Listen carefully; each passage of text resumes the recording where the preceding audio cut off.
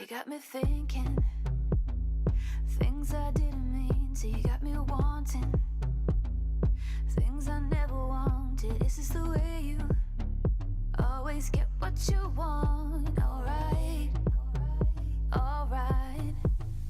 You got me right inside of my head. You got me so, so close on the tip of your tongue. This is the way you always get what you want. Alright, alright. Let's do and say that we're done. Let's do, I know that you want to. Let's do and say that we're done. Say that we're done.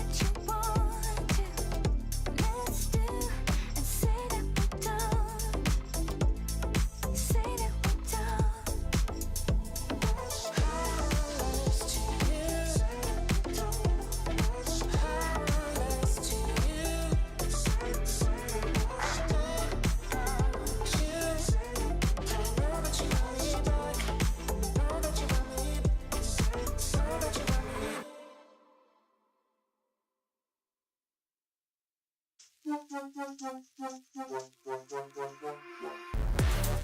more, give it more, give it more right now, right now. Give it more, give it more, give it way more.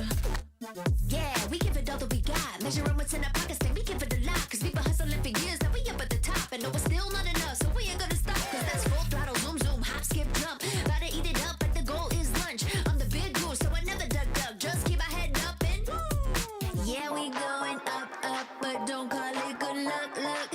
Earning what we got, cause all we do is give it more. Yeah, we going up, up, but don't call it good luck, luck.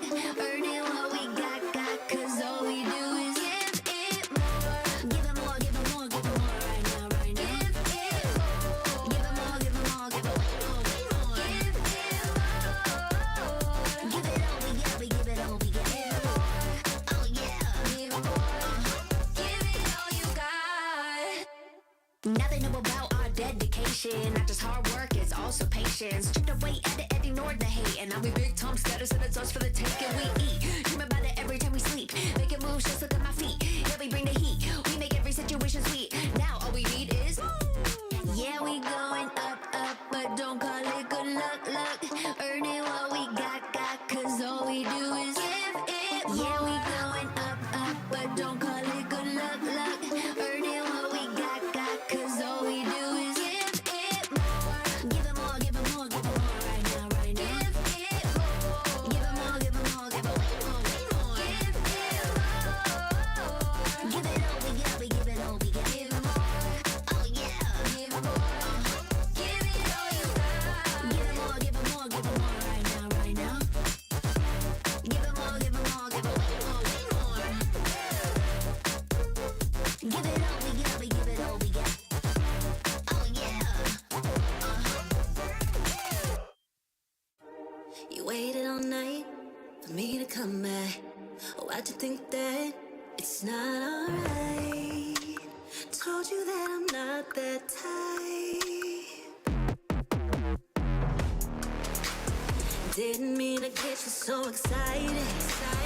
Tried to tell you not to fall in love. Why you always hit me uninvited? Was hoping you would get the picture.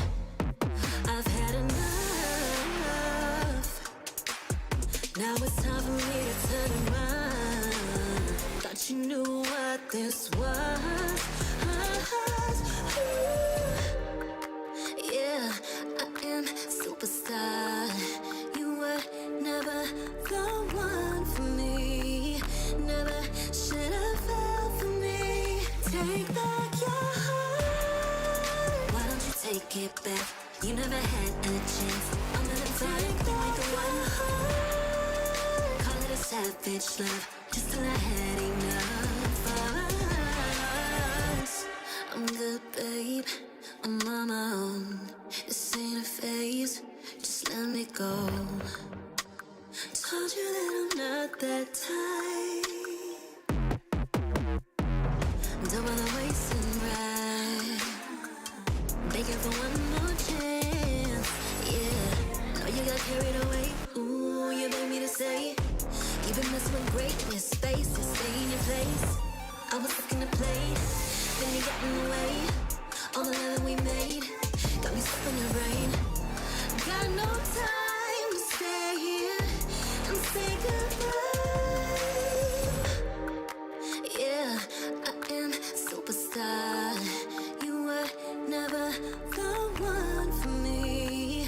Never should have fell for me. Take back your heart. Why don't you take it back? You never had a chance. I'm gonna take back the one heart. Call it a savage love, just till I had enough of us.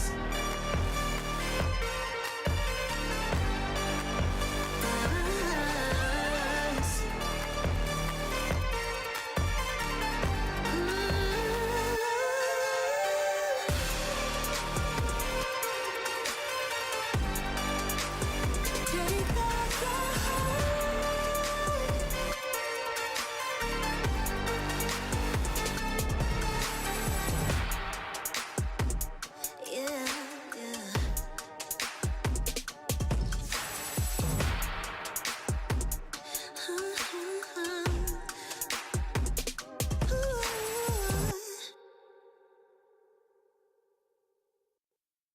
ding ding.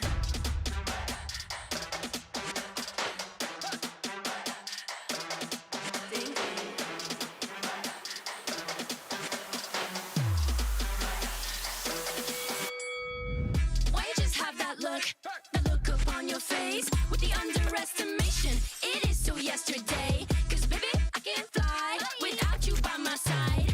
I can do a whole lot more than just look pretty. I know that it'll take some time to see, but you're never stopping me. I know that we ain't giving up. If you thought so, well, tough luck. So we're just gonna do our thing. Ain't over till the bell goes ding. We're gonna fight, so step aside and let us sing. We're gonna bring you down. If you think you'll stop us somehow, just let us do our thing. This ain't over till the bell goes ding. This ain't over till the bell goes. This ain't over till the bell goes. This ain't over till the bell goes. If you think I've had enough, well, I guess you don't know tough. I'll never be the one to back down. You haven't been the first one to show me doubt. Cause baby, I can't fly without you by my side. You're never breaking me, never stopping me, never making me be less than all of me. Know that it'll take some time to see, but you're never stopping me. I know that we ain't giving up. If you thought so, well, tough luck. So we're just gonna do our thing. Ain't over till the bell goes ding. We're gonna fight, so step aside and let us sing. We're gonna bring you down. If you think you'll stop us somehow, just let us do our thing. This ain't over till the bell goes ding.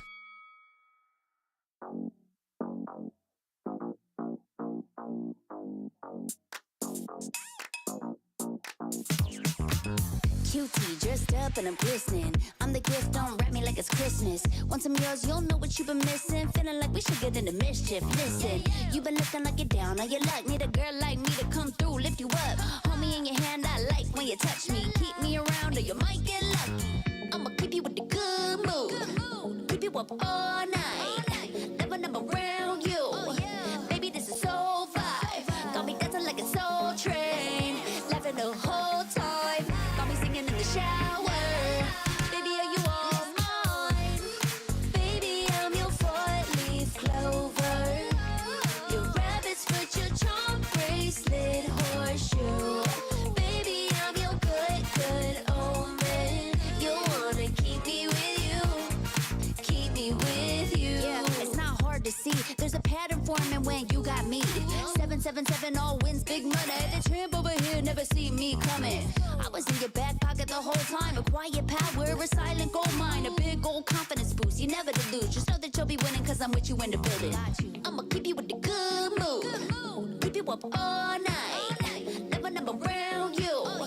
Baby, this is so vibe. Got me dancing like a soul.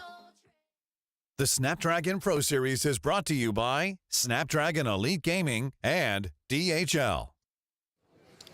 हाँ भाई Godlike challenge season topper कल तो एक भी chicken dinner नहीं निकला तेरा भाई परफॉर्मर ऑफ द डे देखा था जॉनथन बना था ठीक है ओए बोल बेबी बोल कहाँ थी iQOO सोल ओ कहीं तो थी यार भगवान हम लोग क्यों लड़ रहे तू छोड़ना शुरू हो गया शो हेलो वेलकम एवरीवन मैं हूं कुणाल सलूजा मेरे साथ ओशन शर्मा और Snapdragon pro series season 6 BGMI challenge final का आज है डे 2 भाई डे 1 था धमाकेदार 6 मैप्स हुए 6 के 6 डिफरेंट विनर्स सबसे पहले कौन था भाई सबसे पहले हमने देखा कि 9 को ऊपर उठते हुए उसके बाद गॉड्स रेन तीसरे स्थान पर वर्सेटाइल डिफेंडिंग चैंपियंस उसके बाद गुजरात टाइगर्स ने आकर के मोर्चा संभाला पांचवें स्थान पे टेबल टॉपर्स कार्निवल गेमिंग और लास्ट मैच जीता मेडल ईस्पोर्ट्स ने तो ये थी डे 1 की कहानी और आज कार्निवल गेमिंग पे सब एम करने वाले हैं सबका टारगेट होगा कार्निवल के ऊपर और उसी के साथ साथ जो केओस था वो बहुत ज्यादा अलग था आई मीन हमने क्लचेस देखे हमने उन क्लचेस के साथ साथ अलग तरीके की कमबैक स्टोरीज भी देखी जैसे आपने गॉडलाइक की बात करी थी हीरो एक्सट्रीम गॉडलाइक पहला गेम उतना अच्छा नहीं खेल पाई बट आखिरी गेम तक आते आते उन्होंने मोमेंटम पकड़ लिया था और वो मोमेंटम आज कैरी फॉरवर्ड करना होगा भाई गॉडलाइक की बात कर रहे हैं जॉनथन की बात ना करें ये तो हो ही नहीं सकता 8 finishes in that last match और जब मैं इंटरव्यू कर रहा था जॉनथन से मैंने बड़े प्यार से पूछा मतलब जॉनथन भाई आपके दो आज राइवल्स iQOO सोल और गॉड्स रेन को आपने ऐसा बाहर का रास्ता दिखाया पूरा किस टीम को फिनिश करना ज्यादा टफ था दोनों इजी थे यार, देखा तो था अपने मैच में। एंड ये दिखाता है कि किस तरीके से वो फन हेल्दी बैंटर भी स्टार्ट हो रहा है, जो कि इस एसपीएस लैन के अंदर हर कोई देखना चाहता है। हर एक फिनिश पे, हर एक नॉक पे क्राउड का एक्साइटमेंट कल अलग लेवल पर था। फिर चाहे वो ओमेगा की तरफ से आते हुए फिनिशेस हो, या फिर हेक्टर की तरफ से अपनी टीम को लीड करना हो, या फिर at the end we know heroes, extreme and godlike, Jonathan. देखिए डे 1 में तो जो हो गया सो हो गया। डे 2 में आज फिर से 6 मैचेस होंगे और एक बार फिर से सारी टीम्स कोशिश करेंगी कि वो टेबल के टॉप पे फिनिश करें, क्योंकि day 3 is the final day. जो वहां टॉप पे होगा उसे मिलेंगे पूरे 50 लाख रुपए, 1 करोड़ का प्राइस पूल। आज फिर से 16 टीम्स 6 मैचेस में भिड़ने वाली हैं। जो होगा एक्शन वो तो हम दिखाएंगे, फिलहाल आपको दिखाते हैं कल की कहानी। Hello and welcome to Snapdragon Pro Series Season 6 BGMI Challenge Final। और ये है नोएडा इंडोर स्टेडियम का वो अरीना जहां आज से अगले 3 दिनों तक घमासान युद्ध मचेगा। 16 टीम्स, 18 मैचेस और दांव पे 1 crore.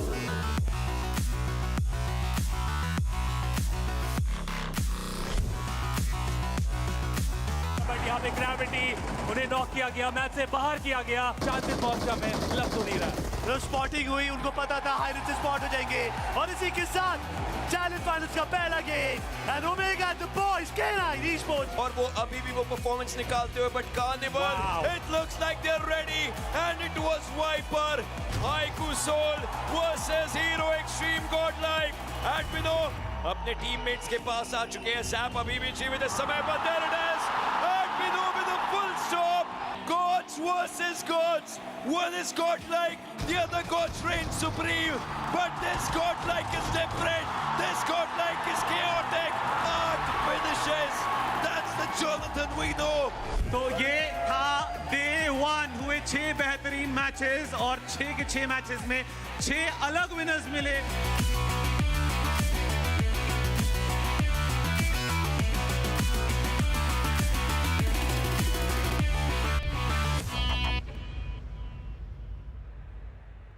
Ladies and gentlemen, boys and girls, this is Snapdragon Pro Series और टीम्स आज के लिए भी तैयार हैं। एक और दिन, एक और परफॉर्म करने का तरीका और अपना वो जज्बा सामने रखना है। हर एक टीम अच्छे तरीके से तैयार, फिर चाहे वो आपकी फेवरेट हीरो एक्सट्रीम गॉडलाइक हो, या फिर अगर हम वाइल्ड फैंग्स जैसी टीम की भी बात करें जहां सिन से अपना 100% देने के लिए तैयार है। And K9, I don't think so anyone can forget the team, क्योंकि जिस तरीके से ओमेगा ने लीड किया पिछले कल पहला गेम, और वो पहला गेम ही सीधा विनर चिकन डिनर की तरफ को वो लेकर के आए हैं। This has been an amazing thing, but I know what everyone wants to see, and that is the heroes, the extremes, godlike ready to roar।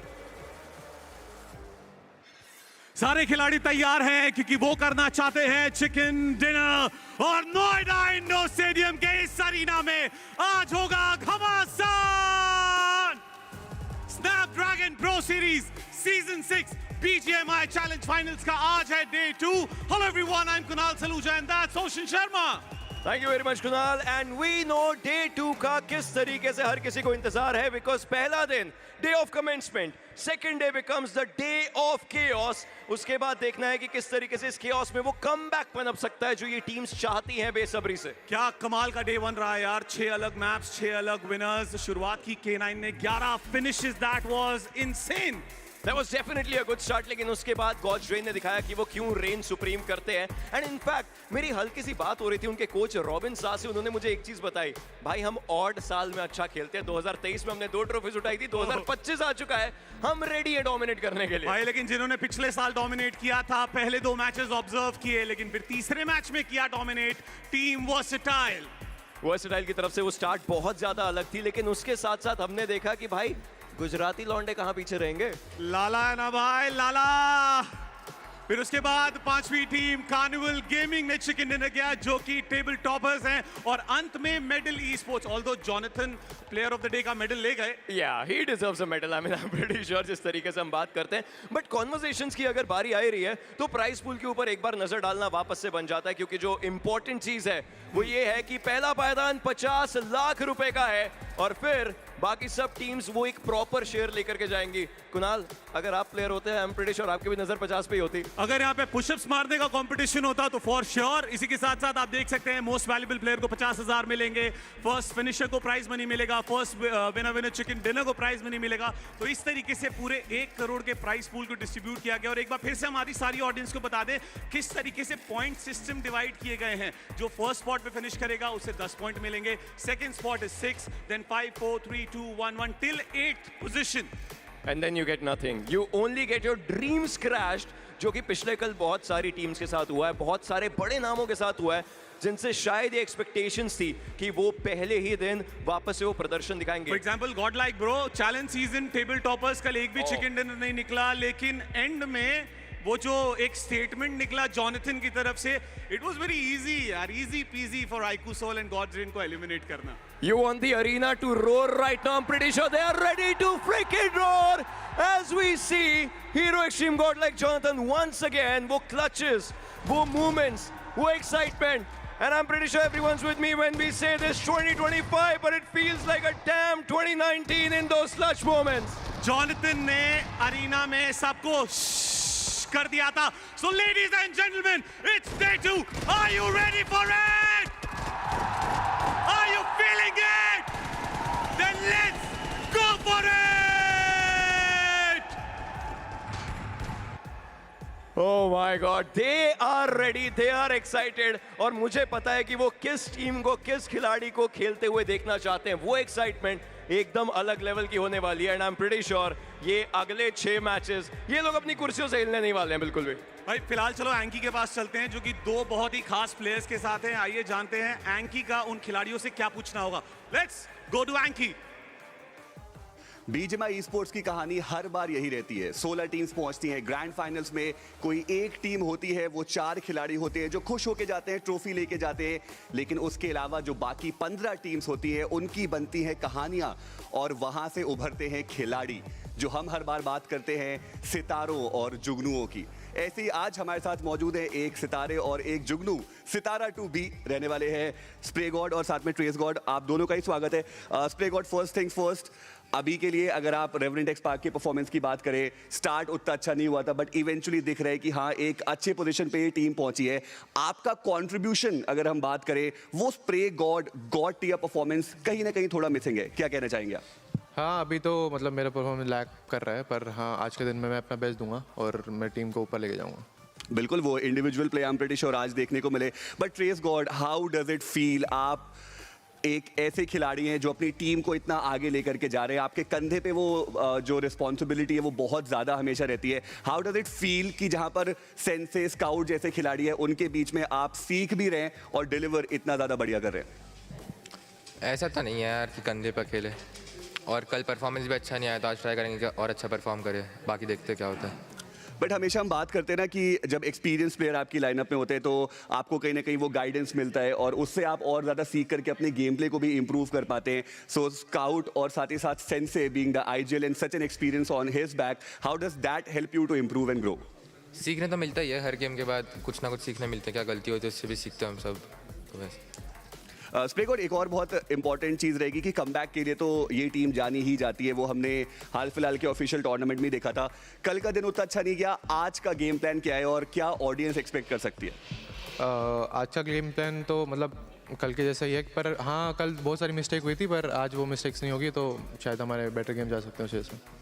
I mean जो होप्स है वो तो बहुत ज़्यादा हाई है और जो स्टेक्स है वो भी बहुत ज़्यादा हाई है। But what went wrong trace God? क्योंकि हमने देखा था जो इससे पहले का पड़ाव था ऑनलाइन फेज, वहाँ पे बहुत बढ़िया परफॉर्मेंस आ रहा था, टीम बढ़िया परफॉर्म कर रही थी। यहाँ पे चलिए it's day 1, it's too soon to say, but what do you think कि वेंट रॉन्ग ऑन डे 1?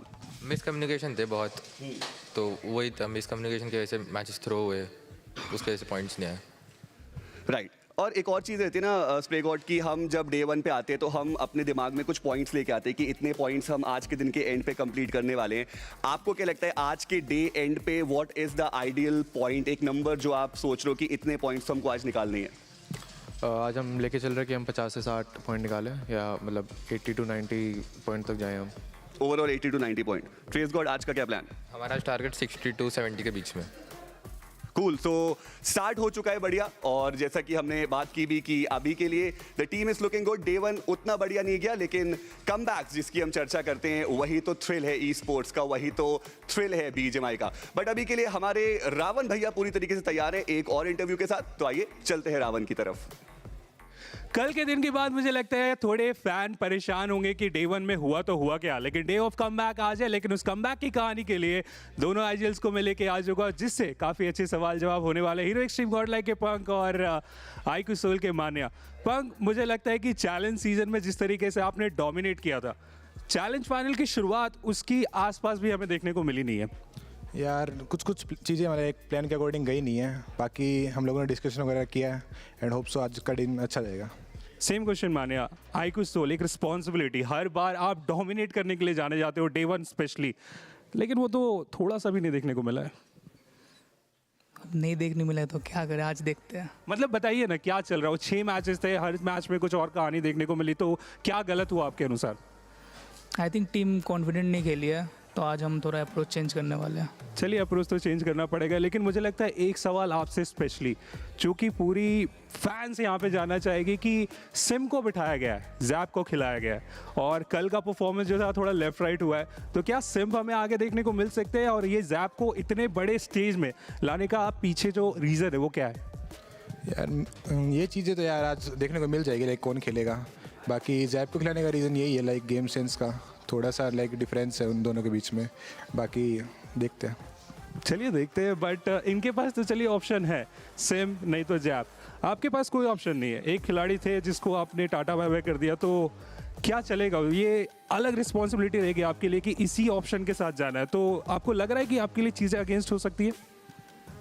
नहीं, अच्छी बात है, हम डबल थिंक नहीं करेंगे ना कि किसको खिलाना नहीं खिलाना, जो है यही है। चलिए, जो है यही है, लेकिन एक चीज़ यहाँ पे और है कि अभी एक क्लिप में आपको दिखाने वाला हूँ, आप लोग बताइए कि आपके ऊपर आपका थॉट क्या है उस वीडियो के बारे में। That was crazy, bro. And in fact, जो दो आपके सबसे बड़े आर्च राइवल्स हैं उनको आपने फिनिश किया, iQOO Soul and Gods Reign. किस टीम को फिनिश करना ज़्यादा टफ था? वैसे लाइक टफ तो नहीं, बहुत इजी था, आपने देख ही लिया, तो ज़्यादा कुछ नहीं। And it was overall a fun game. भाई, इस लास्ट मैच के बाद मुझे लगता है थोड़ा तो लगा होगा कि हाँ, जिसके लिए आए वो ज़रूर हुआ। तो उस लास्ट मैच में एक्चुअली किस माइंडसेट के साथ आए थे? क्योंकि जॉनथन ने तो बोल दिया था कि पैसिव नहीं खेलेंगे, मार के खेलेंगे, और वो रिजल्ट आया। तो क्या आज पहले मैच से ही वो देखने को मिलने वाला है? हाँ, लाइक पहले मैच से अब जो भी दिखेगा उनको मारेंगे। अच्छी बात है, बट यहाँ पे मैं एक और सवाल जानना चाहूँगा कि लाइक आज का दिन, द डे ऑफ कमबैक, कौन से मैप में आप प्लान कर रहे हो? क्योंकि इनका तो एग्रेशन हमने कल देख लिया था, अभी तक वो iQOO सोल नहीं देखने को मिली जिसके लिए आप जाने जाते हो। ऐसा तो सोच के नहीं है ऑब्वियसली, बट अप्रोच चेंज रहेगी आज। अप्रोच चेंज रहेगी, बट चलिए, मैं यहाँ पे एक लास्ट सवाल आपके फैंस के लिए, एक प्यारा सा मैसेज दे दीजिए कि क्यों आज वो आपको भरोसा किस तरीके से आप पे जता कर रखिए, क्योंकि 6 मैचेस के बाद ओवरऑल स्टार्टिंग में बहुत बदलाव आएगा। तो फैंस के लिए मैसेज। गाइस ऐसे ही सपोर्ट करते रहो, बाकी तुम लोग को पता है, सब्र रखिए, सब अच्छा होगा।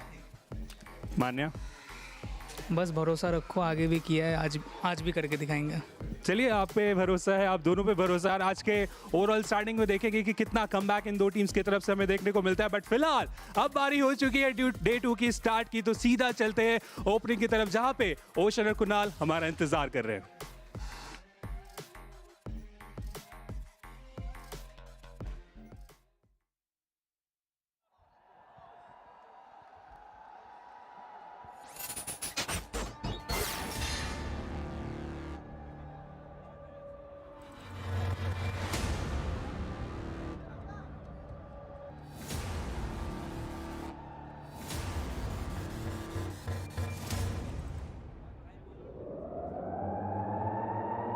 Are you ready for the chaos? I cannot hear you. Make some noise, Noida. Let's kick off 2025 with a delicious chicken dinner.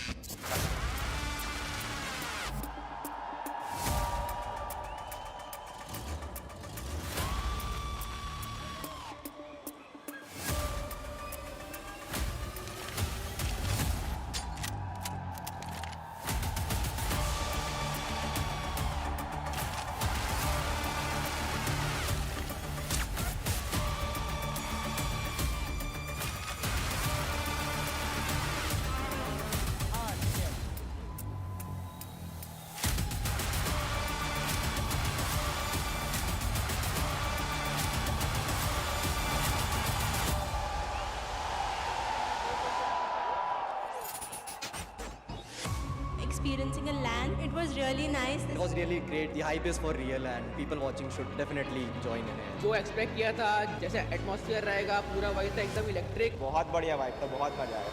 Hello and welcome to Snapdragon Pro Series BGMI Challenge Final. 3 दिन 16 teams 18 matches और इनाम है 1 करोड़.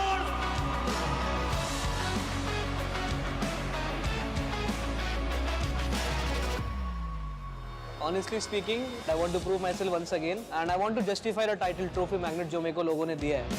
वैसे मैं सबको एक ही चीज़ कहना चाहूँगा जो कि मैं हमेशा से कहता आ रहा हूँ और वो है सब्र रखिए.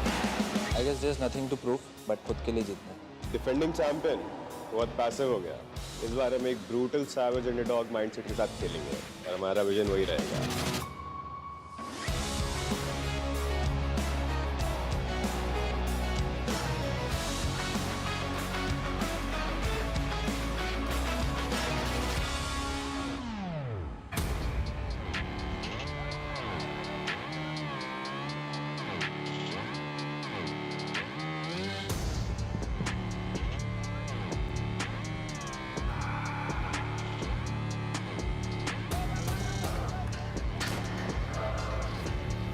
The soldiers are ready to make a comeback on the battlegrounds. Ladies and gentlemen, please welcome iQOO.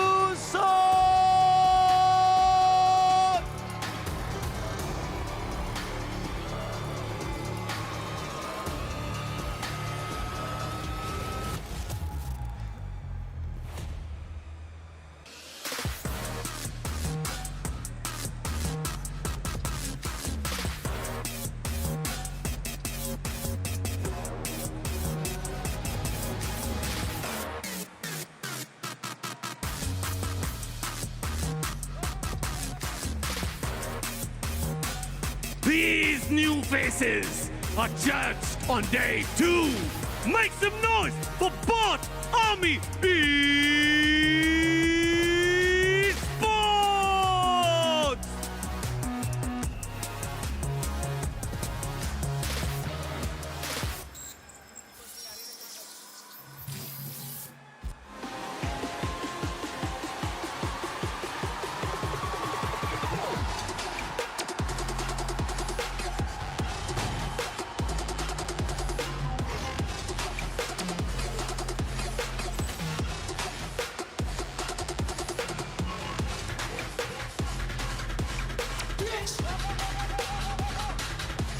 Every map is their battleground for the hunt. These fangs are gonna bite and they're gonna bite hard. Please welcome Wyld Fangs!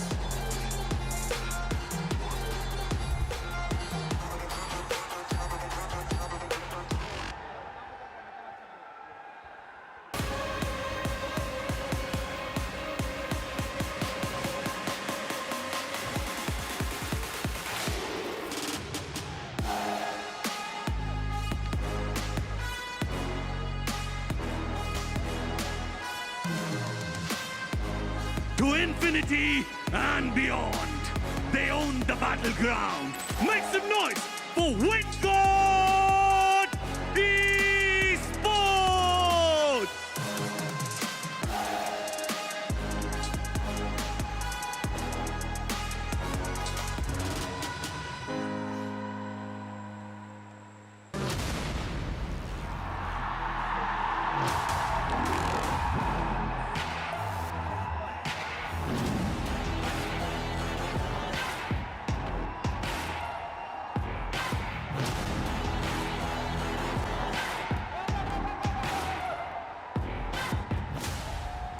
They are not making any legacy because they are the legacy.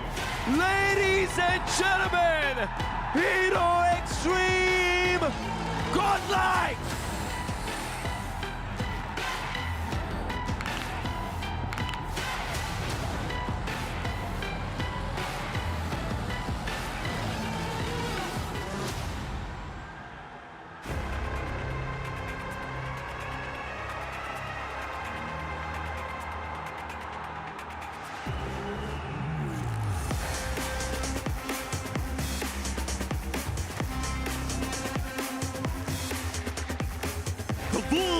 seemed hungry and are ready to devour the competition. Make way for Awakening!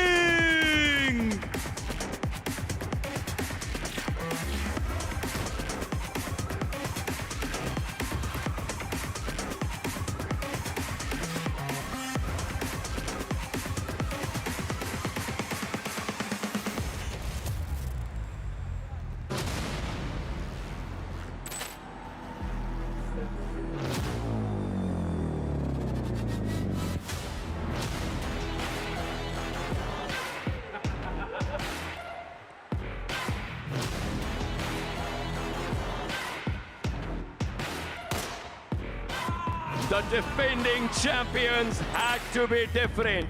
They had to put on some power. As Somraj and the boys are ready, please welcome Team Versatile!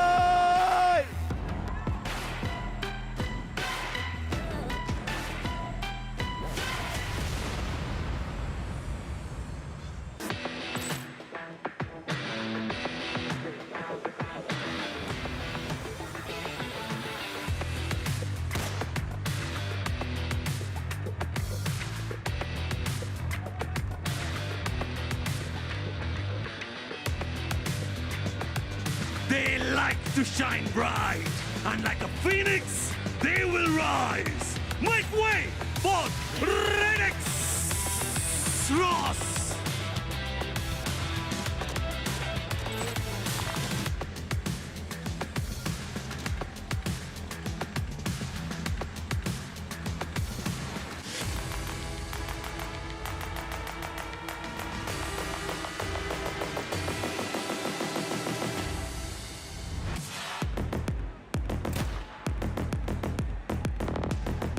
The dreams have been slightly away from the trophy every single time. Will this be the event when they shine bright? The apes are ready. Please welcome Orangutan!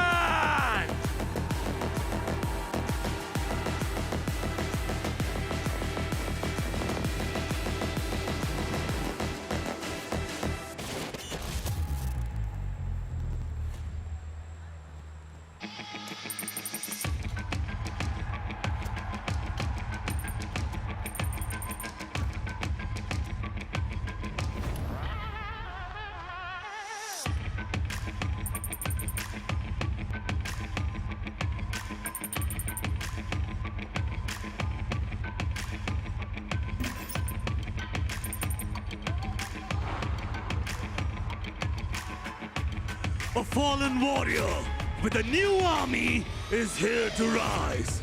Give it up for Just Jelly!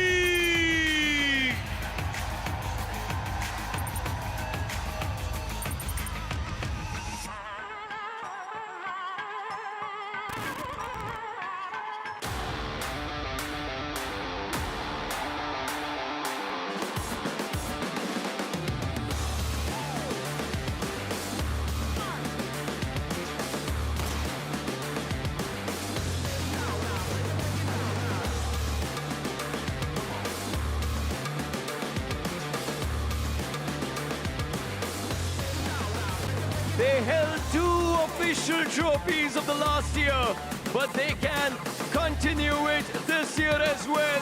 Starting this one, please welcome Revenant Xbox!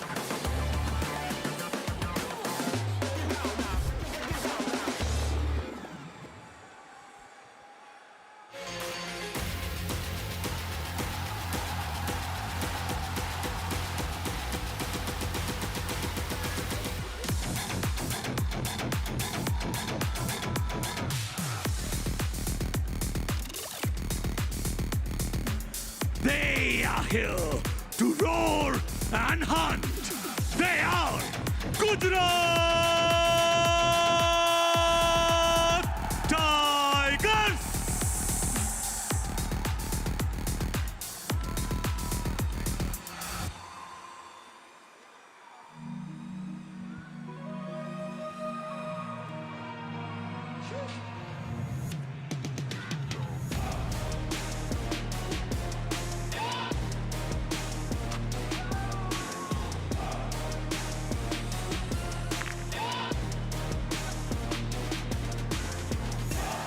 The trophy magnet vows to take this trophy home with him. Please welcome Godlike!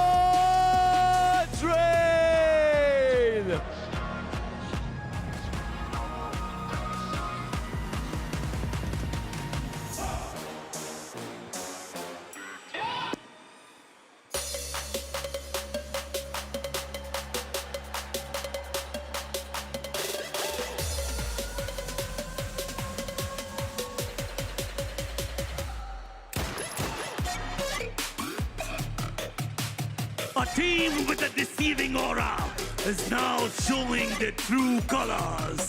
Make way for K9 Esports!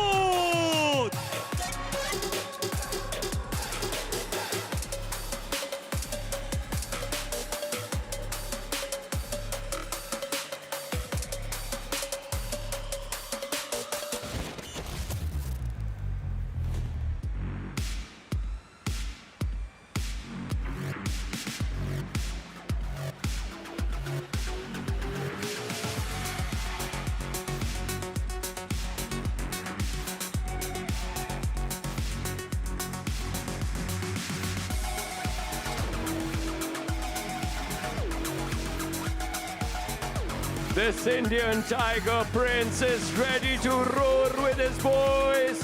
Please welcome Medal Esports.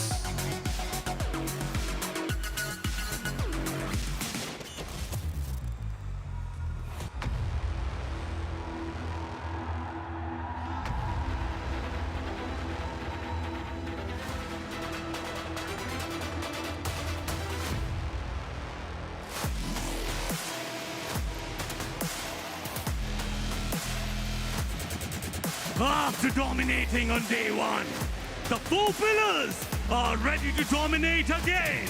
Make way for the table toppers. It's Carnival Gaming!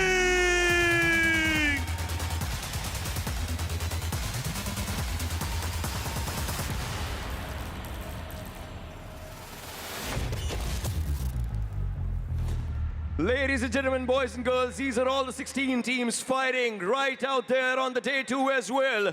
Day 1 was a good commencement. Now's the day of comeback and the day of chaos, and now it's time to take it away with the casters as the action just unfolds in front of us.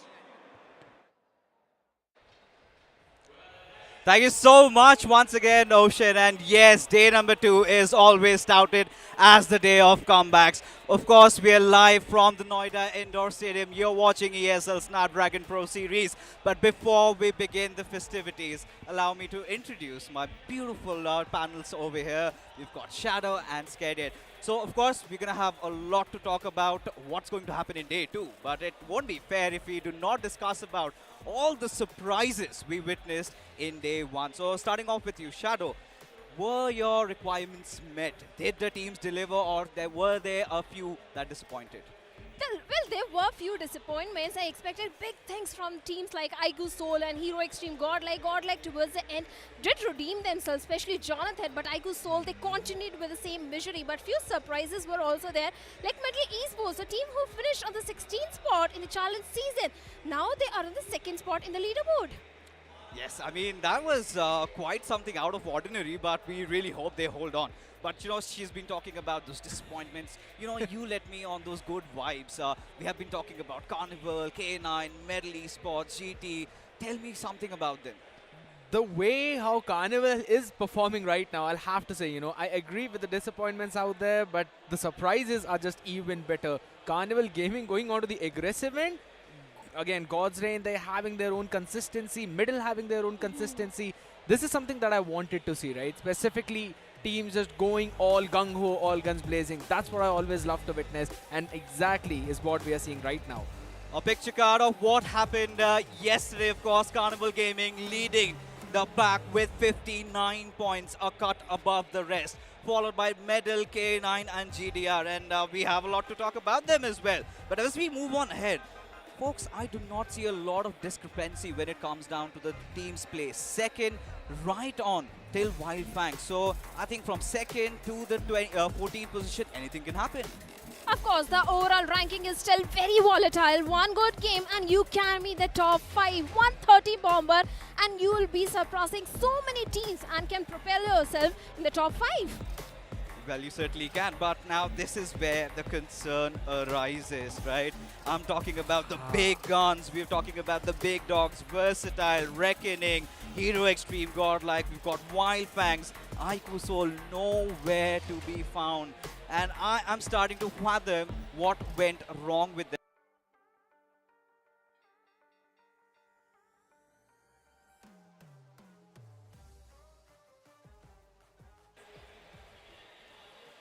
The rotations or be the fights which iQOO Soul was engaging.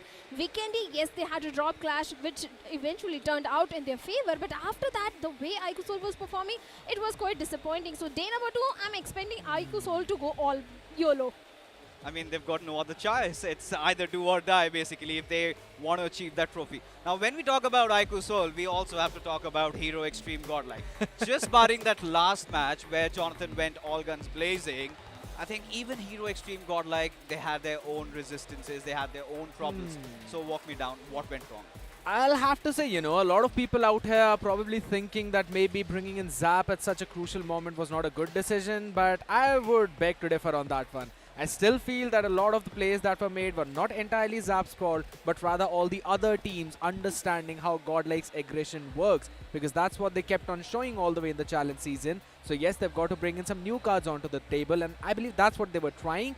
Yes, it did not work out on day 1, but I think so they should give it a bit more try, bit more attempt, and then maybe see what they really need to change. When we talk about teams, of course, we've got every team having their individual respective stars.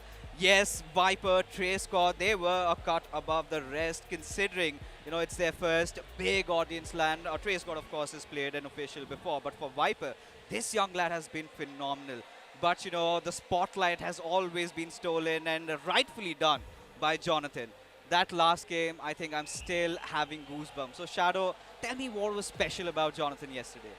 I think he was not second guessing himself. I think the call was made, just go aggressive, go all YOLO, go all gun blazing, and that is exactly what Jonathan was doing, especially against Carnival Gaming. Yes, there was a big blunder from the side of Hector. That grenade where he knocked his own teammate out did help Jonathan in that situation. But after that also, in the map of Erangel, the way Jonathan went against the players of Godstrain, and after that iQOO Soul also, I think Jonathan was up for the finishes. But you know, Scared, we've been talking about Jonathan. It's always been about Jonathan. But this tournament, Viper and TraceCore have been nothing but a breath of fresh air. And this roar justifies why the crowd is completely all ecstatic just looking at him. But getting back to the conversation, for Viper, how much it means for a player of his caliber and TraceCore as well. No other player is surprising me more than Viper and TraceCore, both of them. Viper has been not that very flashy, but when it comes to LAN, I believe this guy is doing a phenomenal job for Carnival Gaming. Yes, I know Goblin has been the spearhead for their side, but again, the follow-up coming in from him is exactly what matters. Plus, on the other side, let's be honest, everyone knows that TraceCore has been doing a big heavy lifting for Wyld Fangs, and he's continuing the job even now. That just shows the immaculate potential that the man has for the future. They certainly do. I mean, yesterday also we saw TraceCore. He's just been doing TraceCore things. But Viper, this came out of the ordinary. But when we talk about the schedule once again, folks, it's going to be the same old, right? We're going to have Erangel, Miramar, Erangel, followed up by Sanhok, Vikendi, and Erangel. Now, let's get back to business, the first game of Erangel.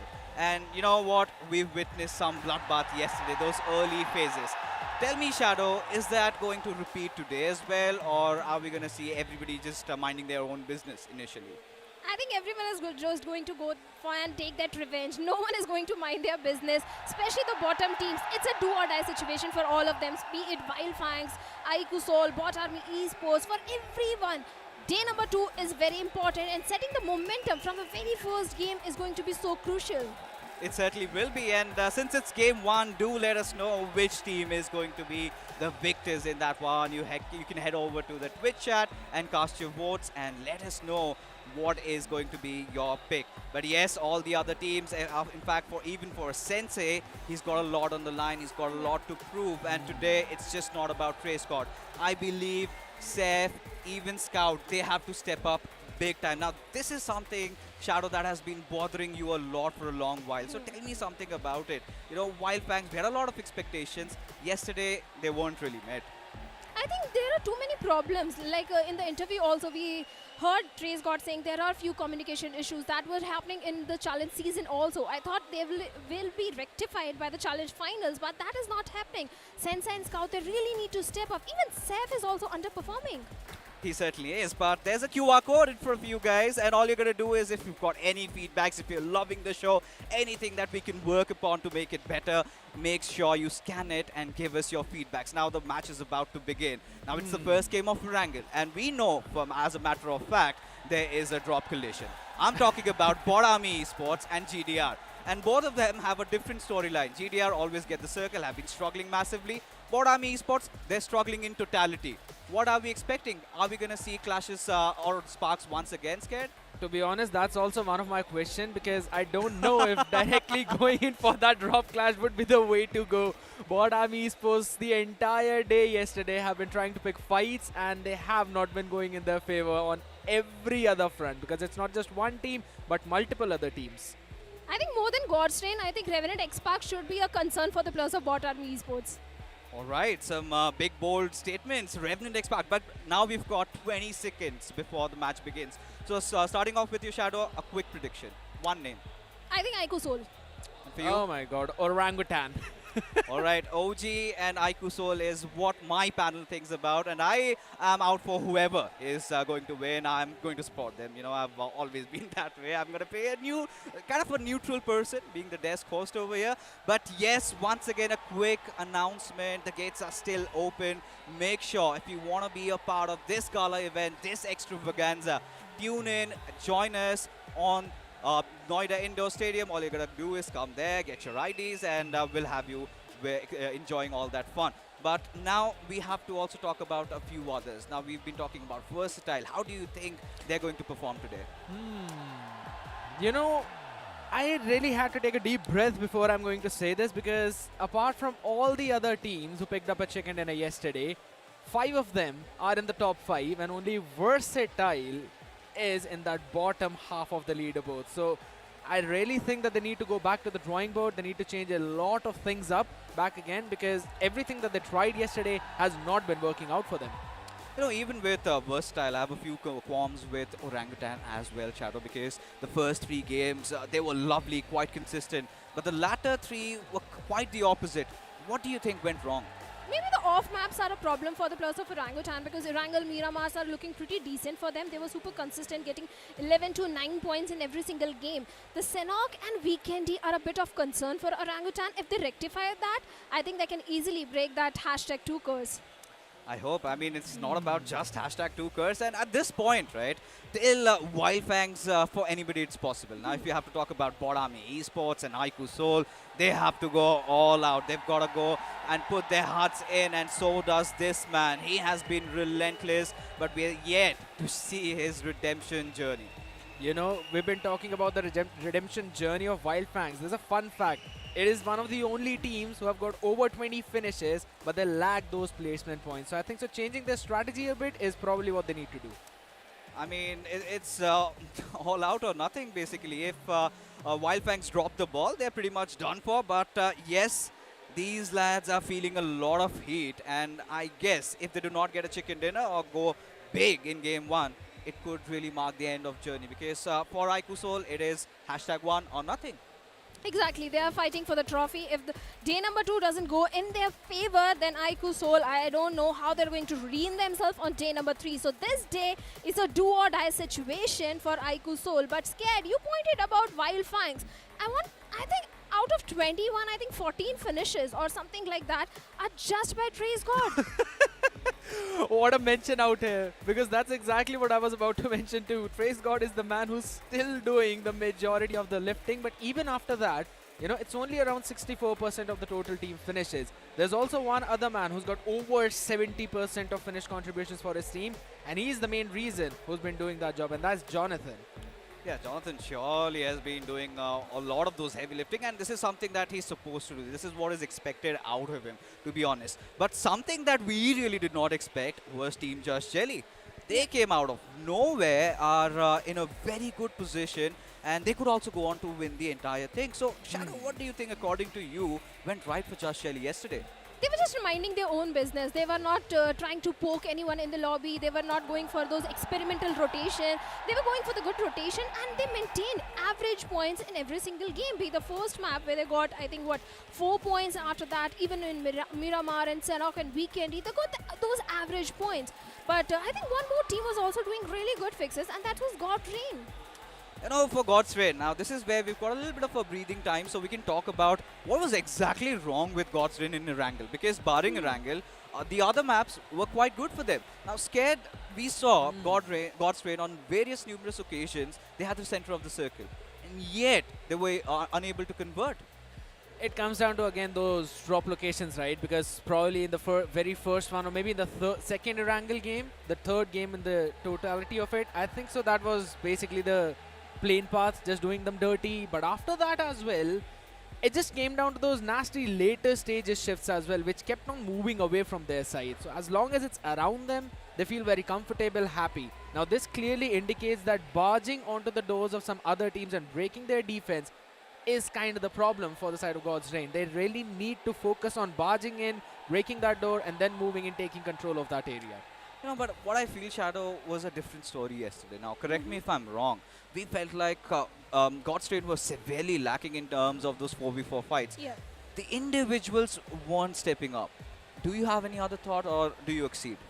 Especially Ninja Jod. If you look at the stats also, I think Ninja Jod is not performing up to the mark, and that was a problem in the challenge season itself.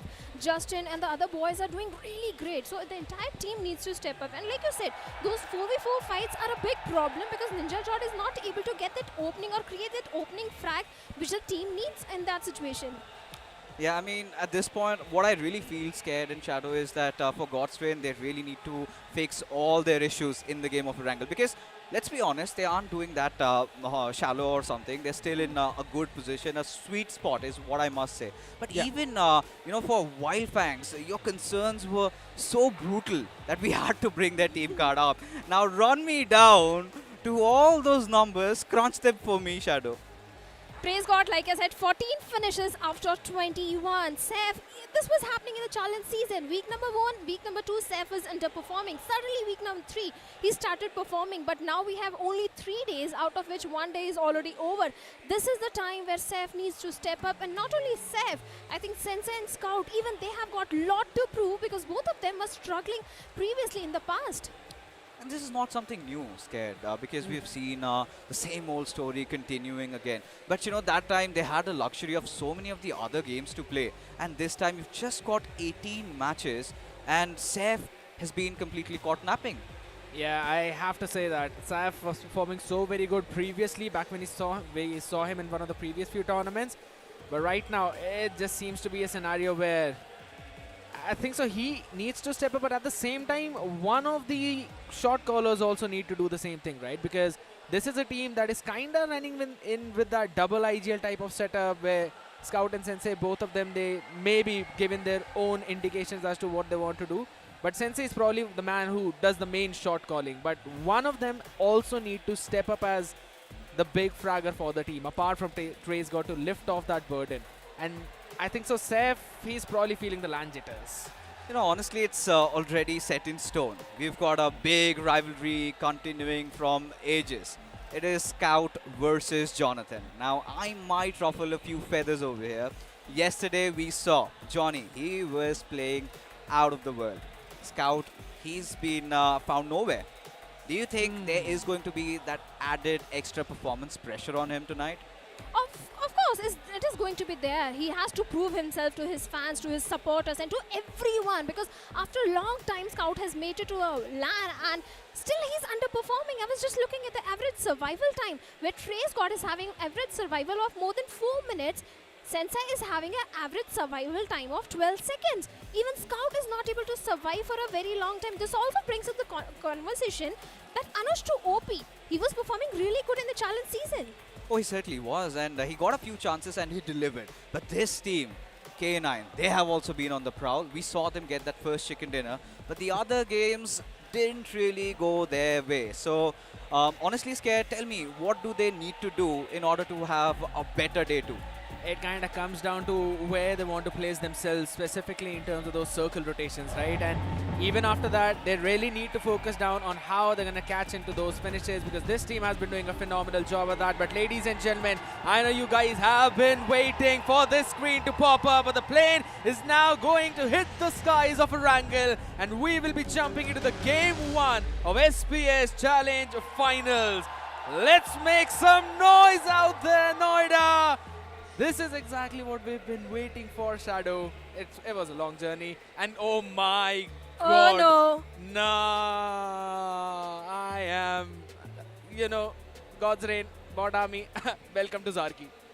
This is also the time scarce for Godstrain to prove themselves. The mistakes which they did yesterday, yes, I know it's a similar flight path. Yesterday also we had a northern flight path where Godstrain dropped in towards the side of Georgiopol, but can they make it to the military base? Can they drop in somewhere in the middle towards the bridge of Georgiopol and take those vehicles, and after that go head over towards the side of military base? I don't know what sort of decision Destro is going to make, but this Erangel is going to be super important for Godstrain and BotArmyEsports. I love the fact how you brought up the point of God's Reign picking up the vehicles and going down south. I really want to combine it with the fact that iQOO Soul are now going to go all guns blazing because they've got nothing to lose at this point. They need to make a comeback. I remember in one of the previous tournaments when God's Reign did the similar rotation, iQOO Soul were there on the bridge to welcome them and they just wiped them out. And it was the exact same lineup for both of these teams, barring one player in each. So I think so that could very well be the scenario even now. Or again, maybe I'm just overthinking out there on my part. But one thing is for sure, I really want to focus where BotArmyEsports are right now. God's Reign, close to Carnival Gaming, but Carnival will move down south to Gatka. Versatile again, no competition for them in Pochinki, but OG right now, with a few players around them, if I'm not wrong, that's the side of Just Jelly, so we might possibly see some drop clashes. I don't think so, because Judge Jelly always loves going towards the side of Novo Ripnoy, and I think they're just going to grab a boat or a few vehicles and directly head over to the side of Novo Ripnoy. But look at the circle. The flight path was not favoring God's Reign and BotArmyEsports, but we have a southern circle, we have a military base circle. So God's Reign, I think all they are going to do is just get those vehicles and directly go to the city of military base. Make your way already, people. Be as fast as possible onto those southern island, because that's exactly where this might end. I really wish that we're going to see some Brit circles, I want to see that aggression. I want to see the chaos out there in the lobby. I'm a pretty chaotic guy, but I know even the audience loved the exact same thing. That's what they loved about Jonathan's clutch as well yesterday. Jonathan's clutch was pretty decent. I know one more person who likes Southern Circle. It is Neeraj. But I hate those Southern Circles because we have seen so many in the challenge season. I want those crazy circles towards the side of Stelbert, towards the side of shooting range, or maybe that little island between Rozak and shooting range, somewhere that, or maybe Quarry. But for now, we have a military base circle. And if some water is also involved towards the final circle, that is going to make things pretty interesting. But look at the rotation which Wyld Fangs is bringing at this point. The players are towards the side of Milta, but Trace God is the one who has already crossed over the bridge. Early rotations are coming in. Trace God can be that anchor to bring his entire team. Yeah, I really like it, I wanted to point out a few things as well about Trace God. Specifically in a situation for the entire team of Wyld Fangs, we have seen in many situations that sometimes you try and place up one of your players to get those frags, right? You set him up for success. But for Wyld Fangs, Trace God, he finds success himself. But I want to focus down right now into the positions of these teams. Trace God is out there alone, and his team is so far back, and between them is Reckoning Esports as well. They could possibly be going on a chase, or at least Trace, he's got all the information that he needs. Every other team is making their way. Carnival Gaming, God's Reign, iQOO Soul as well following them up, because they know how important it is to run out of this harm's way. I want to focus on the ferry pier bridge right now, because that's where Carnival Gaming are set up. God's Reign, iQOO Soul, both of them crossing from the exact same path. Oh, so they certainly are. Even God's Reign, iQOO Soul, Carnival. Then we also have the plus of Medal, who have opted for the waterways and trying to hold on to the shorelines of military base. So many early rotations are coming in, but there are a few teams who are taking their sweet time to move inside the circle. Like we have the plus of K9. They're all the way to the side of shooting range at Zarki. Then we also have Bot Army, Revenant X-Park. Yesterday was not a really good day for the plus of Revenant X-Park, also scared, because the initial few games, they were really struggling, and surrounding awareness was really lacking from the side of Revenant, barring Shadow, because Shadow did pull off a really good clutch. Yeah, but if I'm not wrong, that was only in one game, right? We didn't really see anything apart from that in those situations. So maybe they need to buckle up their socks as well, get their weaponries on board, figure out their strategies, and then move in for this one. Because, yeah, everyone anticipates them to be one of the best teams in this lobby. But at the same time, this is one of the toughest competing 16 in probably maybe all of the BGMI Esports that we have seen till now. And look at the cluster that's been forming in onto the Ferry Pier Bridge. There's just so many teams out there. Goblin, he's going to take some few shots out there up front, but he's so far up. Will drop all the way back down, super low in that HP. And Hector is the first man to get knocked out. Manya answers him back. And it's not just him. Neo as well falls in. This IGL stepped up all the way in week 2 and is doing the same thing in this day of the challenge finals. Knuckle out there on his knees.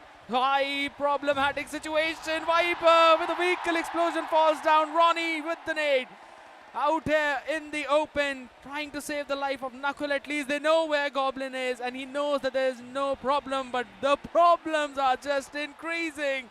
Knuckle has been kept into the vehicle as well as Aquanox tries to fire in. The six-finger prodigy out there powers onto the chase, and that too a very high tail one. Switches the seat, gets the shot, and gets the finish on Knuckle.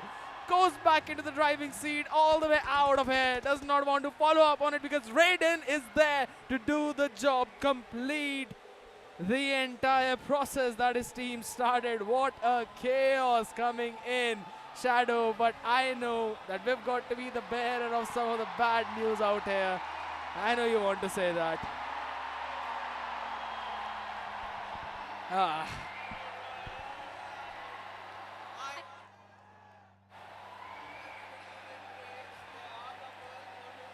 Well, then again, a quick announcement, folks. There will be a rehost, which could be a blessing in disguise for the one supporting iQOO Soul and Carnival Gaming. I'm pretty sure Versatile fans will feel quite otherwise. But, I mean, this was such a great start. A beautiful circle, a beautiful flight path trajectory. We did get to see some early action. And this is exactly what people wanted, didn't they, Shadow?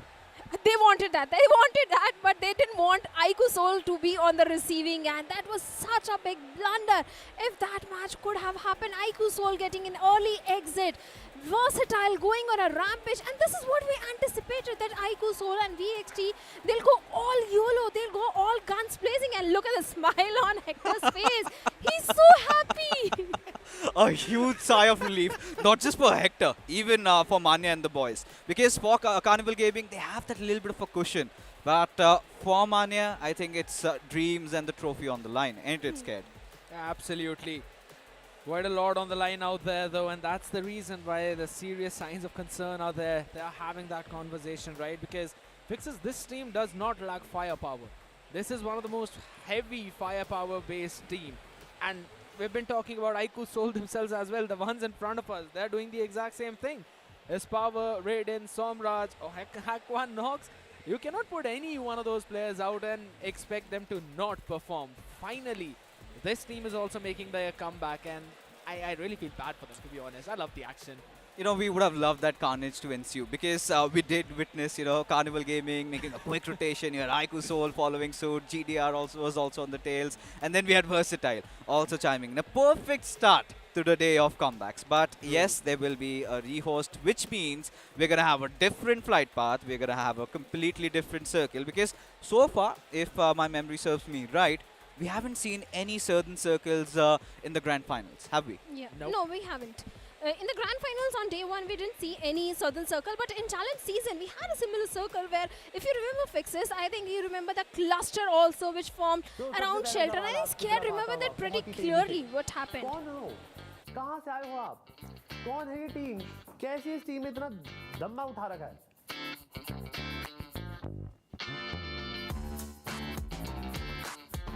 मैं MP का रहने वाला हूँ, जबलपुर का, and मेरा role entry fragger है। Bot army में मैं खेलता हूँ, आप सबने देखा ही होगा। तो इस प्रकार कुछ ये कहानी बनी है बॉट आर्मी की। पहले के 2 प्लेयर थे, डिवोटी एंड हेनरी, देन मैंने ज्वाइन करा, तो हम 3 बंदे हो गए थे। उसके बाद लाइक मैं था, वो था, उसके बाद हमें आईजेल की ज़रूरत थी, तो हमें आईजेल ने ज्वाइन करा, मॉन्टी ने। एंड उसके बाद हमें था कि भाई हमारा आपस में नहीं जम रहा था। उसके बाद हमारा आया SPS, तो हमने SPS पे था कि भाई मेहनत करेंगे तो लैन पहुंचेंगे, वरना नहीं पहुंच पाएंगे। देन हमने मेहनत करा एंड बस लैन पे आ गए, अब बहुत जितनी भी मेहनत था करके। तो हम लोग के पास ऐसा कुछ कोच लाइक एनालिस्ट वगैरह नहीं है।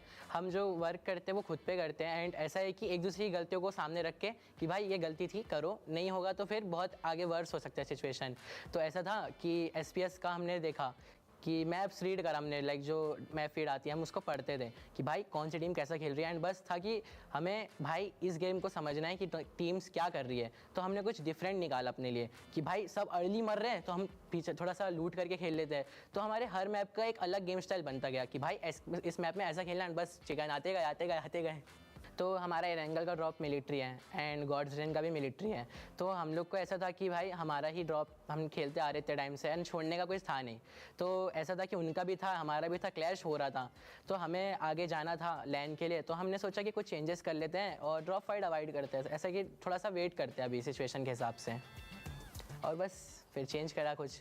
तो अब ऐसा है कि चाइना और विकेंडी का ड्रॉप तो हम नहीं छोड़ रहे। अब अगर छोड़ना है तो वो छोड़ेगी, हम तो नहीं हट रहे। अब जो होगा उन्हें पता चल जाएगा कि कौन ड्रॉप छोड़ने की हालत में आएगा। चैलेंज फाइनल में हमसे ज़्यादा एक्सपीरियंस एंड टाइम वाली टीम्स है, बट हम जो ये 3 दिन है 18 मैच है, हम चाहते हैं कि भाई हम ही हों इस जगह पे और ट्रॉफी लेके जाए, और हमारा पहला ही लैन है तो हम पूरा एफर्ट देंगे एंड इतना जितना हो सके उससे 10 गुना ज़्यादा देंगे कि भाई ट्रॉफी हमारे घर ही आए। तो इस कम्युनिटी में वैसे नए चेहरों को इतना कोई देखना पसंद नहीं करता है, बट हमारा वादा है 2025 सिर्फ बॉट आर्मी और मेरे प्लेयर्स का नाम रहेगा, एंड मेरा कि भाई बॉट आर्मी आ गई है, भागो इधर से, ऐसा रहेगा।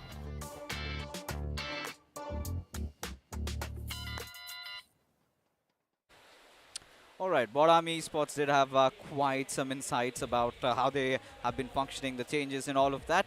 But yes, there has been a rehost. We'll be back into action once again. That's going to be again on those stable grounds. So gives us enough time to talk about a few others. I think we have to talk about K9, for instance, because for K9, yesterday we witnessed they did come out with a shebang. That first game, I think a flawless chicken dinner. So do you think they can replicate that even today, or have they lost their momentum from yesterday's final match of Shadow? I don't think they have lost any momentum, especially Slug and Beast. These guys were really performing good in challenge season, and the performance is still continuing in the challenge finals as well. Day number 1, the way Slug was initiating those creating those opening frags for the team, going a little aggressive along with Beast. Even Omega, who was underperforming, has also stepped up now. Yeah, I mean, for Omega, now that's a very interesting point that you brought up, because now Scared, we know for a fact, Omega is not a newbie. He's been a tested veteran. He's got, ice in his veins. And do you think this is where he can redeem himself with this lineup? To be very honest, I think so, yes. With how they performed in game number 1 yesterday and how consistently they kept up in the entirety of day 1, there could be possibilities, because we all remember Omega lifting up that main trophy, but after that he's been gone quiet for a long time now, and all of his fans, they want the exact same thing, for him to lift up that trophy, plus with the firepower that he has in his team. Ninja Boy was not awoken yesterday. If he wakes up today and for the last day, I think so this lineup can do wonders. All right, that's an interesting conversation that you brought up, Ninja Boy. And in fact, if we can recollect how K9 had performed, Ninja Boy played quite a pivotal role in K9's success, especially in the latter half of the challenge season, wasn't it, Shadow? Yeah, it was. But Slug and Beast has always been performing really good. It was just yesterday. It was only day number 1, so we can cut him some slack. Maybe Ninja Boy will step up on day number 2. That could be a possibility. But when Slug is doing the majority of the heavy lifting, there is nothing left for the others to collect now. Yeah, that's also true. But, you know, when you're looking at these lads in front of you, scared, now CG, I feel like when you start off, of course, it was a rehost, but that could rattle them up. Especially, it's the first day, and they've got such a bounty up their head. There'll be so many teams. Now, what would be their approach next?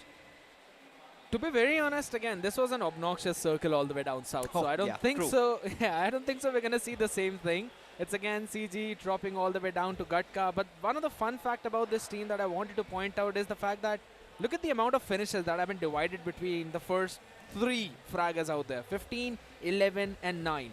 Goblin, always the spearhead. Neo stays in a bit more back for the support. Viper out there who needs to trade Goblin every single time. He's been doing a phenomenal job of that. And it's not just him, even Hector. At least he's got that 1 finish per game kind of sequence. So you know he will pick one of the players off before going down. You know, alright, we have the man himself in front of us. But we have to talk about Carnival Gaming a little bit more. Yeah. Because, you know, the pundits did argue that Carnival Gaming, of course, are still on the top, have 59 points, but they could have still gotten more. And one of the reasons why they lost out on a couple of points was they were friendly firing each other. There were, I think, numerous instances of that happening yesterday, Shadow. Especially from Hector in that situation where all the 3 Twice. players were going up against Jonathan. Hector did help Jonathan in pulling off that clutch. I think Jonathan should say thank you to Hector. He always gets one. He certainly does. Now, Not on his teammate though. and you know, yesterday, no matter how well Carnival Gaming performed, no matter how good Medal and even K9 or GDR was, I think the show was stolen by one man and one man himself. I think the man, the myth, the legend, no matter how many adjectives you can come up, has to be Jonathan. Now, Jonathan really showed Demon Incarnate performance in that final game, but those few jitters in the earlier games were definitely there. It's not just a loan from him, right? It's also the man who's on screen right now, Admino. We've been talking about Jonathan. He's got the clutches as well. There were a few jitters, but he's been in these positions so many times that we probably can't even count it right now. So again, the situation that has been brought up is that is rest of the team needs to step up. Admino showcased a phenomenal firepower in the challenge season, but right now I think so it's him as well, just being 3 notches down than what he usually was. I still remember Fixes. There was a point when he 1v3'd Versatile all the way when shots were fired on his back too. So if that Admino wakes up, I think so that's when Godlike will see themselves back in the top 5. You know, clearly the winning conditions, right? Especially when you have to talk about Hero Extreme Godlike. As a matter of fact, they needed a hero. This is the man himself. Now, we're talking about a few facts and figures. We're talking about him securing 14 finishes out of all the 6 matches he played.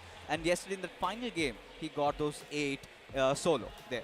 So, but barring that, then there were many instances, Shadow, where we witnessed Hero Extreme Godlike. The entire team gets picked off, and it was just Johnny picking up on scraps. Now, what do you have to talk about that? Do you feel like Johnny was justifying his role, or do you think that the other players also need to step up big time? Because, yes, of course, he's getting those clutches, but it's a game of BGMI. It should never come down to that.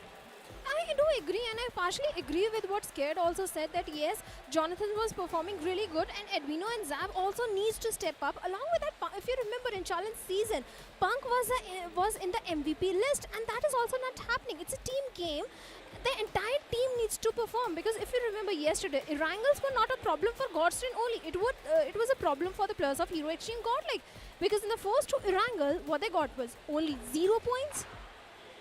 And not just that, I think they did experiment with the drops also.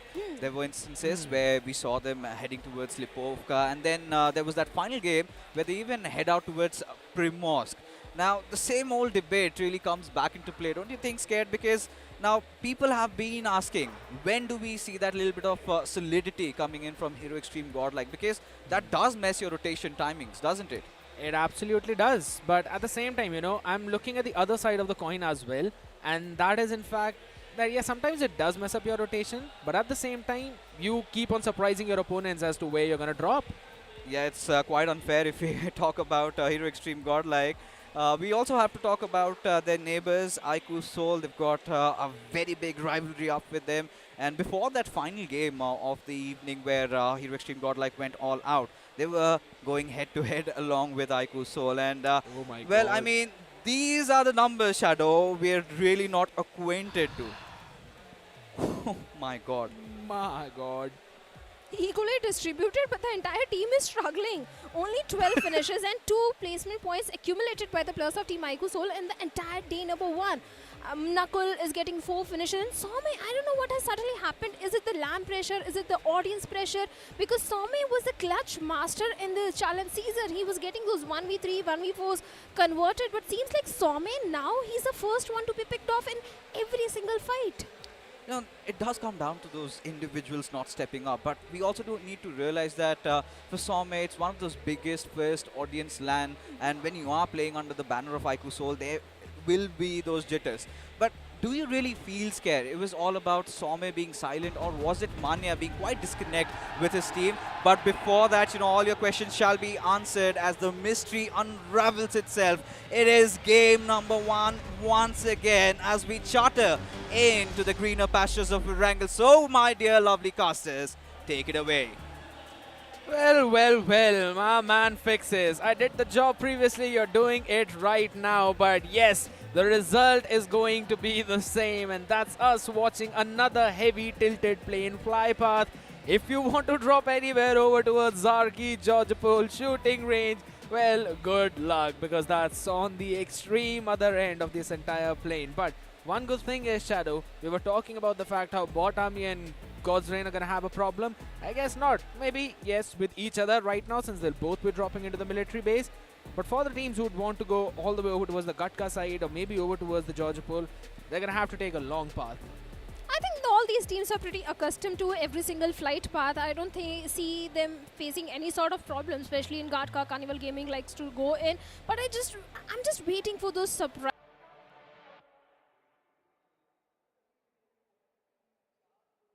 It's only God's Reign, Just Jelly going all the way towards the side of No Ripnoy, then VXT heading over to the side of Pochinki. I'm waiting for more surprises. I really want to see where BotArmyEsports is headed at this point, maybe towards North Georgopol.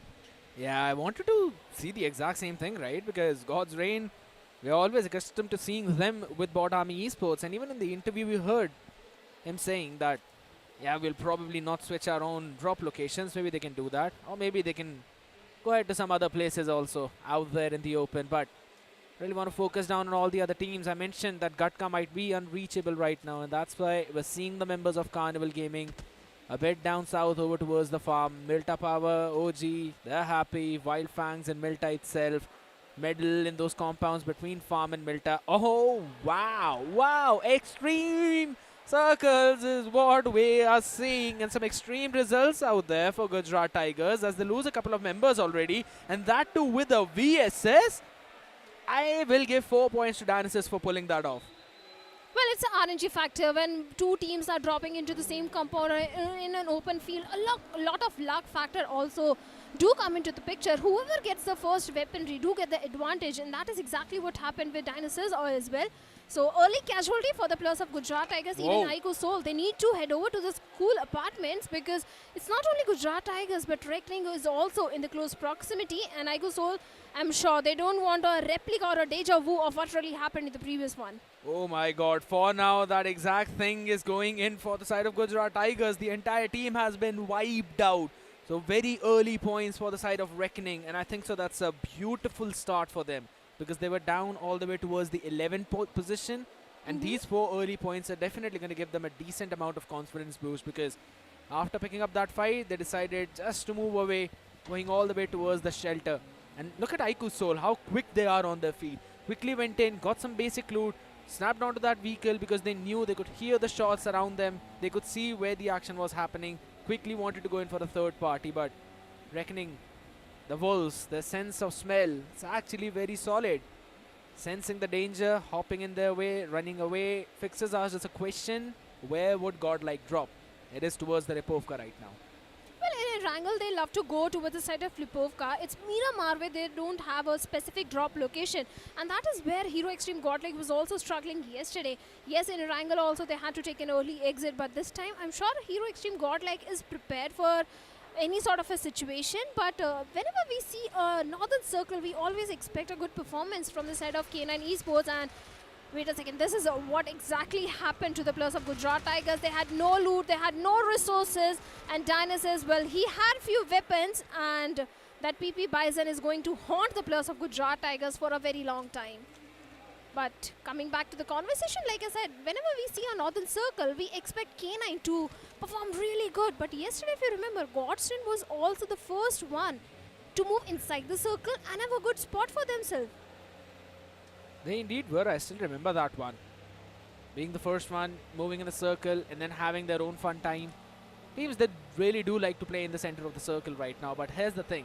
In this one specific circle, all the way where shooting range is at the dead center, I don't feel that you would want to play anywhere around that part, right? Maybe towards the compounds that are around them. But if you move in so far early, I don't think so you'll have enough loot specifically for that mid to late game. Because you can't really loot a lot of compounds out there. You can only hope that maybe one or the other team, they're probably going in for a close rotation, and then you fire in a few shots. Maybe if they're unlucky, they slam in onto you and you win the fight, and then you can get a few loot. But it always comes down to those third parties as well. So you always have to be prepared for at least a third, maybe a fourth party too, whenever these kinds of circles form and you are anywhere near the off center of the map. But a team that is absolutely nowhere near is going to be Just Jelly. All the way up in Novorapnoi, having their own fun time, easing up on the things, Shadow. And what Just Jelly and the boys do in these sort of circles is they take their sweet time to move inside the circle. They take the brunt of the blue and they make their rotations pretty late inside the circle, and that tends to work in their favor. I think Jelly will be doing the same thing one more time, but Metal Esports seems like they'll be going for the center control quite early. Even Reckoning is also known for those early rotations.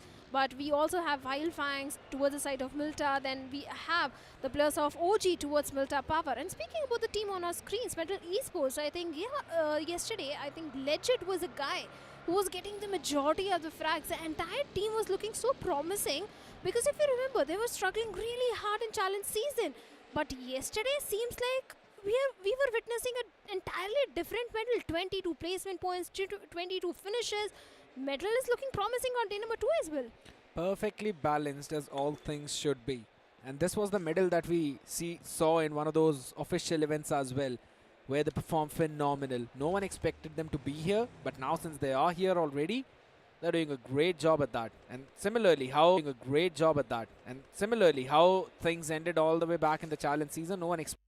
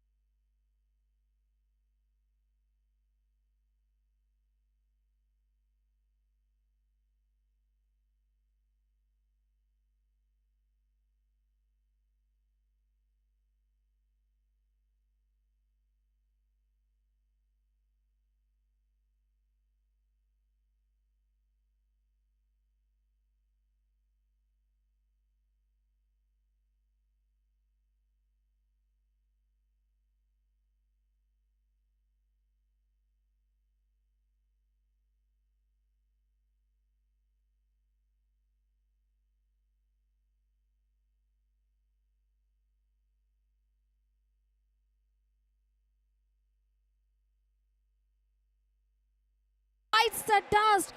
This is not good. Only 2 finishes secured. Yeah, and even for Everyday X-Pac, I think so things are just taking a turn for the worse. It's only Spray God remaining, and he's got 1 finish in his bag. And that too was picked up just now, but God's Reign, they're doing pretty decent. Now want to collapse onto the members of Carnival Gaming, but again, it's all the way open ground. Destro has been taken down. It's a third party coming in from Windgod, who've had their eyes onto this team for such a long time, so close. And Destro now will be brought back up on his feet by Justin, because there are just so many teams out there left. But the dead center of the circle is secured by Just Jelly. They've got Red Ross around the area. Windgod is taking care of everything on the other end. And guess what? Destro, there's no way this man is going to survive whatsoever. Who steals the finish is the question. It's going to be Hector, who delivers the final blow out in the open though, just near that one rock. He's basically in the crosshair of so many teams, but the question is, Windgod, are they going to focus on him? Because their attention seems to be dragged away from them, as it's Red Ross right now who suffered a casualty. Windgod, they were prioritizing the circle, and finally the circle has taken a sudden shift. Windgod versus Red Ross. Red Ross in a pity dip, where Ortho has been knocked out. The constant bombardment of those grenades is not looking good for the players of Red Ross. Even Beast is down to a very low HP. It's only Phoenix. Even we have the players of Team Just Jelly having a good compound control, and the control of the center of the circle was with them, but not anymore. They also need to migrate, but Beast finds a perfect knock with a grenade onto Infinity of Windgod. That's a big knock coming in. Infinity now down on the knees. Windgod, though they're in a position where they can potentially give the revive, but Red Ross is the team that have now got all 3 players up, and guess their assault knows no stoppage. This fight onto the Western Fray will determine who's going to control these entire hills and the ridges, because everything that's happening up north is even more difficult. But Phoenix is there, rising up from the ashes, and wants to take not 1 but 2 people down with him, as Beast out there constantly provides the information, sees the last player, changes the seed, and with the support of Phoenix, finishes off the entirety of Windgod. These are the grounds where there's no wind, there's only vacuum, no particles to flow, and Windgod will have to come down to that. Red Ross, man, this team is stepping up big time, Shadow, but the job is not finished.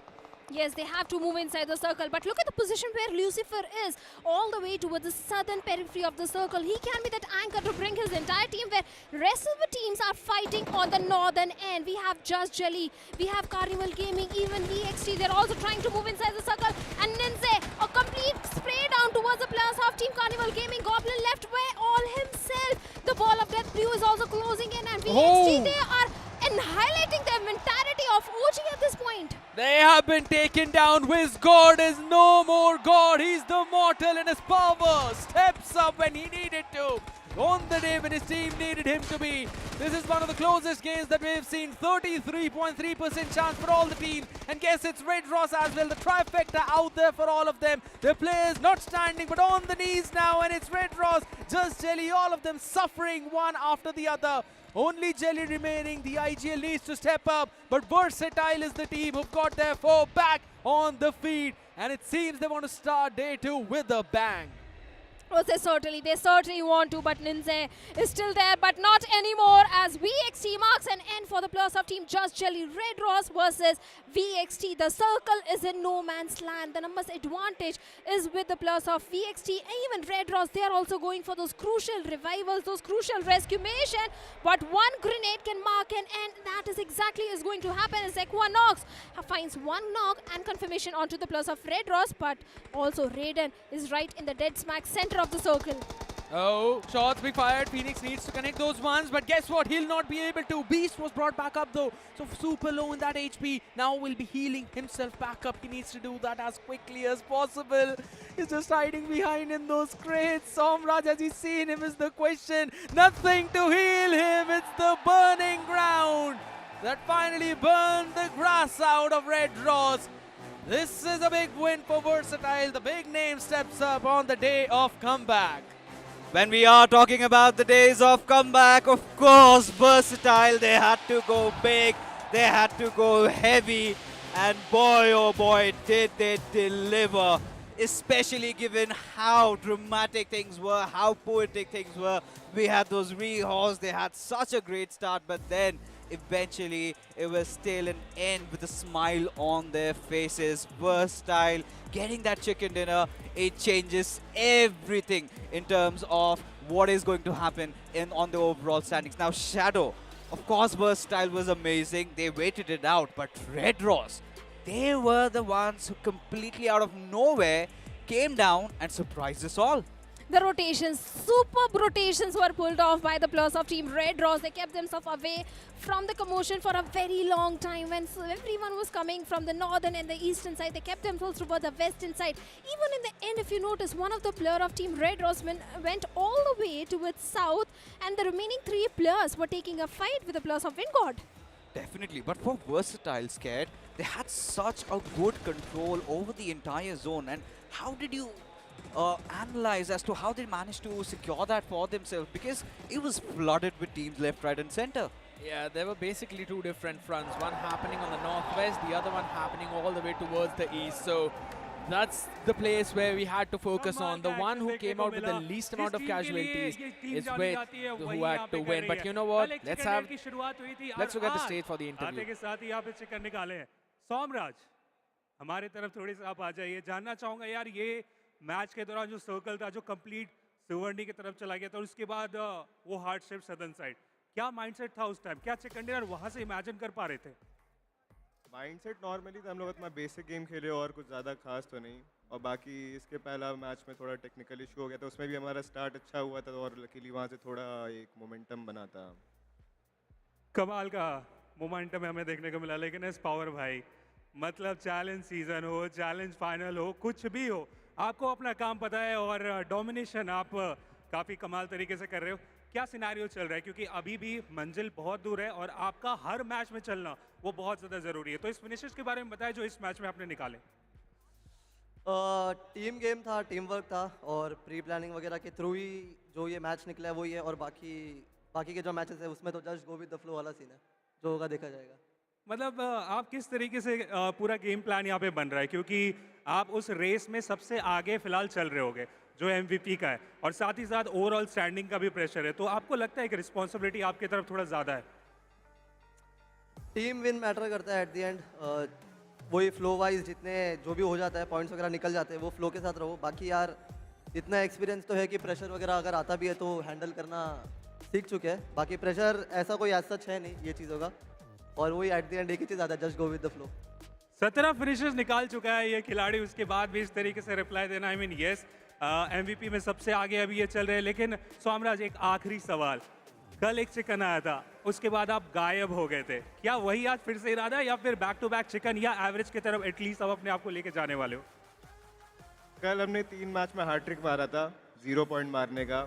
आज वो hope रहे कि हम लोग at least average points निकाल लें. चलिए average करेगा. लेकिन एक आखिरी सवाल मैं पूछना चाहूँगा एक्वानॉक्स से. भाई आप भी एक स्टार प्लेयर हो, उस एक्वानॉक्स को मैं थोड़ा सा मिस कर रहा हूँ, लेकिन टीम वाइज तो बहुत कमाल का चल रहा है. क्या हुआ है आपको? नहीं हुआ है, मैच बाकी है, देखते. चलिए कोई बात नहीं, बट चलते हैं फिलहाल अभी कास्टर की तरफ, जानते हैं कि इनके परफॉर्मेंस से आप कितने खुश हो. All right, quite unpleased with his hat-trick of getting ducks yesterday. Certainly will bring a smile on Somraj, but he knows that the work isn't over. Versatile kicking this day with the chicken dinner, I think embarks the fact that they are here for the resurgence, and I think now the foundation has been laid out. But now we have to bring the conversation down to the teams that are struggling. Yes, Shadow, I'm talking about iQOO Soul. Barely managed to get, what, 1 or 2 points throughout this game. Is it safe to draw the curtains already on them? I won't say it's time to draw the curtains, but yes, they are taking too much pressure on their shoulders. They're second-guessing themselves, which should not happen from the side of iQOO Soul. It certainly should not, but this man, no stopping him in this game. 10 freaking finishes. He was a man on a mission. And I feel like Scared, he was feeling a little left out when he saw those Finnish leaders yesterday, and he wanted to compensate, and he did that in just one game. It's more than just compensating, my man. 10 finishes alone. I was trying to calculate how many points did Versatile secure for the entire chicken dinner, right? 10 points for chicken dinner. I was anticipating maybe 7-8 finishes for the team. So it's going to go down to 18-19 points. That's at least in the top 3. Forget about that. I'm throwing it all in the dustbin. Man, this is just phenomenal. And he mentioned it perfectly. Regardless of the pressure, he knows how to handle it, and he showcased it perfectly. You know, it just took him one game to beat Jonathan's record of 8 last night, and I feel like he's yearning for more. But when you take a look at the stars of the match, you've got the finisher is Powers there. But K9, they were off to a bloody start. I mean, I'm talking about that fight against Hero Xtreme Godlike, and we did see some bans in action, didn't we? yes, we did see. And Slug, every time this guy is impressing me the most, because the way, Scare, if you notice, he's clutching it out every single time. Maybe Slug could be the next MVP in the list, because every single time he's delivering the best performance. This time he was able to 1v2 Hero Xtreme Godlike. There's always this one star player of each and every team, right? For Godlike, it has been Jonathan. For K9, Slug has been stepping up big time. Yes, they've got even bigger names, right? They've got Beast, they've also got Ninja Boy, Omega, not so much in the fragmenting department, but in the brain department.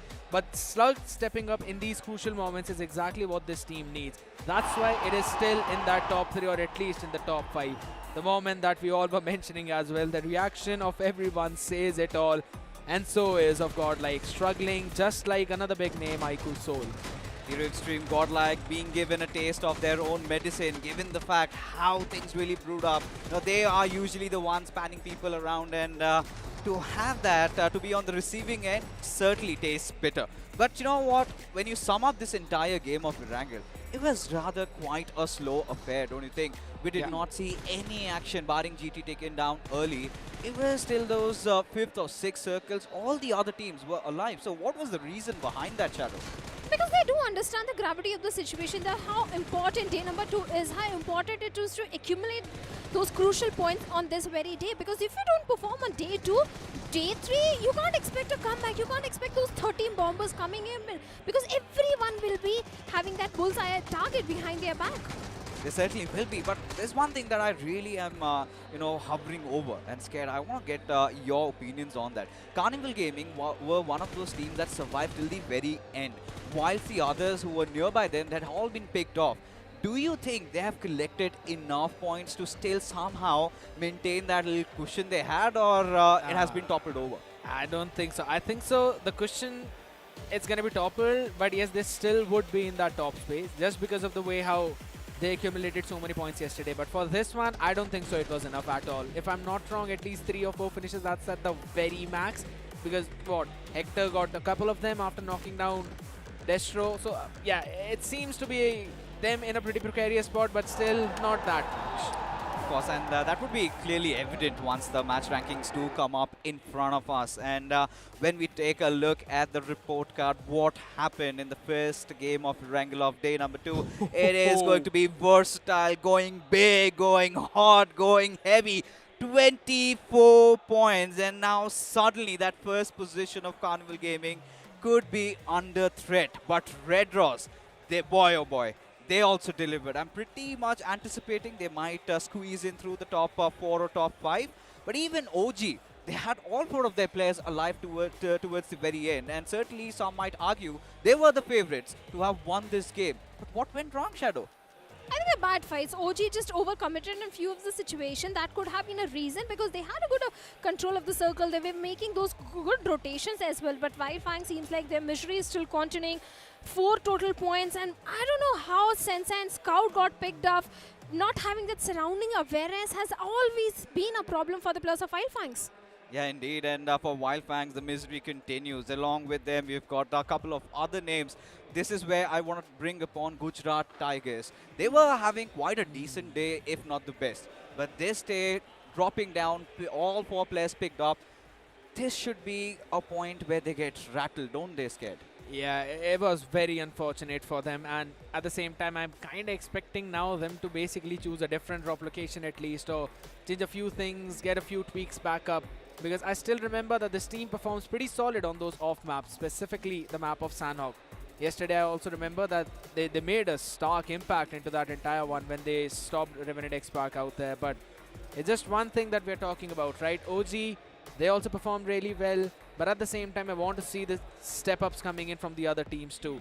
Red Ross did a very good job though, getting those 13 points. They certainly did, but we have to also talk about Team Just Shelly. And barring the fact that, you know, when we saw initially the final circle spew upon us, Just Shelly also found themselves in a really comfortable spot. And rather, they were the ones who picked up Carnival Gaming. But what went wrong for them eventually towards the end? Because, you know, spare me, they still had a decent one, but they could have done certainly better, Shadow. I think the circle shift, they were in the dead smack center of the circle, but the moment the southern circle shift came in, so many teams were trying to migrate inside the circle, and that is where the Jelly and the entire boys started falling down. And that could have been a better rotation from the boys, but hey, they did fair. They certainly did fair, but at the same time, you know, the teams that aren't doing fair, we have to talk about Revenant X Spark. We thought they were wounded, we thought they would be on a hunt, and it was Admino who threw a spanner to their works. Wasn't it, Scared? Yeah, it was Admino, and eventually it was that one last 1v1 win of Spray God that earned them at least that one finish point. So yes, the struggles are there. This team still continuing on the same thing. That is a big problem for them right now. It certainly is, because now taking a look at the overall rankings, Carnival Gaming somehow hold on to their first spot, but I feel like the difference has been minuscule, and now you can see Versatile propelling themselves to the second spot with 54. K9 courtesy to those early finishes. Once again, they hold on to the third. As GDR, they slip a couple of points here and there. Revenant X Spark around that 10th position. Gujarat Tigers did take a massive fall, but the headlines once again, folks, would be iQOO Soul dead smack at the very bottom. 16 points out of 7 matches. That isn't forgiving. The next 2 maps are going to be super important. If iQOO Soul doesn't perform, doesn't get a winner chicken dinner or a high amount of finishes in the upcoming next 2 games, we can pretty much draw the curtains that iQOO Soul will not be able to lift the trophy at least. I think I feel like it's pretty much over, because now you're just sitting at 16 points, and whilst Versatile, Carnival Gaming, they have picked the pace up. K9, they're getting a lot of frags, so it's going to be so difficult if you are iQOO Soul at this very point. But as things dictate, we have to move on, right? And now we have to bring the conversation back to Wyld Fangs. Now, Wyld Fangs, they also had a lot of responsibility on the shoulders. Even Trey Scott tried. Things did not go their way. It just feels at this point now it's not a one-person game anymore, because every other team is playing so good that you need all the 4 players to buckle up and then slowly move forward. I know everyone wants to move forward to the next map, but ladies and gentlemen, we'll be back after this short break.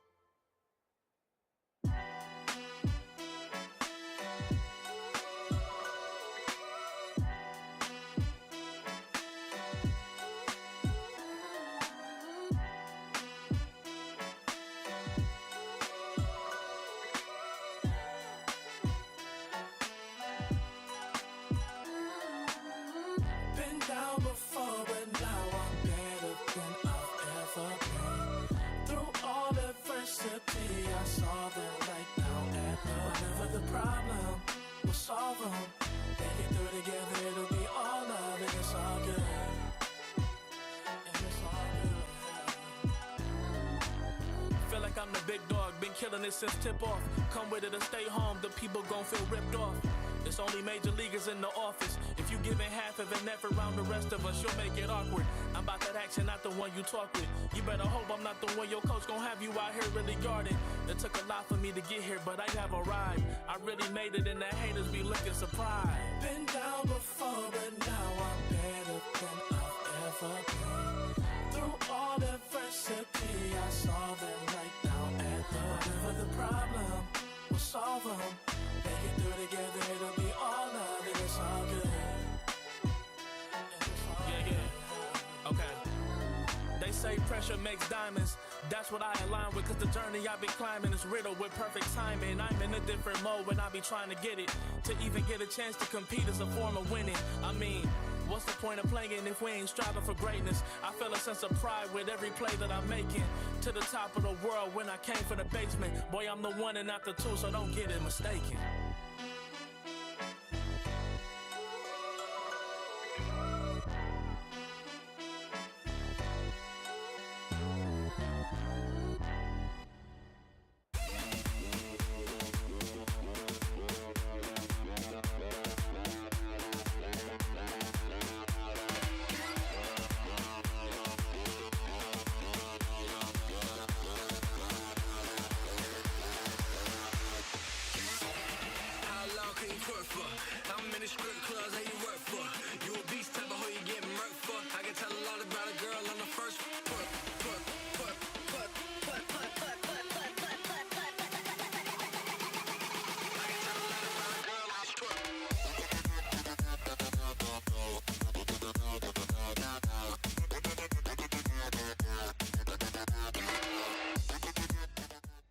वो sports में है ना, वो जैसे मैंने बताया था, हाँ बोलना पड़ता है। चल तूने हाँ से हाँ नहीं मिलाई, तो क्या तू अपने गेम प्ले पे शक कर रहा है? बड़े नाम थे कुछ, पर उनको मैंने चूज नहीं करा। बाकी लोगों को मैनिपुलेट करते हैं, अंदर अंदर झगड़ा लगवाते हैं। गुजरात टाइगर्स में मतलब ये बोलना चाहिए नहीं, मुझे पता नहीं मुझे, लेकिन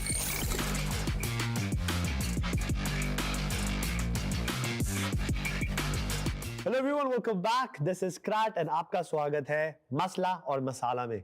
अब मुझे इंडस्ट्री में काफी टाइम हो चुका है और जो शख्स मेरे साथ जुड़े हैं इस वक्त इस सिचुएशन में, वो भी मेरे टाइम से ही है, काफी पुराना, और आज तक वो एडी चोटी का जोर लगा रहा है अपनी रेलेवेंसी प्रूव करने के लिए। यस, वो इस बार चैलेंज फाइनल में आ रहे हैं एज अ फेवरेट बनकर।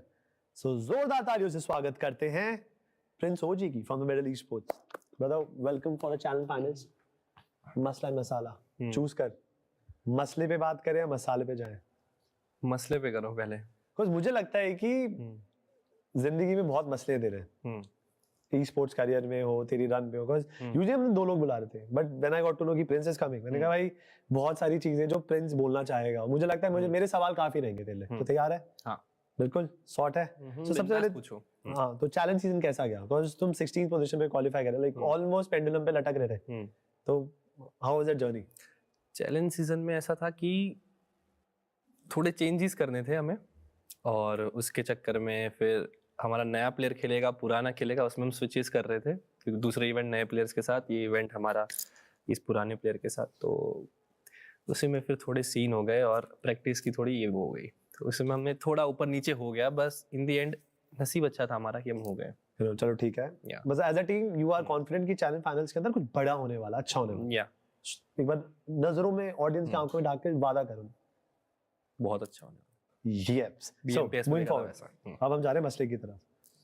Because 2019 से यार, I think you are the first person जिसने चिकन डिनर निकाल के दिया था हमारे देश को 200 पिंग पे, ठीक है?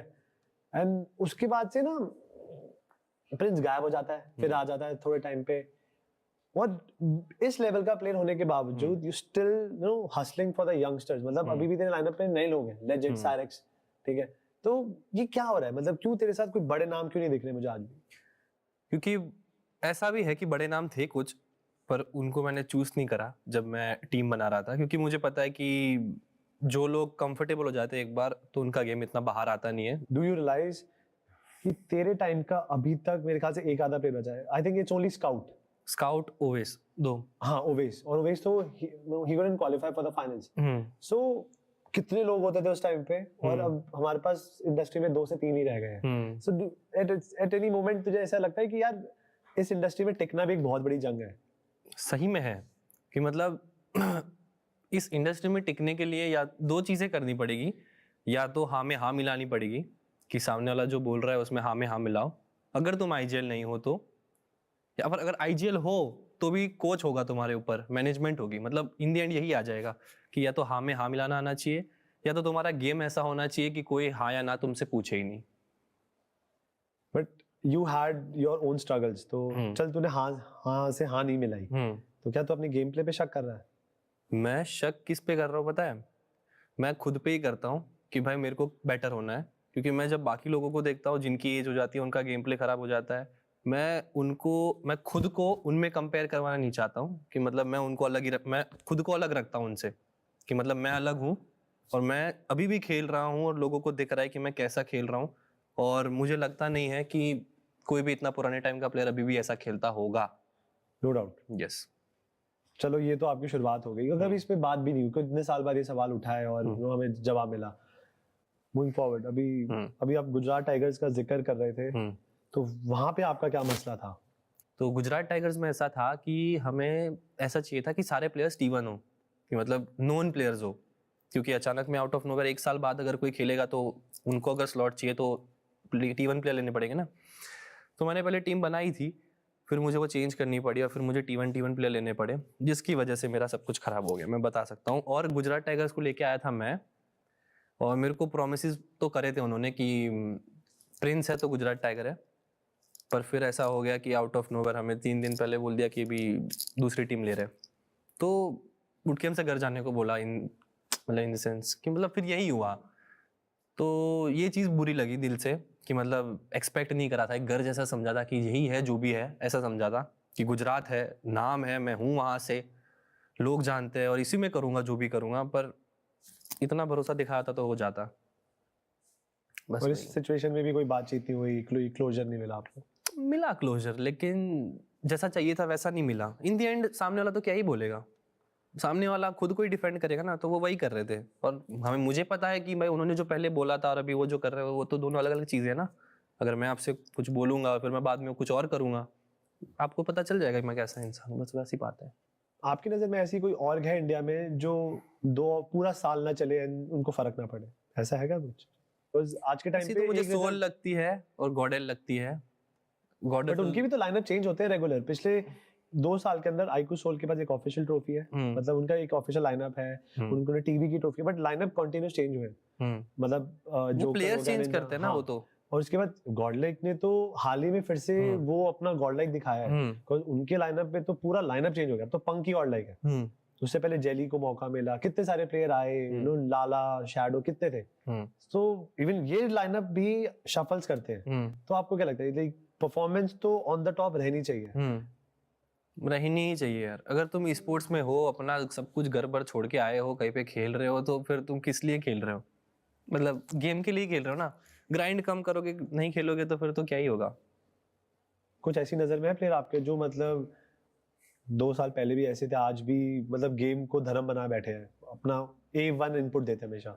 AKOP और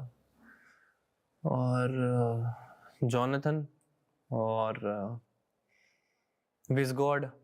और ये तेरी दोस्ती में निकल रहे जवाब? नहीं, ये मैं देखता हूँ कि ओवरऑल MVP कौन कौन होता है। स्प्रे गॉड सबसे मेन, और मेरी टीम का लेजिट। तेरा जजिंग क्राइटेरिया MVP है। मैं तो वही देखता हूँ कि मतलब कौन कितना ग्राइंड कर रहा है और अभी तक कर रहा है। अब फर्स्ट ऑफ ऑल लगा कि कोई एक ऐसा आया है जिसको बहुत सारा तजुर्बा है, एक्सपीरियंस के साथ बात कर रहा है। अब लोग बोलते नहीं है करट भाई, बोलते नहीं है वो लोग क्रेड भाई। अब वो टाइम आ चुका है ना कि लोग ऐसा अच्छा दिखाने में उनको बहुत वो होता है, मेरे को ऐसा लगता है। डर है यार कि ना आपने 4 शब्द निकाले मुंह से, 4 के 16 क्या करके किसी और ने सोच लिया, एंड लोगों को बस वो एनर्जी नहीं लेनी है। लोग बस थोड़ा सा रिलक्टेंट हो गए इन चीजों को लेकर। They not doing negative, but just like कि अगर आज के टाइम पे वो है ना 1 और 11 है, वो हाँ बोलेंगे और चलते बनेंगे आगे। तुझे लगता है खुश रहे, हमसे दूर रहे। वो स्पोर्ट्स में है ना, वो जैसे मैंने बताया था, हाँ बोलना पड़ता है बिकॉज अपनी सहूलियत के लिए। बट अभी ये गेम के अंदर हर दिन सैकड़ों बच्चे आ रहे हैं, ग्राइंड कर रहे हैं, endless hours, you know, they giving everything they have to the game. उनके लिए कुछ ऐसी चीजें बोलना चाहेगा जिससे जो गलतियां तूने करी, तूने भुगता, एंड वो गलतियां वो ना करे? हैं कुछ ऐसी चीजें? सबसे मेन तो यही है कि टीम के साथ स्टिक करो, अकेले मत रहो। अकेले रहोगे तो सिर्फ एक ही चीज है जो तुम्हें बचा सकती है, वो है तुम्हारा गेम। टीम के साथ स्टिक करोगे, गेम कभी अप डाउन हुआ तो टीम संभाल लेगी, डाउन हुआ तब वो संभाल लेगी, और अप हुआ तो फिर तुम्हारा परफॉर्मेंस होगा तभी अप हुआ है। तो यही है, टीम के साथ स्टिक करो, अपना 100% दो और अच्छे से game Khelo. Thank you so much Prince भाई, लवली टॉकिंग टू यू। लगा मतलब कोई पुराना ओजी आया है, प्रिंस ओजी आया है बैठ के बात करने। धन्यवाद। आई होप कि आप लोगों को भी मजा आया होगा, बिकॉज ये था मसला और मसाला का इनक्रेडिबल सेगमेंट और personally I enjoyed a lot. आप लोगों को भी उम्मीद करता हूँ मजा आया होगा और ऐसे और सेगमेंट आएंगे, बहुत मजा आएगा। तब तक के लिए इंतजार करिए और ढेर सारा प्यार बरसाते रहिए।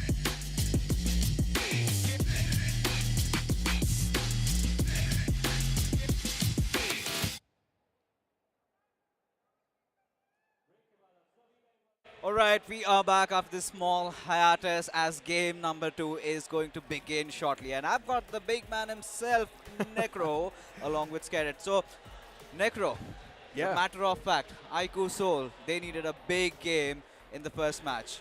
Do you think it's time we draw the curtains on them? No, not exactly yet. Still, all it takes is one big game for you to be back in the top 5, and I don't think so. iQOO Soul is someone that's still outside of the race. They just need a few more points to sort of be once again back there. As I mentioned, one big game, you can easily be there in the top 5, and iQOO Soul is one of those teams that's got a lot of potential. It is understandable that unfortunately taking those early clashes is now starting to pan out, and quite a bad note for them. Hopefully in the future games, though, iQOO Soul's not going to repeat that, but Versatile, man, this is a big scare for all the teams in the top 16 right now. I mean, if Versatile keeps on playing the same way, we already know, we might just see another back-to-back here. We certainly can. And this brings me to you, Scared, where I have to ask you, because this has been a set pattern even yesterday. A team wins the chicken dinner, they drop the ball in the very next game. Is Versatile adept enough to break that curse? They really need to at this time, because I'll have to say the next one is Miramar, and the stats have been saying it becomes super difficult for Somraj onto that map, even though Necro himself mentioned yesterday that he really likes to play on that map. Even after that, there are some difficulties, but I think so, yes, they might break that curse. They will be able to get some decent points. I mean, look, for VXT, Miramar, in my opinion, is pretty much their stronger suit. Yeah, it's understandable in Challenge Season, not exactly the stats they wanted to pull off, but let's be honest, who was playing Challenge Season that seriously? Especially a team like VXT, they were already dominating off the bat, so they knew that they're going to qualify anyways. So I'm pretty sure they were someone that was pulling off a lot of those aggressive shenanigans. So we did not exactly expect that aggressive playstyle, or maybe you can't say that serious aggressive playstyle from VXT. Yeah. They were taking fights left, right, and center. But now in the grand finals, you see the real characteristic of this team, and I think so they might just dominate on Miramar. They certainly can, and they have all it takes. At least when it comes down to land, it's all about that momentum. But you know what? So much is going on. We have to know what the audience has to say. So over to my dear friend Anki for an exclusive interview. कोई उत्सव होता है, जब भी कोई महोत्सव होता है, जब भी कोई फेस्टिवल होता है, तो सबसे ज़्यादा इम्पोर्टेंट होते हैं हमारे परिवार के सदस्य, और बहुत सारे हमारे परिवार के सदस्य यहाँ पे आए हुए हैं। अब उनसे थोड़ी बातचीत करेंगे, जानेंगे वो कहाँ से आए हैं और कौन सी टीम को सपोर्ट कर रहे हैं, ये सारी चीज़ें करेंगे। आप काफ़ी ज़्यादा खूबसूरत मुझे लग रहा है। क्या नाम है आपका? शिवम। अभी आप यहाँ पे कौन सी टीम को सपोर्ट करने के लिए आए हैं? गॉडलाइक। और कहाँ से आए हैं आप? लक्ष्मी नगर से। क्या बात है, ये क्या लिखा है आपके पैम्फलेट पे, अगर आप दिखाओ तो? जॉनथन दिल से गॉडलाइक। ऐसा आप जॉनथन के बहुत बड़े फैन हैं? Yes sir. Date of birth बता दीजिए। किसका? जो जॉनथन? नहीं नहीं नहीं नहीं नहीं, कोई है यहाँ पे? Is there anyone? आपको पता है? खड़े हो जाइए। 22nd September. 22nd September. Oh my God, I didn't expect that, but I think that's true. और चलते आगे देखते हैं बाकी कौन सी टीम के फैंस हैं। भाई ठीक है, आप आ जाओ भाई, आप आ जाओ। आपका नाम क्या है, कहाँ से आए हो आप बताइए? सक्षम रोहिणी से। कहाँ से आप? रोहिणी। तो अभी यहाँ पे ये पूरा माहौल देख के, ये पूरा इवेंट देख के कैसा लग रहा है आपको? बहुत बढ़िया लग रहा है। ये पहला इवेंट है जो आप अटेंड करने के लिए आए हैं? हाँ। ठीक है, तो आप यहाँ पे कौन सी टीम को, कौन से प्लेयर को सपोर्ट कर रहे हैं? मैं गॉडलाइक को सपोर्ट करने आया और स्पेशली जोनाथन गेमिंग। यार बहुत बढ़िया गाइस। कोई और किसी और टीम का सपोर्ट, मैं किसी और भी टीम के सपोर्टर से बात करना चाहता हूँ भाई। ऐसे नहीं guys, okay, make some noise. 3, 2, 1, let's go. अरे वुल्फ वाला दिख गया, वुल्फ वाला दिख गया। आ जाओ आ जाओ आ जाओ आ जाओ। वुल्फ वाला कौन है? अच्छा, आपको बात करनी है? बैठ जाओ, आराम से बैठ जाओ, कोई दिक्कत की बात नहीं है। बैठ के जी बताइए। गॉड मीनो तेरा फर्स्ट डे बहुत ज्यादा डाउनफॉल था, बट तू सेकंड डे मारेगा, तू मारेगा। चल गॉडमिनो, चल तू मारेगा, गॉडमिनो तू मारेगा यार, आई बिलीव इन यू यार, come on come on. Let's go, insane insane energy है दोस्तों यहाँ पे। आप भी आ जाइए भाई, आप बताइए, पीछे चलते हैं, आ जाइए, आप आ जाइए। ये मुझे थोड़े ओजी से लग रहे हैं, क्रेजी से क्या नाम है आपका सर? आर्यन राज। आप स्नैक्स को मिस कर रहे हैं यहाँ पे। हम ऐसे तो सोल को सपोर्ट करना है, लेकिन स्नैक्स टीचर लव है। लेट्स गो, डैमेज दो, अंदर जाओ, डैमेज दो, बाहर आओ, ये रहता है यहाँ पे। आराम से, तुम मारेगा। ठीक है ठीक है ठीक है ठीक है ठीक है, आराम से आराम से। भाई आए बता के जगह, आराम से आराम से। बैठो, बिल्कुल मिलेगा मिलेगा। बैठो बैठो बैठ के भाई, बैठ के आराम से। ठीक है मुझे एक और कोई बंदा चाहिए, आप लोग बैठ जाओ आराम से। दोस्तों देखो, यही होता है जब कुछ क्रेजी टूर्नामेंट चलते हैं, इतना ज्यादा जो ऑडियंस है उनका लव मिलता है, इतना ज्यादा सपोर्ट मिलता है। आई मीन क्या यार, बढ़िया, मजा आ गया। एक लास्ट कार्निवल गेमिंग वाले, आजा भाई, आजा। एक और टीम को हम कवर कर लेते हैं भाई, आइए आप। क्या बात है, पंक की गॉडलाइक, बिल्कुल सही बात है। तो सर आपका नाम क्या है, आप कौन सी टीम को सपोर्ट कर रहे हैं? अखिलेश पांडे नाम है, मैं इंदौर से आया हूँ स्पेशली सीजी को सपोर्ट करने। तो अभी सीजी बहुत बढ़िया परफॉर्म कर रही है, टॉप ऑफ द टेबल चल रही है। आपने यहाँ पे गॉब्लिन के आगे एक दिल बना रखा है, तो गॉब्लिन के सपोर्टर हैं आप? Yes definitely. अभी गॉब्लिन आपको सुन भी पा रहे, वैसे कुछ कहना चाहेंगे आप? बस कुछ नहीं, अच्छा खेलता है, उसको सपोर्ट करने आया हूँ। और हेक्टर के साथ एक्चुअली मुझे बहुत सारी चीज़ें दिखती है, जो पहले मैंने उनके ऑक पे एक इवेंट में कमेंट करके डाला था कि क्यों हेक्टर आईजेल होना चाहिए। एंड इंदौर से मैं कल रात को निकला, आज सुबह आया, क्योंकि टॉप पे चल रही थी। चलिए हम एक बार समझ भी लेते हैं कि कितनी समझदारी की भरी यहाँ पे बात हो रही है। आपने बोला कि हेक्टर को क्यों आईजेल होना चाहिए, आप इस आवाम को बताना चाहेंगे कि हेक्टर को क्यों आईजेल होना चाहिए? एक्चुअली डिपेंड करता है कि टीम का टीममेट के साथ कैसा होना। Lots of people playing together with IGL, क्योंकि उनका नेचर अच्छा लगता है, इसलिए नहीं कि वो समझा रहा है, चिल्ला रहा है। मैंने बहुत सारे इवेंट्स में देखा है कैसे होता था, कैसे चिल्लाना होता था। बट समझ गया, आप कहाँ जा रहे हैं मैं समझ गया, आप बैठ जाइए। बहुत बहुत शुक्रिया दोस्तों, यहाँ पे थोड़ा इंसेन माहौल बन चुका है। आई एम सो सॉरी, मैं आप सबके साथ इंटरेक्ट नहीं कर पाऊंगा, but once again in 3, 2, 1 let's make some noise. चलिए दोस्तों, अब मेरे जाने का समय हो चुका है, चलते हैं हमारे कास्टर्स के पास और अगले मुकाबले की तरफ भी चलते हैं। All right, the crowd is absolutely wild. I do not really understand. I'm trying to contemplate. Was it a threat for Admino, or was he actually pumping him up, Necro? I think he was just trying to pump up Admino at this point, right? Admino was not really able to perform that well on day one, and then the fans are over here to try and get him cheered up. That Admino, you can do this. Come on, you need to perform for your team, because he was the main lifter as well, even in challenge season. Admino was doing so much for Hero Xtreme Godlike.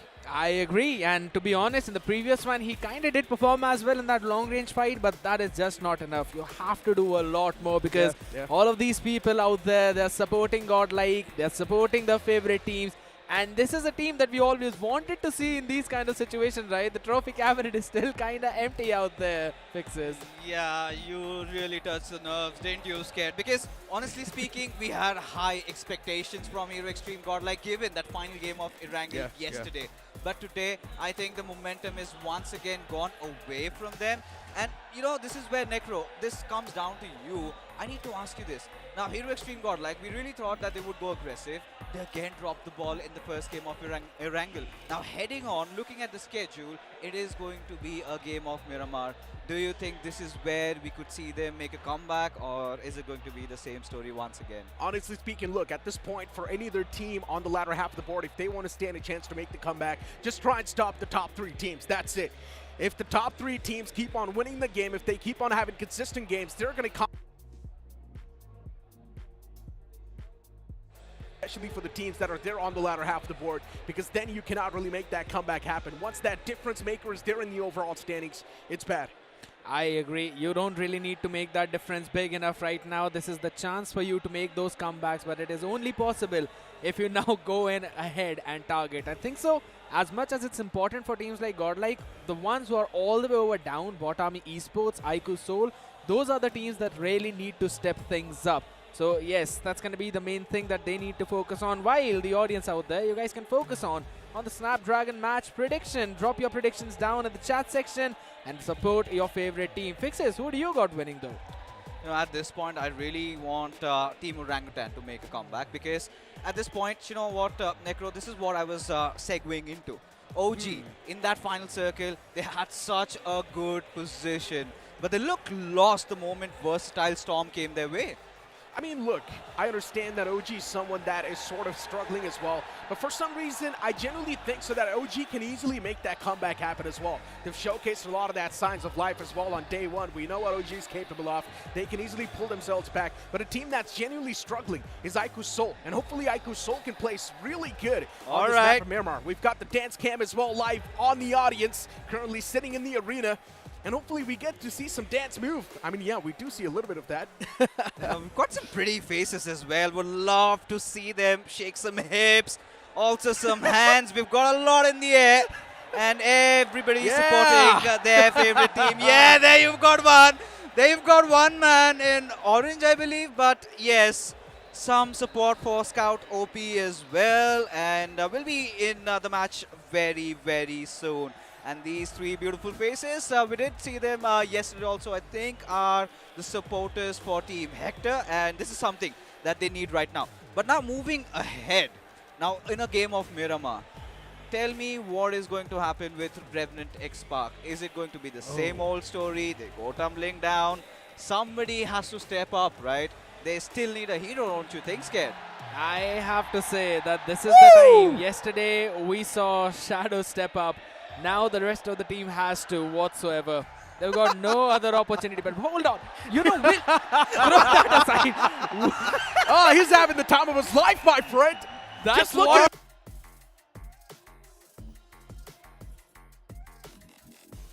him dance for a bit longer. Let him do his, man. Let him do his job. He's doing a great job. I'm pretty sure he's also riding up the crowd by doing that. He's also got a lot written on his card, but once again, we cannot really forget the fact that the next game is about to begin soon. The map of Miramar, which holds a lot of value for the players and the athletes. We know how much it sort of holds as well for even the players that are not doing that great in the overall standings. They need to try and pump themselves back in the overall standings as soon as possible. This game has to be it. You asked me a question. Can Revenant X Spark make a comeback? Well, Miramar is going to be the answer, maybe. It certainly has to be. There's no other way around. But that beckons the beginning of game number 2. Ladies and gentlemen, lo and behold, as the flight path trajectory is going to be in front of you as we venture into the desert of Miramar. It is all the way from La Cabrera towards Minas del Sur, slightly inclined towards that western side. And now, Necro, all those teams dropping down on those eastern peripheries, I mean, they are going to be up for a toss.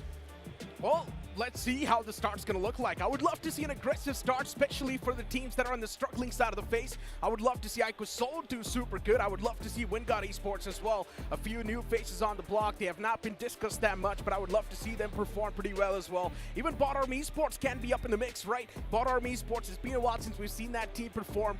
Hell, even Metal Esports. Yesterday's day was great for Metal Esports, but today's day, a little bit of that shaky start. But Metal Esports is someone that can easily make the comeback happen. They know how to play that defensive play style, and once you know how to play the defensive play style, you can easily achieve that average. They certainly have to for Metal Esports, but you know, at this point, Metal Esports, we know what their secret sauce to success has been.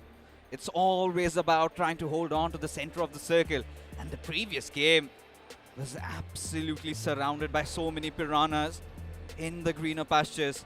As we take a look at all these teams dropping down, no drop collisions whatsoever, but God's Reign, Necro, they are far from home. And even for Wyld Fangs as well, this looks concerning. It indeed does. Two teams dropping right next to each other. Make that 3, actually. It's BotArmyEsports right next to Just Jelly, and there's another team in the vicinity as well. Is there going to be any sort of clashes? That's my question. Maybe BotArmyEsports just moving their own merry way, and that's what Just Jelly as well seems like they're doing. Wyld Fangs in a bit of a trouble, considering Aura is right next to him. And Wyld Fangs has been struggling since the start. At this point, they're being treated like 3 points on the map. Something needs to be done. Trey Scott is the only man putting in numbers, while the rest They're just staring at his performance. They need to wake up from the slumber. The sooner they wake up, the more the chances of them pulling off a comeback. You asked me a question about Revenant Spark. Trust me when I say this, for some reason I have a little bit of that itch. And that itch is telling me that Revenant Spark can make a comeback. But this one is going to be quite a stormy one, don't you think? Especially when you've got the likes of Medal, K9 all beside you, and you have to somewhere get around the central position of the circle. Now it feels like Carnival Gaming, they can have a go once again, given how close they are around that La Bendita region, dropping down at Picado, instantly getting their loot done and moving across the map.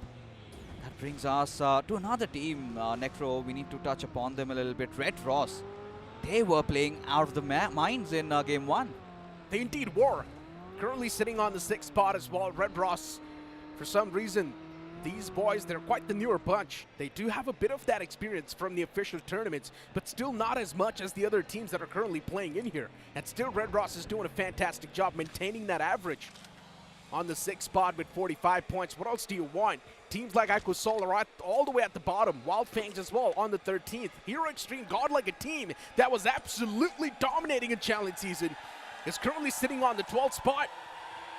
I mean, that should be a prime example of how things are looking. But you know what, when you take a look at the overall standings, I must still bring this to attention of all the viewers that even when God can make a comeback, all they need is one big chicken dinner. Anyone, in my opinion. All and the top for 16 teams are BotArmyEsports still in and iQOO, contention. they need a lot more. One Because big chicken dinner, 25 points. I think so they're once again back in the swing of things. They can easily be there. yeah, I mean, they can. And, you know, at this point, they need to latch on to something. They need some hope where they can find their way in. Because sitting at 16 and 18, respectively, for iQOO and BotArmyEsports, it's something that I find very hard to digest, given how they performed in the challenge stages.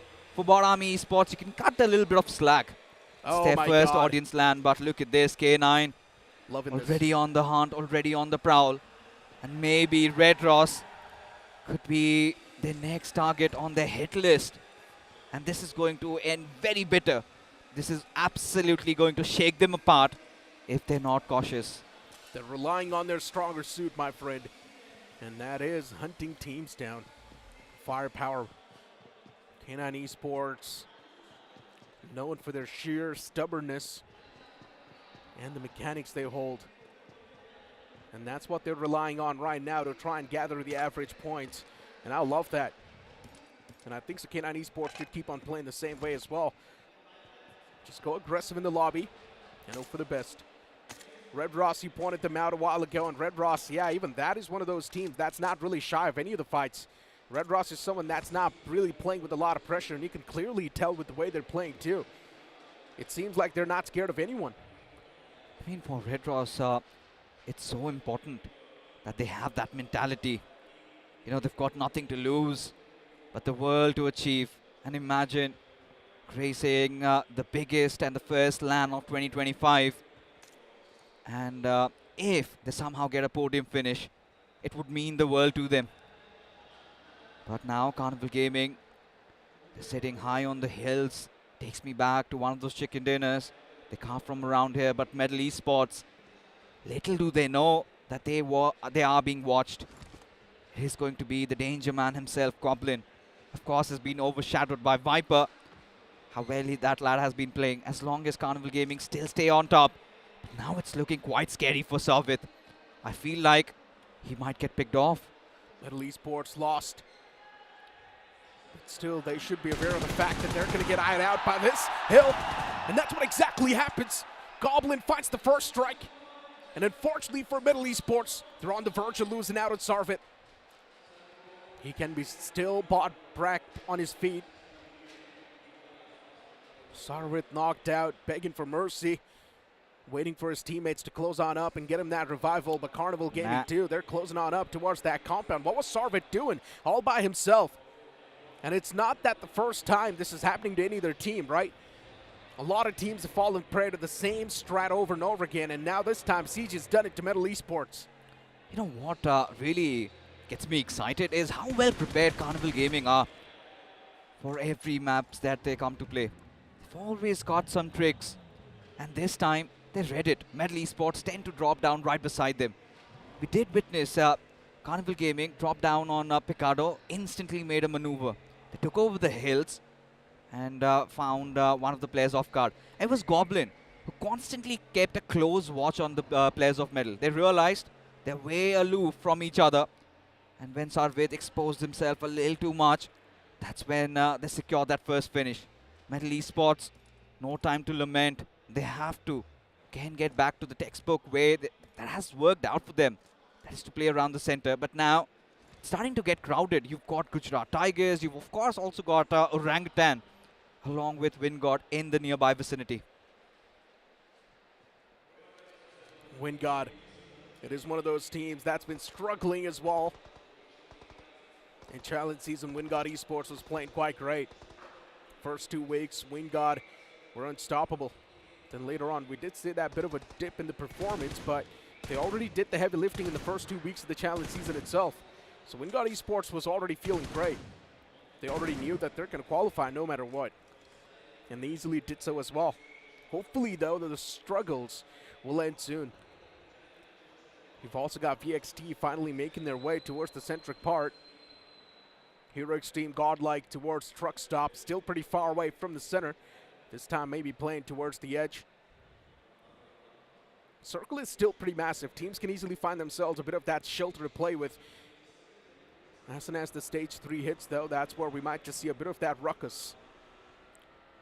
Very slow start to this game. And this is something that's anticipated, right? The tensions blowing off the roof, and of course, I do not really know if it's the right idea. Just drive away. It's such a fast vehicle across those deserts. You would, of course, want that buggy, but look at this, Cyrex. He's caught in the middle of nowhere. Gujarat Tigers, locked and loaded. Cyrex, a whole world of trouble. As the Molotov does flush him out of his position, he is screaming for help. But Zarev so quick on his triggers as Medal Esports. They lose one more. Why are Medal Esports so disconnected? First, they fall prey to CG. Now they fall prey to GT. Man, this disconnect is really starting to cost him. And now CG is starting to take a fight against the players of Revenant Spark. It's not a good outing at all. Revenant Spark, for some reason, even they seem quite disconnected. Sarang was already taken down. Shadow is going to be followed up as well soon. Carnival Gaming on the prowl, on the hunt, and I'm loving this. Apex Predators. CG sitting at the top of the board, feeling untouched, and they're constantly having the points in the bracket as well. So that's even better. But teams just need to make sure that CG is not going to have that big lead in the overall standings. As long as CG does not have that massive lead, still they can be caught. You know what? At this point, for Revenant X-Park, they should have been prepared, given the fact that they read on the finish feed and they really do not drop down so far away. Especially after Goblin got that first finish.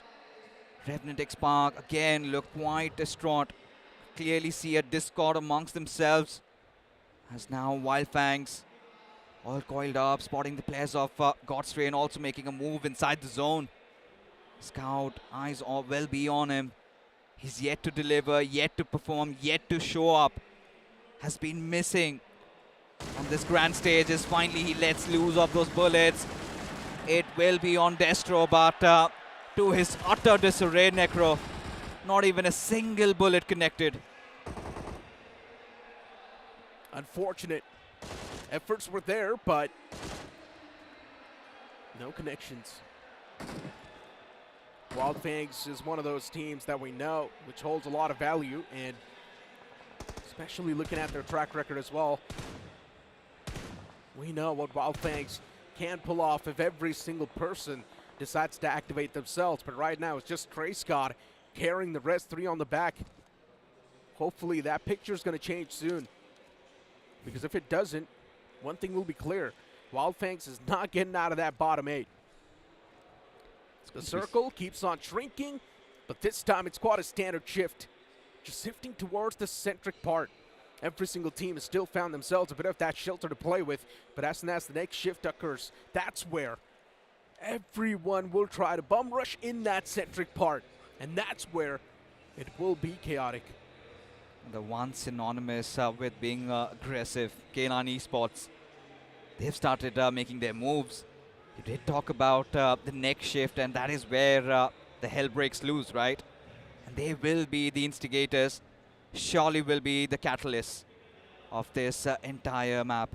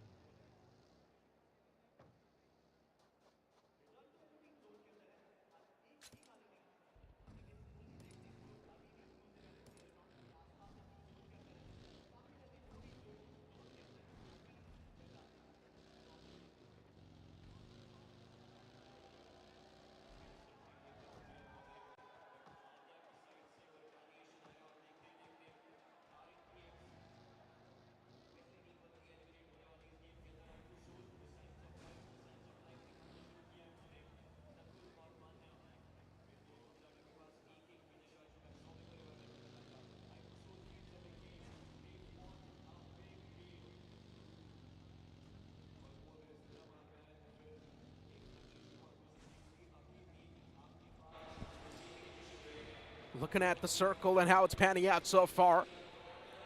GT's in the smack center, by the way. And GT, if they keep on playing towards the center, there's two ways to look at it. There's also going to be a lot of that unwanted attention on top of GT, but at the same time, they will have a solid position to play with. It really depends what sort of ridge GT's holding. If they do not have solid concrete cover, then that's going to be a big problem. But iQOO Soul, unfortunately, in some uncharted territories, almost could have been caught there. Knuckle backs away in the nick of time, so he's going to be safe for now. But still, that damage that was taken on top of the players of iQOO Soul, that could have been deadly. Once again, moving back towards GT's conversation that I was having, right? If they've got some concrete cover to play with, they will be safe for a longer time. They've got a decent split also. Split it up in pairs, have a little bit of a difference between their position, but Hero Xtreme Godlike just trying to get the lay of the land. They know that BotArmyEsports is just around them. Zap trying to relay all that information to his teammate. At this point, he's been given another lifeline. Has to show up as Hero Xtreme Godlike, after a disappointing start, be looking for a little bit of a comeback. We did talk about Revenant X-Park. They have been hammered away from the server. Of course, we witnessed two of the players picked off by Carnival Gaming, the remainder of the job being completed by iQOO Soul, and Carnival Gaming and iQOO Soul would also be a treat to watch. They indeed be. And right now, Godsreen, they found themselves in the smack center right next to Hero Xtreme Godlike. You heard the crowd go wild. That's as the zone shift popped up, and it's all because the zone is favoring the players of Hero Xtreme Godlike. And the fans are now super excited. Luckily enough, VXT is not in the zone, and CG is on the edge. So there's a big chance that CG will be facing a lot of struggles trying to make it to the center. But even CG can decide to play from the off-center for a long time, and that can still help them survive for a bit longer. Metal Esports towards Picado. Now, that's going to be a tough pill to swallow for Metal Esports. They lost out on 2 players because there was a big disconnect amongst the players themselves. And now Metal Esports is taken down to a 2-man squad. For Metal Esports to make any sort of moves in the future, they would have to rely on their gun power. But unfortunately, they don't have that. iQOO Soul dropping numbers. Knuckle gets knocked out. We were just having a conversation about some other team, and then iQOO Soul once again loses out on Knuckle. Oh man, Knuckle's having a rough day today, huh?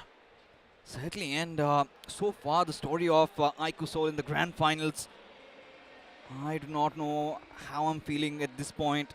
They've become punching bags. No teams coming at them, just taking them down for fun, but this time a little bit of response, even from iQOO Soul's side. Ninja Boy being brought down, but iQOO Soul, they need to be alert, need to be alarmed, because at this point, you cannot manage to stall away, given the circle shift. Still have that northern territory to themselves, but especially with K9 hovering around, that threat still keeps on looming. As for the Apes, look at this massive, massive debacle just occurred. The IGL himself, Aru being picked off.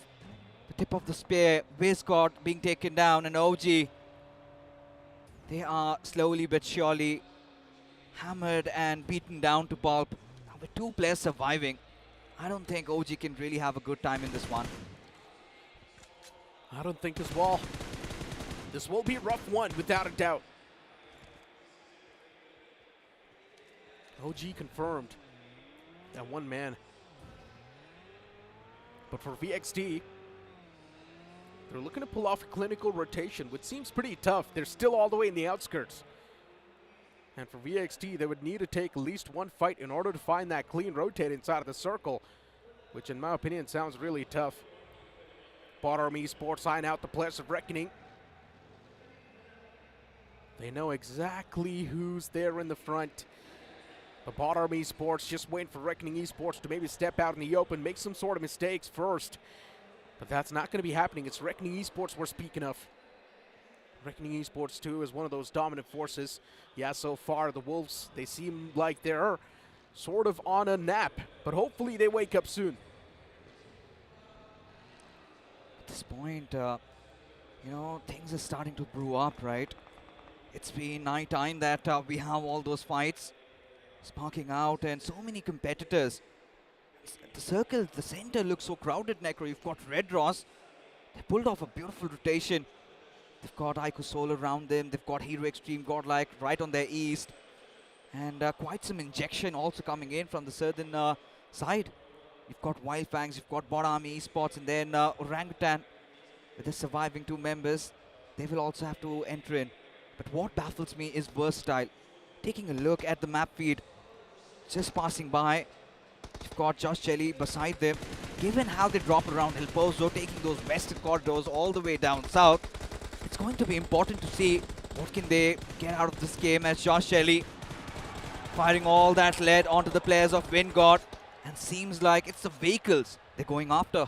Hell's about to break loose, my friend. The circle is now smaller than ever before. And it's a big problem for everyone in the lobby that's currently not in the circle. Ooh. VXT, BotArmyEsports, Wyld Fangs, the names just keep on going. CG is also one of them, the table toppers. CG would at least want to have that average in this game before getting taken out. But right now, Wingod Esports getting charged up by Just Jelly. It's not looking too nice. The S12K, they clash. But unfortunately, Infinity, he gets racked out. It's not that good of a news for the side of Wingod Esports, but Just Jelly, they're doing fantastic in this fight. They've already got the upper edge as they shut down Infinity. And now for Wingod, they just don't have enough manpower to try and face off against the players of Just Jelly. That's why they're making their move against the players of Jelly now. They're moving away from here. But they're still not out of the woods yet, given the fact that they now have to make an entry inside the circle, given the fact that the players of Wingod almost on the edges. As Wingod, they also have to deal with the likes of Gujarat Tigers, who are waiting with their arms open. But look at this, Versatile Storm hits them, and Gods, he goes falling down. As elsewhere, you've got K9 going up against iQOO Soul. We were talking about this pandemonium breaking loose, and seems like, Necro, that is starting to happen. iQOO Soul taking a fight against K9 Esports. In my opinion, that's not a great thing. K9 Esports is someone that's doing really good in the overall standings. Technically, if you're trying to take a look at things in that way, they've got nothing to lose in this fight. But iQOO Soul, everything's on the line. Backs against the wall. And Manya is the only glimmer of hope, surviving. Omega in the front. The nade's tossed out. It's not going to do any sort of damage. S12K in the hands of Manya. All it takes is the first pump. But if he's not able to connect that properly, Omega will have a second chance at life. But what a nade that was from Manya. It's going to find a beautiful 2-piece. Ninja Boy's wall gets knocked out with that beautifully placed nade, and now it's down to Omega. A 1v1 between the IGLs. Who's going to be the one to swing back to victory in this fight? Omega is constantly going for the shotgun spam, but no connections found from either side. Manez Wall is just waiting for that right glimmer of hope. He's waiting for that right peek from the opponent.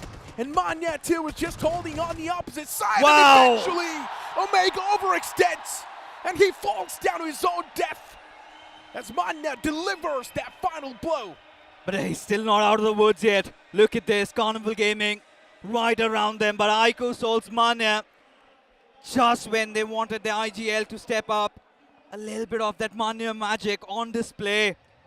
As moving on, we've got Wyld Fangs find themselves in a little bit of a kerfuffle against the players of Wingard. As OP gets taken down, and look at the one demolishing them. Would be no other than Trace God, as GodX trying his level best, bobbing and weaving, but does not matter as they get annihilated. But from elsewhere, even the players of Wyld Fangs, they're in a heap of trouble. Sensei already down on his knees, safe, having lost out on his life, and Trace God barely surviving with a sliver of HP. Bot Army again against the players of Reckoning. This one is going to be scary, Necro. Trace God is absolutely insane. Every single time stepping up huge for his team. Such a consistent performer. No matter if you put him in the challenge season, no matter if you put him in the LAN, he still performs. And now we transition towards a different fight. Reckoning Esports against BotArmyEsports. Devotee was knocked out a while ago, but now BotArmyEsports, they've got all the players on the board. And they start a strike against the players of Reckoning Esports. Two players fall short. Reckoning Esports not looking too strong in this fight anymore. And BotArmyEsports, they're constantly hunting down the players. But as soon as I say hunting down, there comes Hero Xtreme Godlike with the advantage, with the upper edge in the fight. Their third party seems perfect, and BotArmyEsports, now they seem like they're in a world of trouble. After getting rid of the players of Reckoning Esports, BotArmyEsports, now they need to try and fight Hero Xtreme Godlike, which seems extremely tough. But now even Hero Xtreme Godlike, they have to make a call. Do they make a run for the zone, or do they fight it out and clear the edges? They've got Red Ross to deal with as Carnival Gaming, taking the higher road, deciding that circle is of utmost importance. They're also beside the players of Red Ross, and look at Beast. He needs some support. He's got some help there. But now with Hero Xtreme Godlike, looking to throw a spanner to their works, looking to mess things up. But Carnival Gaming, they've done majority of their bidding. 6 finishes collected already. They're looking good, still have all their numbers intact. Could also be the favorites on getting this chicken dinner. Same can be said for the likes of God's Reign and also for Gujarat Tigers. Same can be said. And look at what's happening on the screen. VXT struggling too much. Another knockdown. Wyld Fangs in a world of trouble. Trace Scott's taken down super low as well and cannot really save the day for his teammates as they keep on falling short. The second man was knocked out, returned now. Equinox as well falls down, so that's a great trade to have on the board. But unfortunately for Wyld Fangs, what just happened there? Trace Scott eliminated his own teammate with his nade. A little bit of a misplaced nade coming through. Wyld Fangs, they're now down to just that final piece on the board. And Trace Scott, for how long can he survive? That's my question. And even in the elimination feed, you see the players of Hero Xtreme Godlike take a fight against BotArmyEsports. Too many fights happening at the same time. Look at this, God's Reign. Eventually, they wipe him out. Yeah, indeed they do. At this point, Raiden barely surviving by the whiskers. Barely having any time to breathe as God's Reign. They show no mercy. Versatile already down and out in Carnival Gaming. You've got Josh Shelley right in front of them, rampaging through their departments. Sam does not have a lot of HP to work with and gets dismantled by Goblin. As Carnival Gaming, they increase their tally up to 8. And now they're looking as if they are the hot favorites, Necro. They are going to build a lead, and they need to be stopped right now. Carnival Gaming, they've got too many elimination points. And they've also got every single person on the board. All the pieces available. Who will be the one to put the spanner in the works against Carnival Gaming? It has to be Hero Xtreme Godlike. Maybe even God's Reign can be the one to do so. Ooh. Or maybe it can be the players of Red Ross.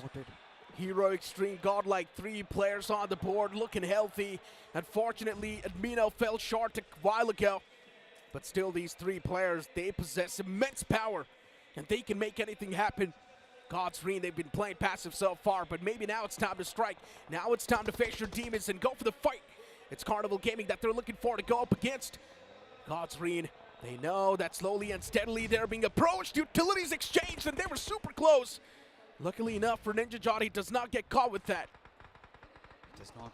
Still alive though. The position's completely out in the open. Carnival Gaming looking quite stoic, quite possessed at this point. 8 finishes already secured. Justin, he's got to play a key role.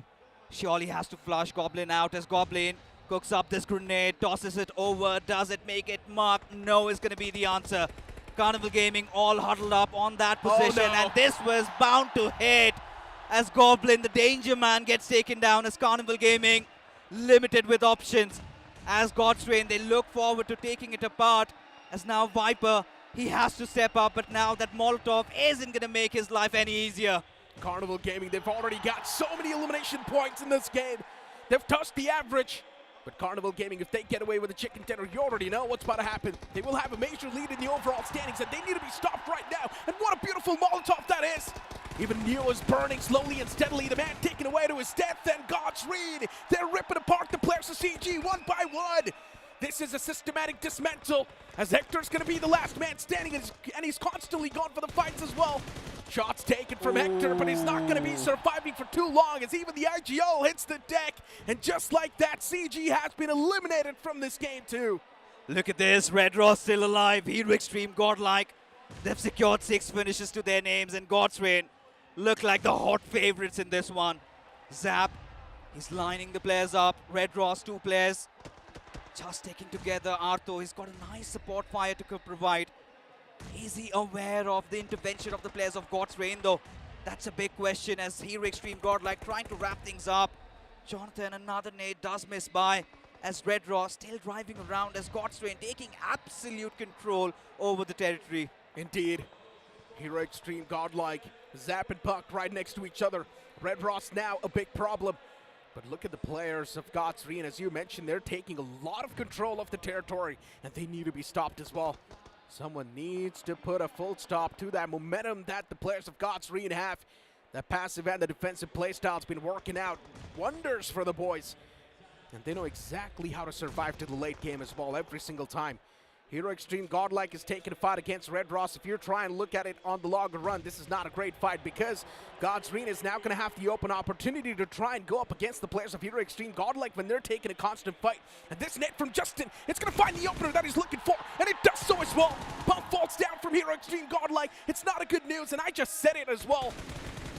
Look at this, God's Reign just rampaging through, one after the other, picking on the bodies. 10 finishes, Necro. Nigh unstoppable, and at this point, God's Reign, they're just marching ahead. Punk also being taken down. Justin gets the D done. It's down to Jonathan once again, and he fails. Oh no, God's Reign, they wipe out the entirety of Hero Xtreme Godlike on the 3rd spot, and eventually even Red Ross hits the deck. And what a performance this is from the God's Reign. Oh boy, Destro and the boys once again perform phenomenally well. The trophy magnet seems like it has reactivated again, and everyone is repelling away from the trophy as these boys pull themselves even closer. Indeed, indeed. What a game of Miramar that was, Necro. And we were all having those shaky goosebumps. But God's Reign really did bring in the heat, didn't they? In that final circle, and Scared, I've got to tell this to you honestly, that fight against Carnival Gaming was an absolute game changer. The moment they were dealt with, I think that is where God's Reign had this feeling in their bones. This game is theirs to lose. It always came down to the patience in those last moments, and they had the perfect trigger discipline. They knew Red Ross and Godlike were fighting for the survival on that fray, and they spread out in such a large amount of area. They had all the real estate, and yes, Fixes, I agree, it was the fight with Carnival Gaming that laid the foundation of this chicken dinner, and they performed it to perfection. But the good thing is that even Red Ross and Hero Xtreme Godlike had a consistent game. Hero Xtreme Godlike consistency is something that really is going to give them a big sign of life. But you know what? Let's move on to the stage for now.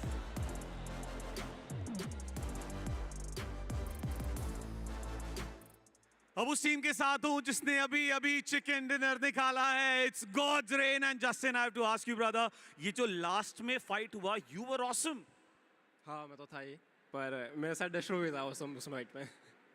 और डेस्ट्रो यार मेरे को वहाँ पे रावण बता रहा था, usually IGL जो होते हैं वो पूरी टीम को इतना नहीं मारते, तुम तो अलग फॉर्म में चल रहे थे भाई. आई थिंक अच्छा टाइम चल रहा है बस. और तो कोई रीजन नहीं है.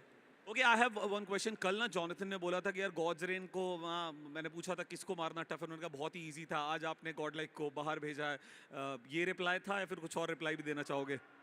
नहीं, आई थिंक गेम के बारे हम सारे भाई जैसे ही है, एंड इवन उनसे जब हम लोग कल वाइब भी हुए थे तो बुरा नहीं लगा था, बिकॉज सब अपने ही है.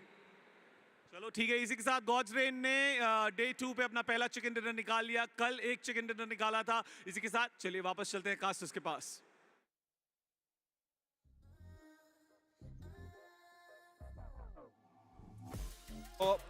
Captain Cool is what a lot of people call him, and also Trophy Magnet is what he goes by. And surely, I think this brings him one step closer to that, Necro, don't you think? Of course it does. I mean, Destro's always been someone that has been able to get that consistent game for his team, right? Even yesterday, Destro was able to pull off a beautiful chicken dinner with the boys. Yeah, in some of the fights in the other games, they were definitely choking. We cannot really overshadow that fact, but as long as they're getting the constant points flow on the table, that's all that matters, and I think Sagat's Arena is doing pretty good. This time, Hero Xtreme Godlike, that was quite some resurgency that we witnessed from their side, didn't we, Scared, given the fact that they were under tremendous pressure. Still not a chicken dinner, but they did a little bit of that bidding. Now they've got something to latch onto and climb forward. Absolutely, and to be honest, I think so if this has got a huge numbers of those eliminations, right? So I think so they can even try and maybe move up ahead, but Carnival Gaming, they themselves had a pretty solid game too. So I think so the lead is still going to remain, but God's Reign, I'm expecting them to move on to that second spot at least. And this is the only other team, apart from Versatile, who also secured the chicken dinner for themselves. And all of it goes to the man on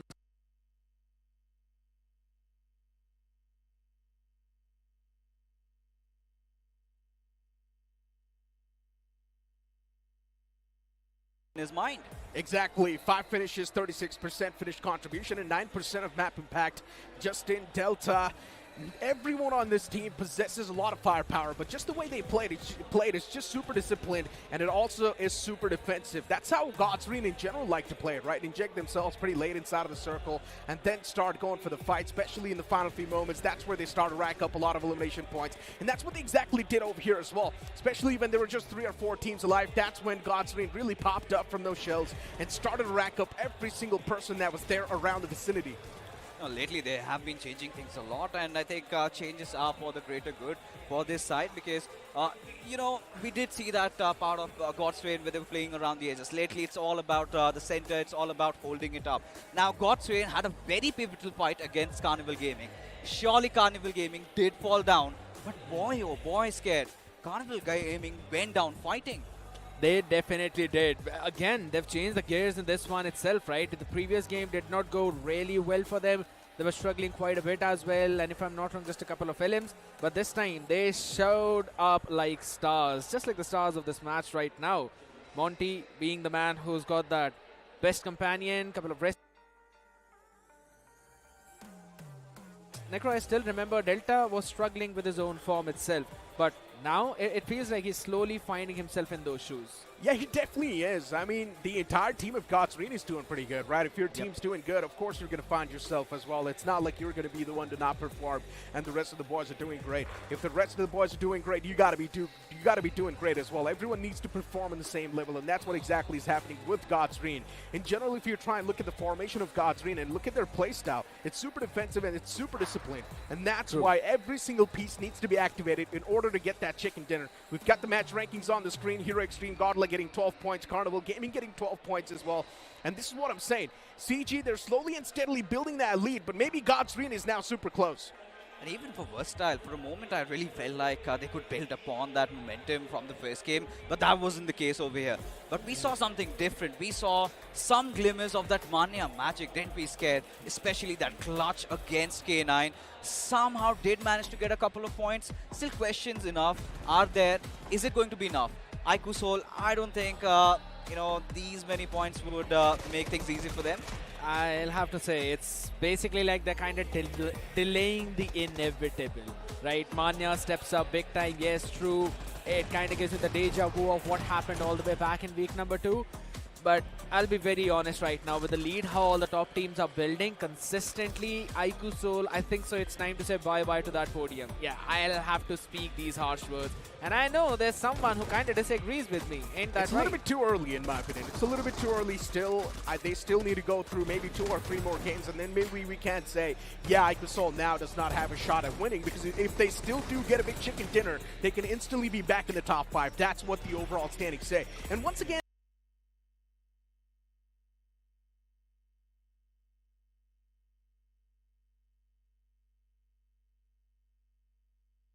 and even he gets picked off by GT. Man, what's going on there?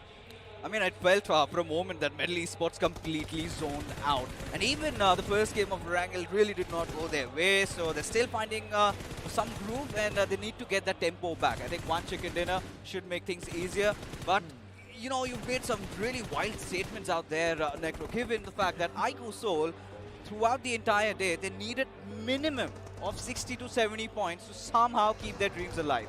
Now, the first game, they got around 2 or 3. This game around 9. 2 games already done and dusted. Around 12 to 13 points at the very max from the remainder of 4 games. Do you believe they still have what it takes in them to get an average of 20 points every single game? Of course I do. I think so they have what it takes. I think so iQOO Soul can still stand a big chance to pull off a major comeback. We've seen those heroics in the past as well, and I definitely do think so. Those heroics are still available, but for some reason they're not really able to perform on that same note the way they did in the challenge season or the way they did in BGMS too. Now, moving on the conversation towards a few more names, right? BotArmyEsports too. I do understand we haven't really spoken a lot about this name, but it's quite the newer face on the block, and still they are struggling a bit too much. They made quite a lot of bold statements in the interview, but they're not able to back those up now. Yeah, could not really walk the talk, could they? But taking a look at the overall rankings, look at this. The second spot has been stolen. It's taken over by Xtreme, but this is where the concerns really arise. We're talking about WinGod having a tough time. We're talking about BotArmyEsports finally managing to get past that 20 marker. Decent game by all means. But Hero Xtreme Godlike, they did take a leap. And even for Orangutan Scared, they instantly got dismantled. Apart from the first 3 games of day number 1, they haven't really performed that much, right? Yes, in the previous Erangel, we did see some glimmers back again. But after that, it's been very difficult. Indeed, and it has been difficult. But to make things easier, we've got Snapdragon Elite Gaming housing those beautiful Snapdragon chipsets when winning matters the most. But now coming back to the discussion that we were having, we talked about all the big guns, all the heavy hitters. But Necro, Red Ross, 2 games, they have been absolutely phenomenal. Yeah. Consistent on the block, top 2 performances all the way around. I think this team is staging quite the comeback, but they're sneaking their way through. Definitely. There's a big chance we might just see a complete newer face lifting that trophy as well. And I'm super excited for that, right? Imagine when everyone is banking up on Hero Xtreme Godlike, everyone's banking up on CG Versatile, a new face comes in and just directly lifts that trophy. It would be such a big heartbreak for the fans, but at the same time, what a storyline it would be. I guess so, yes. To be honest, since the first day, I have been the kind of person who's like, yeah, I want to see a new team to lift up that trophy. But you know what? Maybe we'll see that, but after this very short break.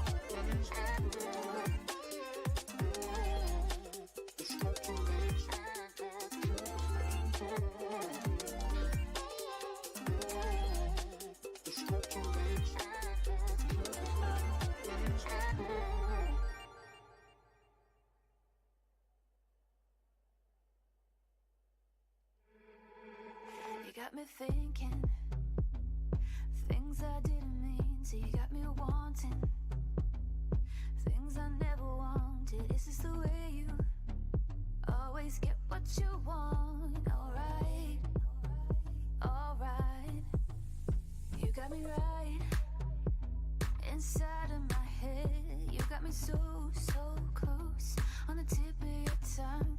This is the way you always get what you want. Alright, alright. Let's do the say that we don't. Let's do, I know that you want to. Let's do and say that we don't. Say that we don't. Let's do, say that we don't. Let's do,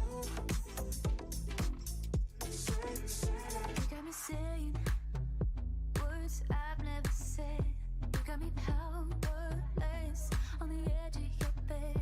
This is the way you always get what you want. Alright, alright. Let's do and say that we don't. Let's do, I know that you want to. Let's do and say that we don't. Say that we don't. Let's do, say that we don't. Let's do, say that let's do, say that we don't. Let's do, I'm powerless to you. I'm powerless to you. I know that I want you, and I know that you want me back, and I know that you want me back. Let's do and say that we don't. Let's do, I know that you want to. Let's do and say that we don't. Say that we don't.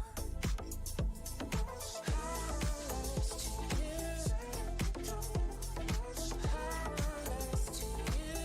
Say that we don't. Powerless to you. Say that we don't. Give it more, give it more, give it more right now, right now. Give it more, give it more, give it way more, way more. Yeah, we give it all that we got. Measuring what's in our pockets, then we give it a lot. Cause we've been hustling for years, now we up at the top. And no, it's still not enough, so we ain't gonna stop. Cause that's full throttle, zoom, zoom, hop, skip, jump. Gotta eat it up, but the goal is lunch. I'm the big dude, so I never duck, just keep my head up. The Snapdragon Pro Series is brought to you by Snapdragon Elite Gaming and DHL. Folks, with 8 games, few games already over and only few games remaining, God's Reign have finally staged a comeback for themselves, getting a chicken dinner. Now we have Necro and Fixes joining me on the panel. Fixes, do you think K9 can retain their spot? Even Carnival Gaming, they're also under tremendous pressure now. You know, K9 have been doing one thing. It's their way or the highway. They either go for the hunt or they get hunted down. Same has been the case in the first game. We saw that happen even against iQOO Soul. First time they got away with Godlike, but the next game, iQOO Soul seems like they were found a little missing behind. And Neeraj, I have to ask you, Godson, they're doing phenomenally well on the map of Miramar. What's happening wrong in Erangels? Well, I guess considering Miramar is one of those maps that is pretty much easy to rotate but hard to sustain. That's been the slogan from my side to this map every single time. It's because you're going to find so many terrains that you can rotate, that you can use as cover from. And that's why maybe Xtreme is able to pave those easy pathway to rotate in the centric part of the circle and able to find themselves in a great spot. And as soon as you give Destro the middle of the circle, you already know what happens. There's a big chance it is going to be GDR taking the victory. But even in Erangel, even if Godstone is getting the circle in Erangel, they're still struggling. But we also have got the dance cam where everyone who comes on the camera has to dance. Show the moves. Yeah, we know you support Godlike. Dance. A little bit of a bummer there. But I feel like there's been some announcement that we need to make. Gujarat Tigers, Necro, they have been awarded some compensation points. They've been given 6 points after that first game of Erangel where they had some connectivity issues. So that would be reflected in terms of the overall rankings. Just an update nonetheless. But coming back to the storyline in front of us, I believe this is one of those games where, you know, if iQOO Soul does not make that comeback, I'm done. We're not going to be bringing iQOO Soul anymore because I feel like it would be over after that. Well, I guess I cannot even disagree with you on that, and I would have to say fair enough, right? Because at the end of the day, it's understandable. Yeah, you can still have those hopes that maybe iQOO Soul can come back, pull off a back-to-back chicken dinner. But what are the odds of that happening? It's not challenge season, it's challenge finals, and everyone is trying super hard to try and be there in the top 5 at least. And iQOO Soul, this upcoming game has to be it. It's ace or nothing. But let's be honest, Fixers, even if iQOO Soul do pull off a chicken dinner in the next month, they can't be in the top 5. Finishing on the podium, lifting the trophy seems like a very far-fetched hope for the players of iQOO Soul at this point. See, honestly speaking, 4 games still remain. If there's something to latch onto, 2 chicken dinners, and in the other 2 games, they have to go big. Now, this is where my concerns keep on piling up, because when we have Sanhok, it's a drop fight against K9, right? Well, certainly it's a drop fight against K9, but looking at the schedule, we have got next Erangel coming up on our screens. And speaking of Erangel, Xtreme has been really struggling on this particular map. But I want to talk about the players of Carnival Gaming, Neeraj, because let's be honest, Carnival Gaming has been on a hunt. They are targeting few teams. Do you think they can retain the top spot if they continue doing so? I mean, they currently are at the top spot. What do you mean retaining the top spot? They currently are at the top spot. They are a little bit of points away as well from the team on the second spot. So they do have that cushion to play with. Even if the upcoming game is not that great for CG, they can constantly maintain that lead. But still, to get the average, to maintain that lead is something that CG should be or sort of goaling for. That should be their main goal in the end. And if CG is not able to achieve that average today, then that's going to be a big problem on day 3 because CG can be thrown out of the podium. You know, what I feel like Carnival Gaming is the most prepared team inside of the lobby. This is what we did bring upon even during the game of Miramar. Yeah. They are outplaying so many teams, catching them off guard, getting a couple of finishes here and there. And that is enough to make the cut, don't you think? Every single game, if they even come out with those averages of 8 to 9 points, that is enough to maintain and hold on to the lead that they're having. And now I have to talk about Revenant X Spark. Now, we've been talking about iQOO Soul. Yes, they've been taking so much of that spotlight, which brings me down to the point, Revenant X Spark haven't been playing even close to how good they were a couple of months earlier. Of course, man. I mean, Revenant X Spark, for some reason, we're seeing a lot of struggles from them. But hopefully, maybe in this game of Erangel, all those struggles will be ending as the planes once again going to hit the skies on the map of Erangel. And soon the plane flat path will be revealed on the screen. Do let us know your predictions in the chat, in the YouTube chat. Let us know which team you guys are rooting for in this upcoming game. But the plane flat path starting all the way from Lipovka towards Primorsk. Once again, tilted a little bit on the right side of the map. If the teams do want to move in towards Georgia Pool, Severny, that's going to be a tough stretch. That means K9 Esports, they might just go for a bit of a clash. That's going to be exciting. If that happens, love to see K9 and their DNA speak for themselves. Always assassins on the hunt. Sometimes they're brawlers. At this point, given how the flight path trajectory has formed, it's going to be a lot of these teams having such a tough time, honestly, Necro. Especially Gujarat Tigers. There are a lot more that tend to drop down on those northwestern periphery of the circle. And what really brings my interest is this is something that's been quite a little bit of a bummer for you, Necro. We haven't had the opportunity to get a certain circle. We did in the first game, but that was rehosted. Man, you really got to put the salt on top of the wounds, huh?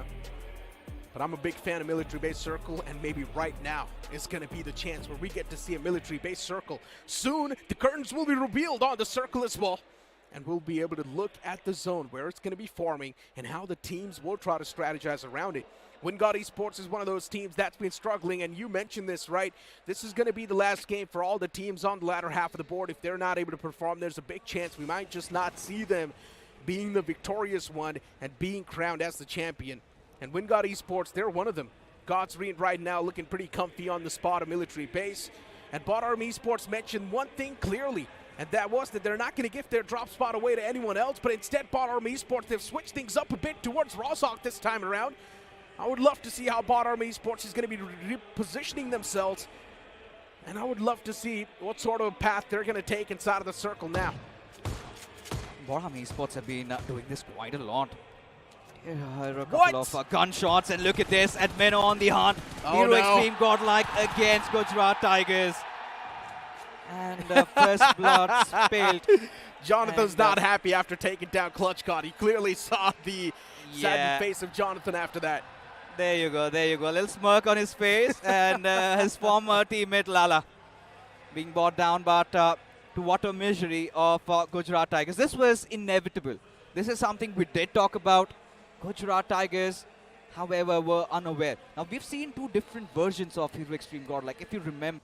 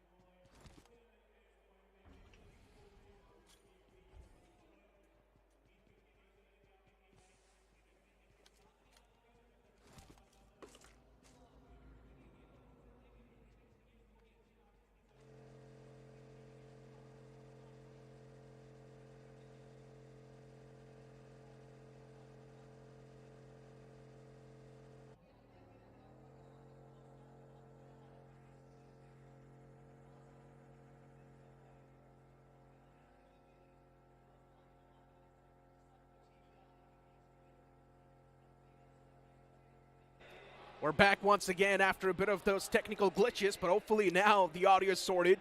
But once again, fixes a while ago, we saw Revenant Spark setting up a trap for K9 Esports, just the way CG did against the players of Versatile. And unfortunately for K9 Esports, they fell prey to that trap.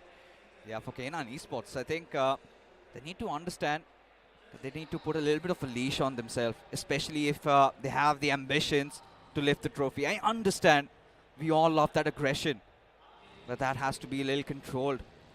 And it's not really paying off well for K9. Haven't been having a solid day so far. Barring that first game of Erangel, they need a couple of chicken dinners. Because, yes, they're getting a lot of finishes here and there. Still a little far from that top 3. As Red Ross, they've squeezed themselves through to the top 4. As of Versatile, I think the curse still prevails, Necro. Don't you think? A team getting chicken dinner in a particular game, the next one, they absolutely just somehow fluster it up. Somewhere that has to end. The funny part is, VXT's strong suit is supposed to be the map of Miramar, and now the real thing is that they're not able to perform on the map of Miramar. I mean, Shadow was the one to bring up this stat, and I was not really a firm believer of that fact because Sombrage has always said that he loves the map of Miramar and he wants to master it.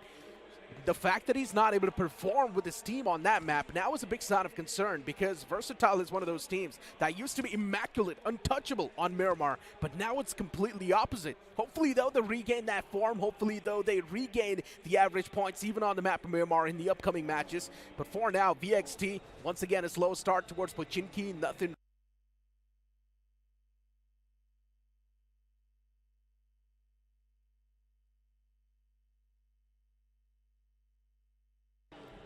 And Red Ross surely have been the dark horses. Surely has been their day so far. Kind of synonymous with how Orangutan showed up yesterday. The first 3 games, they were quite meticulous with their approach. Now kind of following them on their footprint, but Hero Xtreme Godlike. Beautiful display nonetheless in the game of Miramar. And this time, Admin also stepped up. So slowly and surely, they're fixing those chinks in their armor. But still yet to pop off. Still yet to get that chicken dinner. But a walk on the right path. And maybe this is where the woes end, if they get a chicken dinner in this one. Indeed. Looking at the players right now and looking at what's on the screen, Hero Xtreme Godlike, after ripping off Clutch God, one thing is for sure, that's a decent way to kick things off for yourself. Getting 1 elimination points instantly. A bit of that starter. That's going to help the players of Hero Xtreme Godlike move on forward even more. Even OG's on the way. They've dropped all the way towards Milta Power. Got their hands on the hovercraft as well. Now finally on their merry way towards the zone. Would want to try and make it at least to the centric part as soon as possible. Not a lot of fights occurred so far, just a few scrappy points here and there given away. Revenant Spark was able to feast on one of the players of K9 Esports, and Hero Xtreme Godlike catching Clutch God off guard instantly as soon as the game started, which was quite unfortunate. But after that, we haven't seen a single bit of action. It's been a slow affair. It's just not this game. Even the game of Erangel before this was quite similar. As the circle is a little bit different, and Middle Esports once again, Necro, they find themselves quite at the central spot. Gujarat Tigers off to a really rough start, losing out on Clutch God did not make things any easier. But this is where they have to start manifesting. It's now or never. Given the fact that nothing so far has been lost, they can still make it to the podium. All they need is one good game. You still have your favorite map of Vikendi coming up next. We did see Gujarat Tigers get a chicken dinner yesterday in the game of Sanhok. But Reckoning, so far it's been a silent affair from their side. And this is where I now believe that they might be missing out on Hunters. They of course are. For Reckoning Esports, with the way they played in the challenge season, man, untouchable. They were on their prime, top-notch form. And now in the LAN finals, for some reason, it's not the same Reckoning Esports anymore. It feels like all the 4 players are being switched apart. But that's not the case. Instead, they're still the same playing 4. I'm not exactly sure what's going on with the players at Reckoning Esports. Maybe it's just the LAN jitters, pressure that's hitting them. But for how long, my friends? For how long? It's day 2, game 3 already. And you're still facing those problems. It's not acceptable. Look at this. Again, the same old storyline. Carnival Gaming and Middle Esports both going for the central positions once again. It feels like that's been their recipe to success. And so far, all the matches that we have witnessed, we haven't seen any team playing from the edges and getting a chicken dinner. It's always been about having that central position to yourself, defend with all your might, and then go on to win this thing. Which makes a lot of sense too, right? It's because teams are now much more aggressive. If you're on the edges, you're going to duke it out against the other team that's right next to you. Then a third party comes into play. That wipes you out. Then another third party comes into play. So you will see a lot of that mischief happening on the edges. While the teams in the Smack Center, all they can do is just try and steal a few elimination points away and just stay put. And that's what they've been doing so far. Godspeed is a prime example of that. The previous game, too, they were passive from start till the end. And then in the final few moments when they knew that now it's the time to strike, that's when they started to strike and got the chicken dinner.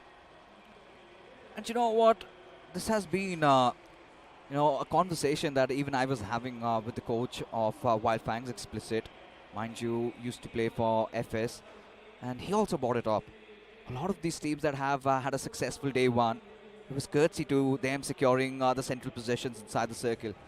But now coming back to this, you've got OG on the prowl, Reckoning right in front of them, and look at this, Atanki inching ever so close, but Reckoning, they do not want to be a part of this. Looking a little shaky, looking quite nervy at this point, as OG intent on launching a frontal assault. iQOO just hovering around with that hovercraft he has, and Reckoning just decide to tuck their tails and run. Yeah. When was the last we saw Reckoning shying away from a fight? That's a sign of low confidence. But still, Reckoning Esports, they're trying to stand their own ground. Instead, they find the first strike in Aru. But Viper overcommits and does not really check the sidelines, and that's where another man falls down of Reckoning Esports. Even Steven trades on the board, and Reckoning Esports would want to go for the confirmation as well, as Wiscotch taken down low, and Kyoya finds that swing. But eventually, even Kyoya gets traded out. Trades happening back and forth. Even Gravity wanted to be a part of that fight, and eventually, iQOO gets knocked out by Dionysus. Things are way too back and forth in this fight. The trades are happening, but still Reckoning Esports is making sure that OG will be hurt, and they will be suffering a lot in this fight. And so far, Reckoning Esports, considering their firepower, has been top-notch since the start. That's what they're relying on. iQOO confirmed the entirety of OG. They will be eliminated from this game. And what a way to kick things off for Reckoning Esports. Yes, they lost out on one man, but they got 4 points instead. Reckoning aren't out of harm's way. You've got the players of Wyld Fangs in the nearby vicinity, and seems like they might want to have a go at it as Tway Scott lining the players of Reckoning up, just getting the things done as another knock comes in through, and this time Sev does give that assist, gets another knock as Reckoning in tatters, as OG absolutely torn apart, and even for Reckoning, no chance to settle down. And this is how miserable things have been for all these teams. The moment they engage in a fight, if it prolongs, everybody just exposes themselves, makes themselves vulnerable to all those third parties. Too unfortunate. And here's the prime example of why the teams on the sidelines are not able to win the game. If you're on the edge, you will be third-partied instantly. And then a third party invites another third party, and that's what is exactly happening. Even Just Jelly's closing on up towards Wyld Fangs' position. Ooh. This is what I'm exactly pointing out. But you know what, Just Jelly, do they have any sort of intentions to actually take a fight against Wyld Fangs? And maybe the answer is going to be no. They're driving away. They did realize that they heard a lot of those gunshots on top of the potato hill, but Jelly, they did not want to go for the fight just yet. Yeah, looking at Jelly, still crossed over that 50-point marker. And knowing Jelly and how he loves to play around, it's all about the position game. And look at the feed in front of us. The map absolutely clustered up with all these teams, majority of them trying to vie for the center. Carnival Gaming, right at dead smack central spot. You've got Medal Esports, even Hero Xtreme Godlike. This time they aren't taking any chances, but seems like iQOO Soul might barge in any given moment. And just to make matters even more interesting, you've got Red Ross right on that western side. But look at this hard shift, Necro. Shift straight out towards Quarry. Gujarat Tigers at this point surely must be missing out on Clutch God. They must be. 3 players, though, still can stand a major chance in this entire defense. But Quarry is too big to try and defend with just 3 players. Sounds tough. Hero Xtreme Godlike is still in that nearby vicinity, and luckily enough, once again, Hero Xtreme Godlike creates with that circle. Hold on to that thought, though. CG, they take a clash against the players of Medal Esports, and Medal Esports is already rampaging through the forces of CG, as even Viper gets struck down. Neo is going to be the man in the close proximity as well, but Hector's in the back as well, as Prince is now trying to play it as safe as possible, but eventually Neo finds Prince with a beautifully placed nade. Utilities from CG has always been at the top, and CG, that's why they're once again starting to regain the grip in this fight. Legit and his teammates, the final 2 men surviving, and the same thing can be said for CG. Hector and Neo standing. And I love the fact that CG is going for the revival. Utilities tossed back and forth once again, and CG, if they're able to find another strike, that's going to be huge. but instead, it is going to be the player of Carnival Gaming who falls apart. Luckily enough, Extra was able to get the revival, but still, the survival seems impossible, and Metal Esports, they come out on top, also making sure that the opponents are going to stay dead, shoot the death crates. Indeed, a little bit of a BM on the greatest land of 2025. Why not? A better answer to what happened to them in Miramar.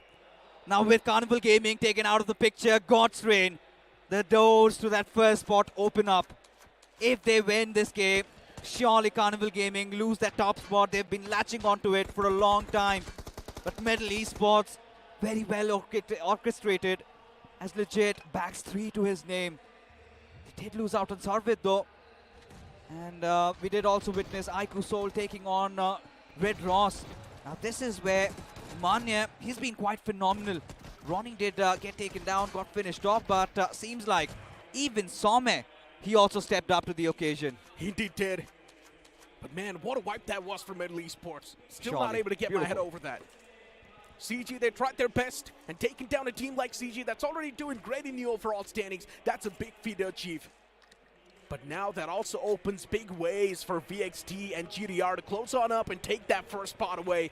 Because the cushioning that we spoke of, it's gone. CG is now going to be in the troubled waters as well. The cushioning fades away.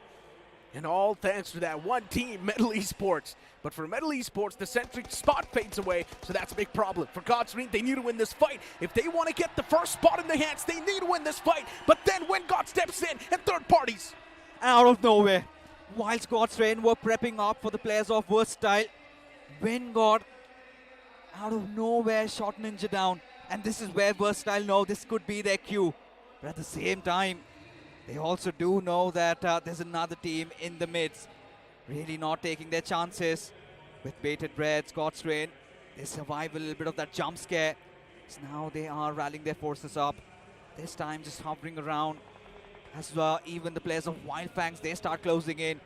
13 teams. So close to each other. And everybody's waiting. Who breaks the ice? The moment that happens, we will witness some severe bloodshed happening in these greener splashes. Yeah. Well, I mean, already we're seeing a lot of that burst of action. Wyld Fangs, too. They were able to gather those 2 points. Trey, Scott, and Seth stepping up huge in this game. The next zone's about to pop up as well, and that's going to be revealing a lot of those intentions. And having a look at the replay on how exactly Metal Esports wiped out the players of CG. I mean, that final shot connecting on both the players, that one single pump was more than enough to wrap up both the players in that swing. Beautiful stuff for Metal Esports. Look at the circle shift. Again, just playing with the hearts of all these teams. Shifting away from Quarry, going towards the northwestern side. You've got iQOO Soul, Hero Xtreme, Godlike, even BotArmy. They've got a bit of the land to themselves as well. It's going to be really interesting because K9, they've also managed to squeeze in through, but God's reign, real up close and personal to the players of WinGod. Are they going to engage on a frontal battle? Seems like isn't the case, but Justin looks cut off from his back, and now he's going to be hammered down with all those lead and barely surviving by the Whiskers. Just one bullet shy from taking a fall. Indeed. I mean, looking at the elimination feed too, now it's starting to pop up with the name of Revenant Spark. They're sparking a fight against Just Jelly. And unfortunately for Just Jelly, one player has already been struck down. Fell prey to them. And Revenant Spark is someone that's not going to let loose of those tracks. They're constantly chasing him down. They're hunting him down. They're hungry for these elimination points. As Ninze, he stops on top of that rock. And eventually, he's still getting hunted down. Ninze does not really have a lot of HP to try and defend himself, but still, somehow, Ninze is trying to hold his ground. Eventually, Just Jelly, they provide that backup that was desperately needed. But Ninze goes for that swing and gets eliminated instantly. Revenant X Spark, they tried their best to try and hold the ground. They tried their best to try and convert the fight without any sort of struggles, but instead the struggles were there. And now Sarang is single-handedly trying to save the day for his team, as all of his teammates were almost on the verge of crumbling down. Spray God is still alive, but we do not really see a lot of contribution from the side of Spray God. He's all the way back in the blue, standing still, not really doing a lot here. And Revenant X Spark, they're constantly getting hammered. And look who's here, WinGod Esports. Wingod Esports knows they need these points desperately. That's why they're going for a lot of those third parties. And right now, all they need to do is take down Sarang because there's a big disconnect between the players of Revenant Spark. Spray God once again, he might just try to go for that revenge, but it's a little bit too late considering he would need to try and force a fight against the entire army of Wingod Esports, which does not really make a lot of sense. Yeah, at this point, Wingod, what did they have to lose, right? And clearly being the harbingers of chaos. Just when Revenant Spark had something going in their favor, just when Sarang started to get alive, he was shot down, and now Spray God, out of options, has to survive. Just has 4 first hits to work things around. Now needs to squeeze a couple of finishes here and there. As you could see, Gujarat Tigers, Zeref already down on his knees, and Wingod seems like they want to spread carnage. They will inflict so much of that hurt as Infinity. He gets picked off. So 1 extra finish for Revenant Spark brings the tally up to 5, even with Josh Shelley being dealt. Now that will, of course, put them a little back behind. But at this point, the circle again has been taken by the players of Xtreme. This strategy of always taking on that central position somehow tends to be working out. It has been miraculous. Yeah, a little bit of luck. And just contesting that center should get you the games. And Destro has made that statement come true. Right now, Delta PG and his teammate in the smack center. Looking at the outskirts, you've also got the players of GT right next to Wingod. And Wingod is someone that's been collecting a lot of scraps. They've been going for fights left, right, center. Especially aiming for the teams that are already on the Vault of Heart. Wingod just initiating the fights that they know they will have a big advantage. And I'm loving the way Wingod's been playing so far. Back to the old form, back to that old aggression. They have the confidence too to march on forward against anyone that stands against him. And that's what they're doing once again, even against the player of GT. Armani's isolated, the only man surviving for GT, but unfortunately Armand falls down too. And now God's the last glimmer. He's a little bit far away from Armand, so he cannot really go for the revenge move, but now he can try and play for the placement. Oh, Spray God, almost on the cusp. Barely surviving with a sliver, but has been put to rest. It is going to be LeBron, but now Versatile. They've got so much information to play around. Wingod, they have gone past their shackles. They've broken it. They are spreading absolute assault, absolute carnage throughout the lobby. Look at Wingod's position. So much exposed, and there you have it. LeBron, just at the precipice of being taken down, somehow survives that death blow. Wingod is actually going for the fight. Equinox is inside of the shack. Does he have his teammates back up? The answer is going to be yes. But already a nade was tossed in that shack. So Equinox gets knocked down in return. Trades happen back and forth off the rip. Wingod Esports still in a big world of trouble considering they do not really have a good position to play with. While Versatile, they can make some quick work against the players of Wingod Esports. LeBron needs to try and provide that backup as well. And here comes Gods to try and stop this revival. He knows 2 players inside of the shack. Wow. And Gods, he connects the crucial shot as he shuts down both the players of VXT, but eventually a nade sails in that shack and shuts down Gods in return. And just like that, Wingod Esports, they've been eliminated from this game, but they were a big menace in the lobby. Now look at the damage done already to Versatile. Already have lost out on 2 of their players, just making things easier for God's Reign. They're well aware of their position as Hero Xtreme Godlike. Still not inside the circle yet as they march on through. Did manage to secure a knock. That would be against the players of BotArmyEsports, but iQOO Soul, they will steal that finish. As of now, as God's Reign trying to gatekeep the players of Versatile as Admino. He launches another grenade, this time at Devotee. A little too far. Monte still down on his knees as Admino, the second one will connect. It is going to be Punk himself. And he gets another player down as iQOO Soul. No, this is the perfect cue for them to steal those finishes out. They're also starting to close in as BotArmyEsports caught between a rock and a hard place.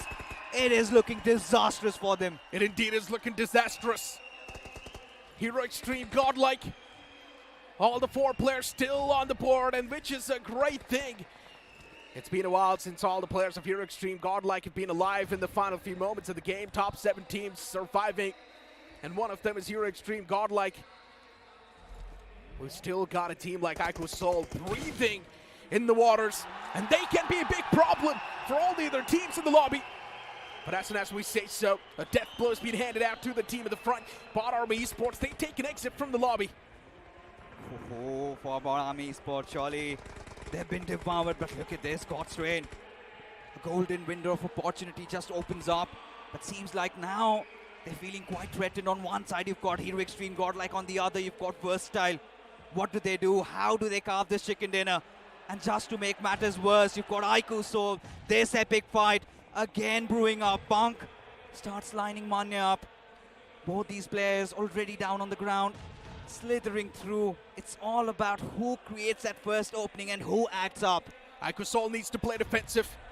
That's going to be the only friend. They've got the circle as well to play with. If iQOO Seoul somehow manages to survive for long enough, Hero Xtreme Godlike is already duking it out with other teams, so they are going to be taking that constant damage. But now Hero Xtreme Godlike is ripping apart God's read. 2 knocks found and 2 confirmations instantly converted. But iQOO Seoul from the back lines as well can be a major problem. Hero Xtreme Godlike just needs to make sure that they're not going to be third party. But here comes a well-placed nade from iQOO Seoul as Knuckles going to find that opener. 2 players struck down. Punk is now going to be the one to build that bridge between the teams. But can Punk hold him off on the other side? That's my question. Knuckle gets the confirmation on the zap. And iQOO Seoul, they strike down Punk too. This is the game that iQOO Seoul desperately needed. And there's a big chance they can have it in their hands as well. What a time to start getting awakened for iQOO Seoul. Just when the hour was 9. Stepping up are these 2 land demons. You've got Manya, Knuckle, and suddenly Hero Xtreme Godlike. They're starting to struggle. But look at Xtreme, still not out of the game yet. They've got Justin alive, but Versatile. They've got numbers in 2, Raiden and his power. They also are doing their bidding. Manya taking some heavy beating. Still not out of the game yet. How many meds does this man has as Justin opens things up? And Jonathan down and out. At Minnow, he's taking some severe damage. He has to make a run inside the circle. Oh no, Hero Xtreme Godlike has been eliminated from the game by the play zone. But VXT was making too much noise. And now the players of iQOO Seoul know exactly where VXT is positioned to. All they need to do is just keep a pinned eye on those 2 remaining players and wait for the game to play its momentum. iQOO Seoul, they've got a bit of that cover to play with. VXT, they need to move out in the open, backs against the wall. iQOO Seoul on paper got the advantage. Or maybe not. The zone is actually favoring the others. VXT, a little bit of that zone is favoring them. iQOO Seoul, someone needs to go huge. Knuckle needs to find the first man. No matter what, he needs to be the Batman and save his own team. 2-on-2 situation. You did talk about the Batman coming to the rescue. It is not Arkham City, but surely it's the right opportunity. This has to be iQOO Seoul's game, but Versatile, back-to-back good performances in the map of Erangel. You would want the right players. Of course, you've got S-Power and Raiden, 2 reliable players, but now Knuckle, he's got a couple of utility to work things around as Manya. He's got some angle, but look at Knuckle, he's been dropped so down so low. And now S-Power is going to make some good work of it. Of course, a lot of bad blood, and now Manya, he gets picked off.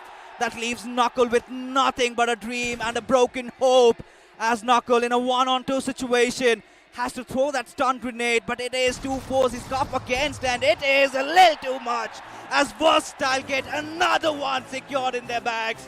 Another chicken dinner in Erangel, and seems like Necro, they will be taking it away from Carnival Gaming. The first spot taken away. What a game that was! Emotions were through the roof. Everyone had a big chance at winning. In the end, we had 2-on-2-on-2. 2 players from Hero Xtreme Godlike, 2 players from Versatile, and 2 players from iQOO Seoul. But you cannot forget that with this game, VXT, they've got themselves the first spot in the overall standings. The defending champions back at the place where they belong. But iQOO Seoul, they have initiated what they wanted to. A comeback is on the way, boys.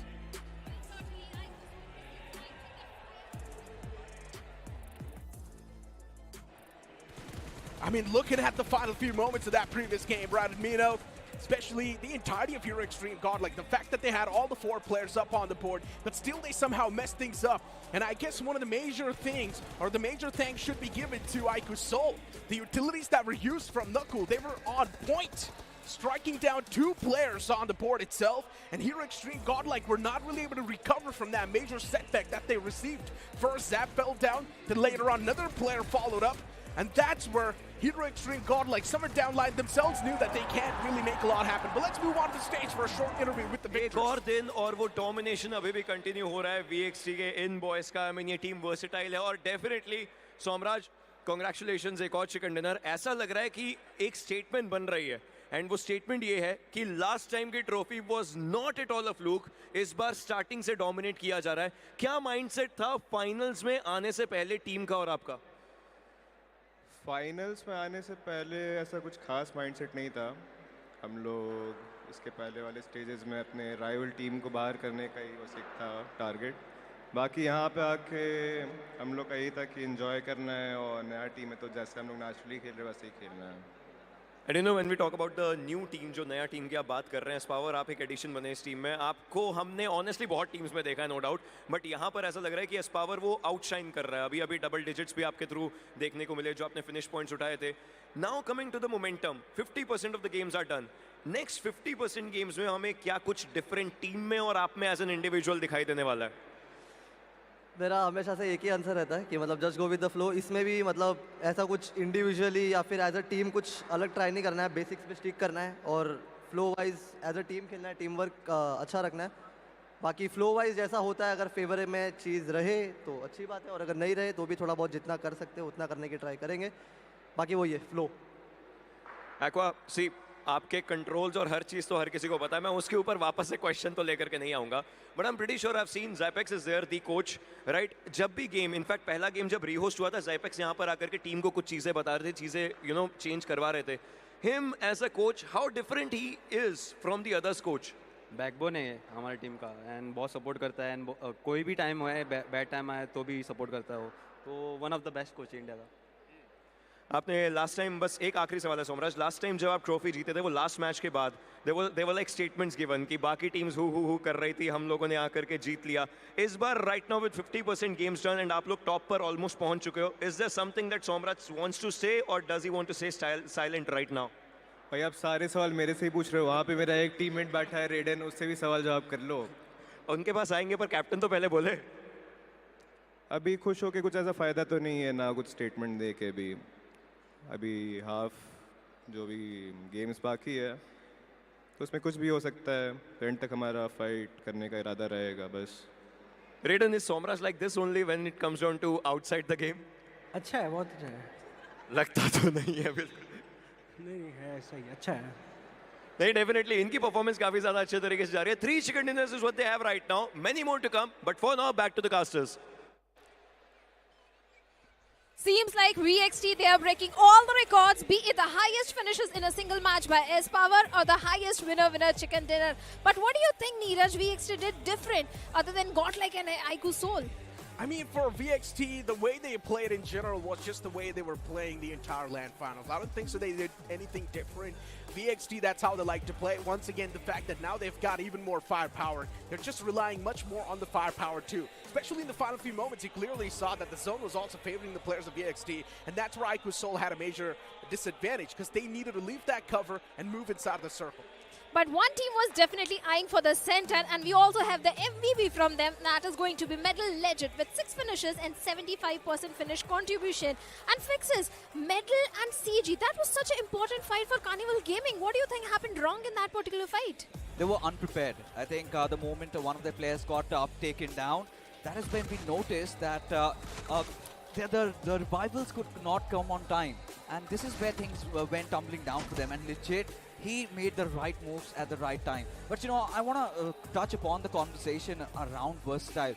Look, they were getting fire down from everywhere. But somewhere down the line, Necro, you would even agree, Godlike and iQOO Soul made their lives easier because it was God's Rain not giving them an inch of space to enter inside the circle, and suddenly Godlike and iQOO Soul collected go after God's Rain, and that is where Versatile sneaked through and somehow managed to conjure that chicken dinner. Yeah, that's the crazy part, right? Godlike was constantly taking shots against the players of God's Rain, and unfortunately for God's Rain, they were also dropping down in numbers. And then later on, iQOO Soul stepped up, and they were getting the knockouts against the players of Hero Xtreme Godlike. So it's quite unfortunate, and luckily enough for VXT, it worked out pretty well, because all the other teams were busy duking it out against each other, and VXT took the opportunity, entered inside of the circle, found themselves a decent bridge to play with, and that's how they got the chicken dinner.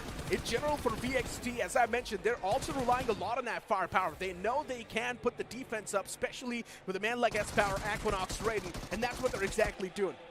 And VXT knows perfectly when to be the courageous one and when to be the silent ones. They choose to be silent ones.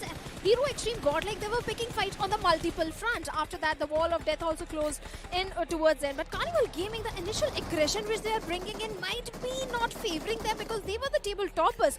But not anymore. They need to stop bringing that early aggression. If they have to, I think Fixes, you'll agree, they have to be the cautious one in that particular fight.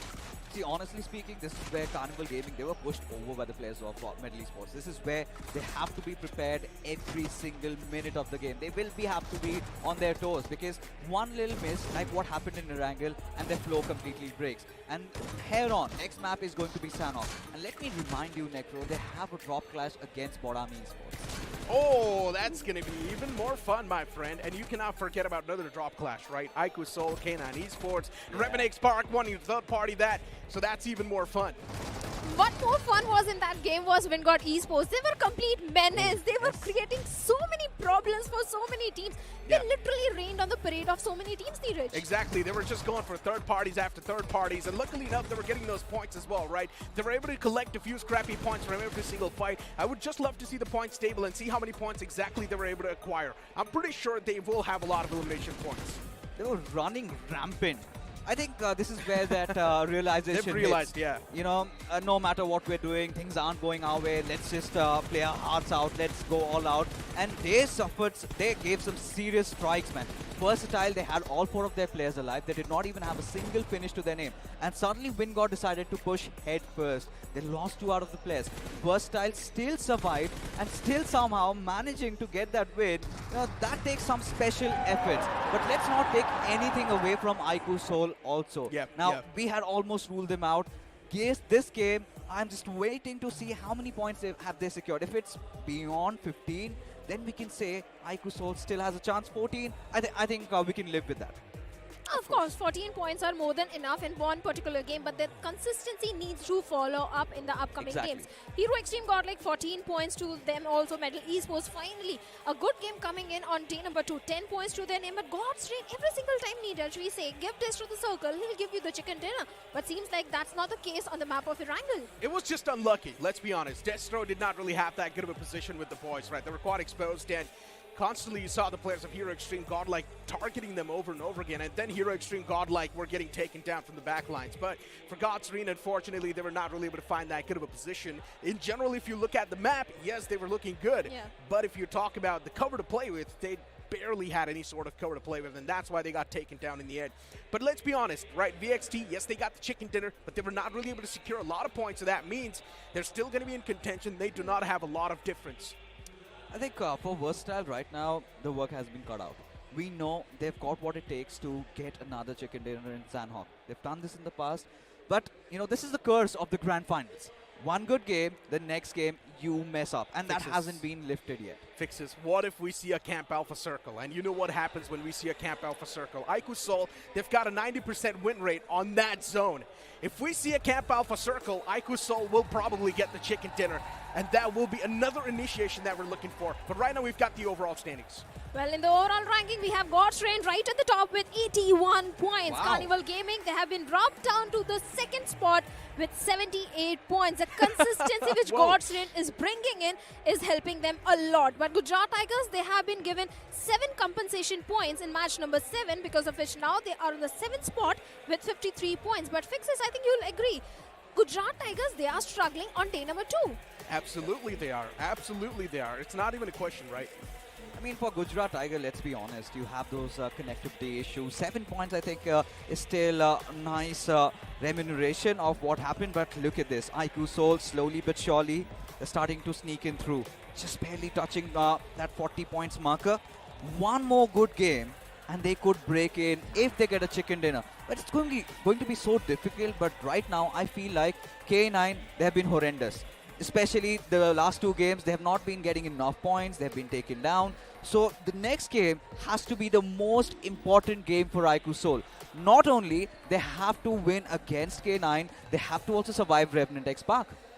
Well, they have to, but you also need to thank our sponsors, DHL. Level up your career with DHL. But you were talking about iQOO Soul. I also want to talk about K9, which you touched upon. That K9, they were the first one to get chicken dinner on day number 1, but now they are not even in the top 5. The aggression, they're just focusing on the aggression and ignoring the placement points now. Well, honestly speaking, K9 Esports were just falling short because of the trap that was set out by the players of Revenant X Park, right? Camping that garage just the way CG did against the players of EXT. And now this time it was K9 Esports who fell prey to that same strategy, because usually teams try to go to that garage to get their hands on a suitable vehicle. And as soon as K9 Esports closed down up towards that warehouse, they instantly got struck down. So I would say it's quite unfortunate. Now the fact that they know that there is a possibility of this happening, K9 Esports will be much more visible now. I think if you're making it to the top 5, you need to be very cautious. You need to be up on your toes. You have to be prepared for every sort of scenario. But along with that, even Reckoning Fixers, they have been on the struggling side. Day number 1, or we can say maybe they were testing the waters. They were just trying to get those average points. But the struggle is still continuing on day number 2. It's always been a story for Reckoning inside of those lands, right? This is where the onus falls on Gravity. Again, he's struggling so much in making those right calls, because when you look at Reckoning in the recent league stages, there had been a whole different story. But right now, before the game begins, we'll be queuing in for a short break. You don't go anywhere. We'll be right back.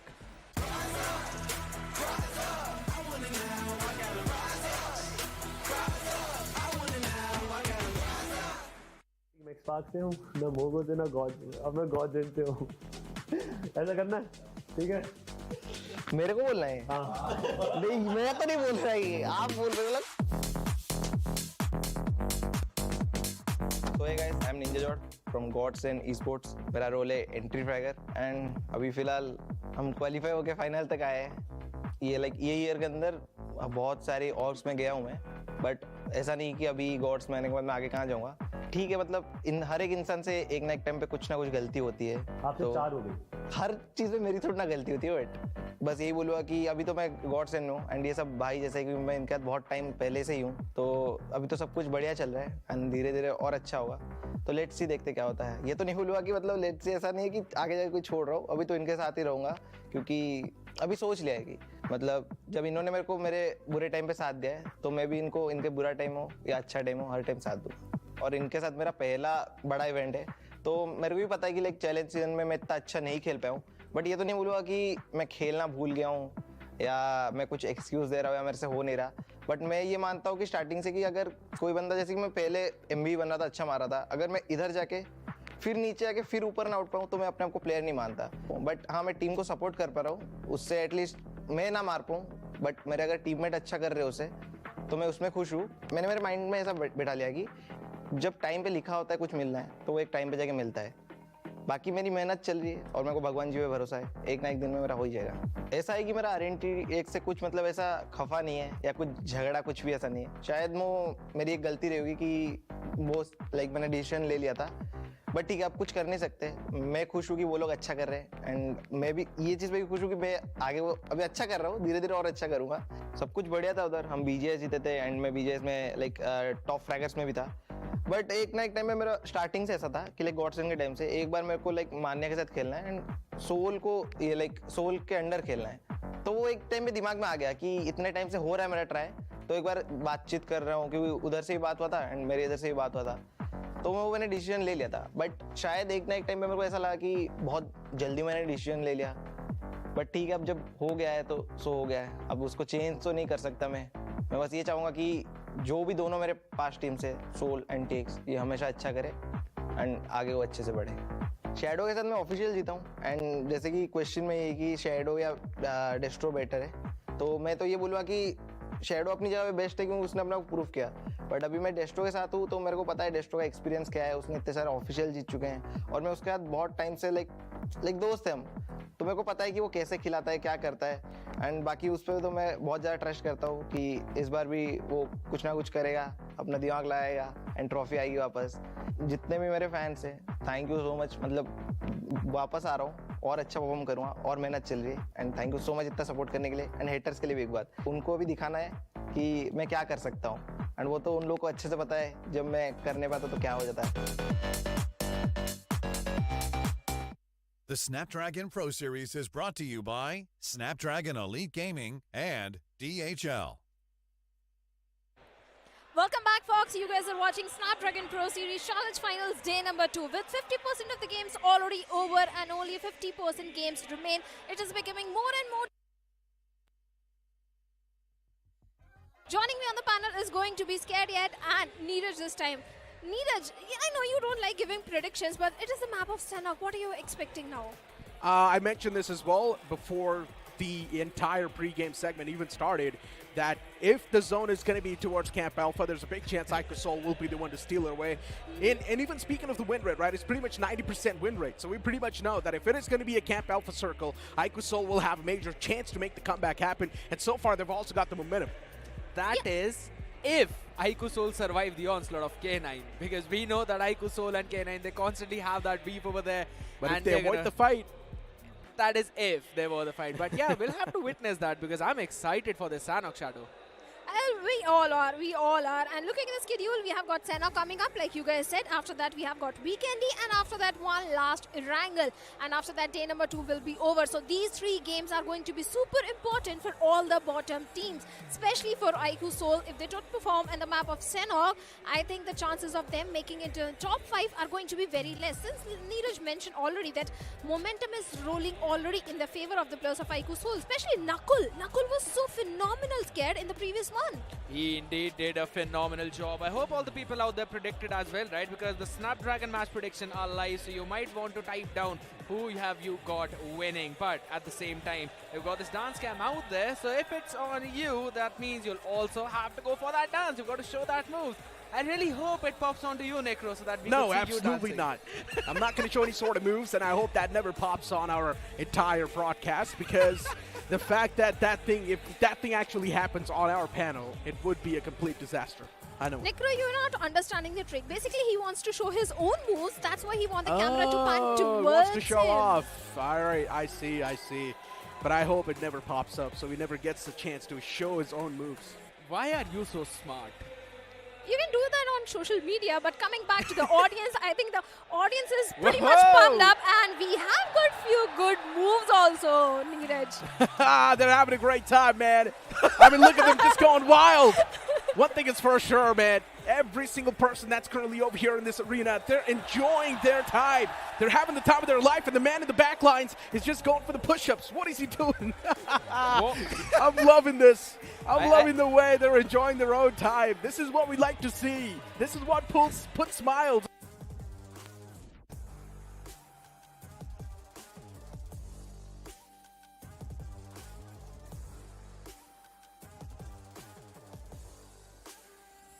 All the way back to what's happening in these games, because eventually we were doubting iQOO, we were doubting Godlike, but they've been moving back and doing good. Well, they are certainly doing good, but let us know your experience. Scan this QR code and fill in the survey form. I hope you guys are already enjoying the show, because the audience is definitely enjoying it much more. But the upcoming map of Sanhok is going to be so important. It's a fast-paced map. We have been witnessing some slow-paced Erangels and Miramar. I hope this Sanhok is going to be very fast-paced. I hope to see a few more drop clashes, right? BotArmyEsports in the interview, they mentioned this, that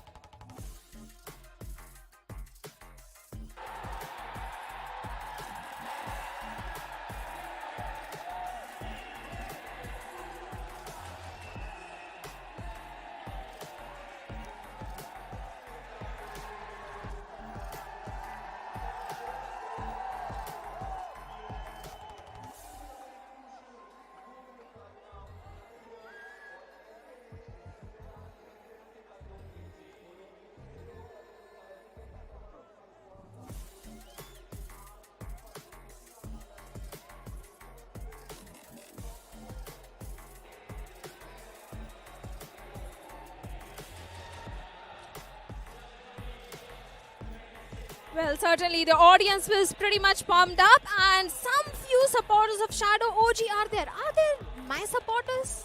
No, absolutely not. They're supporting Revenant Spark, and Revenant Spark is one of those teams that has won back-to-back officials, and they're also looking forward to name this trophy on their own name. But with the way they've been playing so far, I don't think so that's going to be possible, my friend. They need to step up right now by margin, just like iQOO Soul.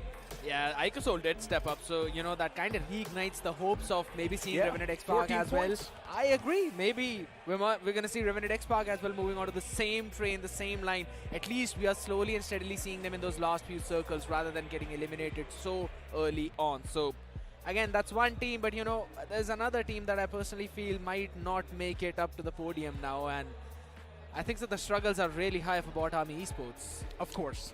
Well, the struggles are definitely there, and Neeraj also pointed out they have a drop clash happening on the map of Sanhok. Let's hope they have a different drop city, or maybe they are prepared to take that 4v4 fight. But we also have to talk about yesterday's Sanhok. Yesterday, Gujarat Tigers did get a chicken dinner for themselves, and now they are in the top 10. If they really get one more chicken dinner, if not chicken dinner, at least a high fracking game in Sanhok, they can easily be in the top 5. There's way too many teams on the struggling side of the thing, right? There's so many teams also being super inconsistent.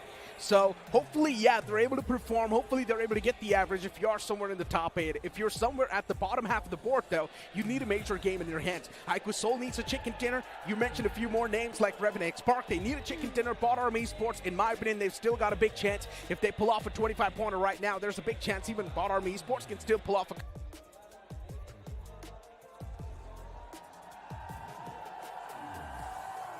Yes, the BotArmyEsports, they have done in the past also.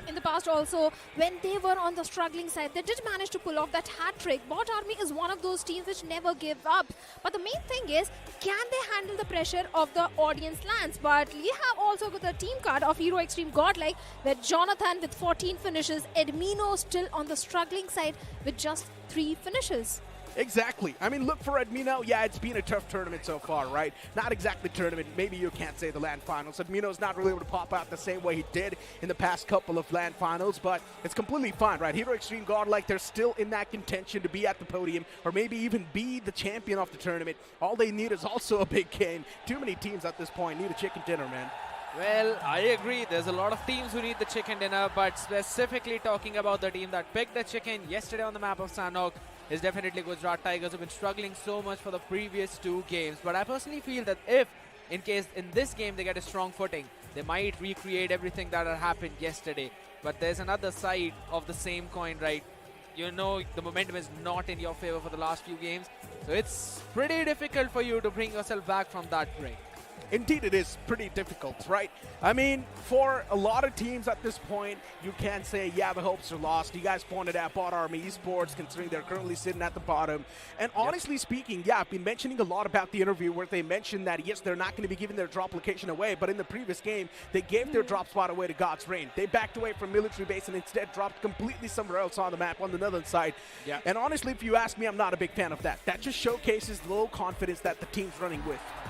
But I think that's a mature decision. If the drop clash is not working in your favor, why not go for the secondary drop? And they tried experimenting. The thing is that drop clash never came into fruition in the first place. Yeah.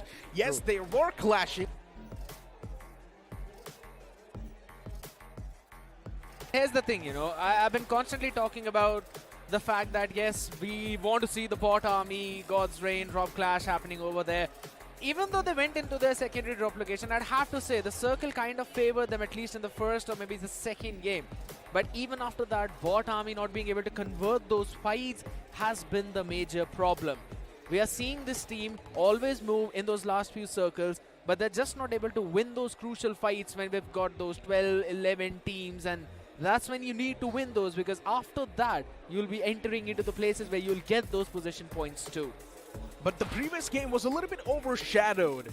Also, considering that Red Ross were not really able to perform that well. We were speaking about Red Ross from yesterday, saying that how good they've been playing so far. Yes, they're still in contention, in a decent spot in the overall standings, but the previous game was not that great. Erangel also, they got 13 points. So I think one bad game is not going to hamper your performance that much if you pull off a chicken dinner after the next one. If they perform really good on the map of Sanhok or Vikendi and Erangel, I think Red Ross is good to go because they're still in the contention for the trophy. And they're doing great. That's the main problem, right? Red Ross so far haven't really achieved a big game so far. They've just been relying on the consistent point flip that they're getting. The average point flip is actually keeping them in the race as well, in a really good spot. But here's the problem. If you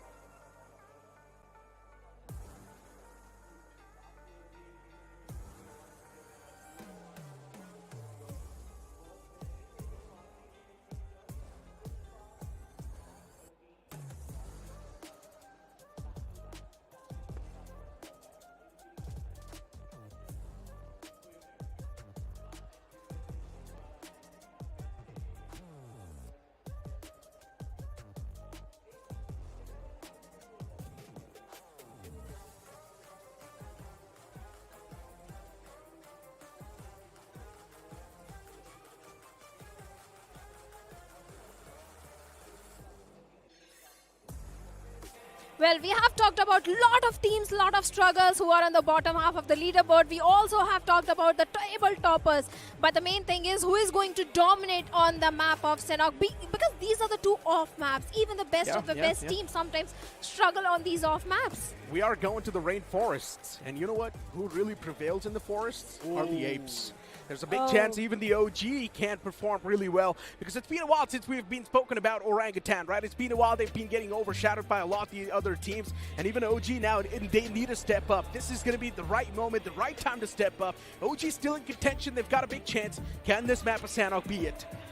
Maybe, but OG has not been really feeling that momentum. They have been on the struggling side on day number 2. They were being consistent ones on day 1, but now the map of Sanhok, the big flight, big blue bird is up on our screens very soon. This map is going to be so important for the players of iQOO Soul. I'm just waiting for the drop clash, which Neeraj was talking about. If that happens, I don't know how they're going to handle the players of K9 Esports because an early exit is going to hamper both iQOO Soul and K9. For now, we have got the flight path, which is on the towards eastern side.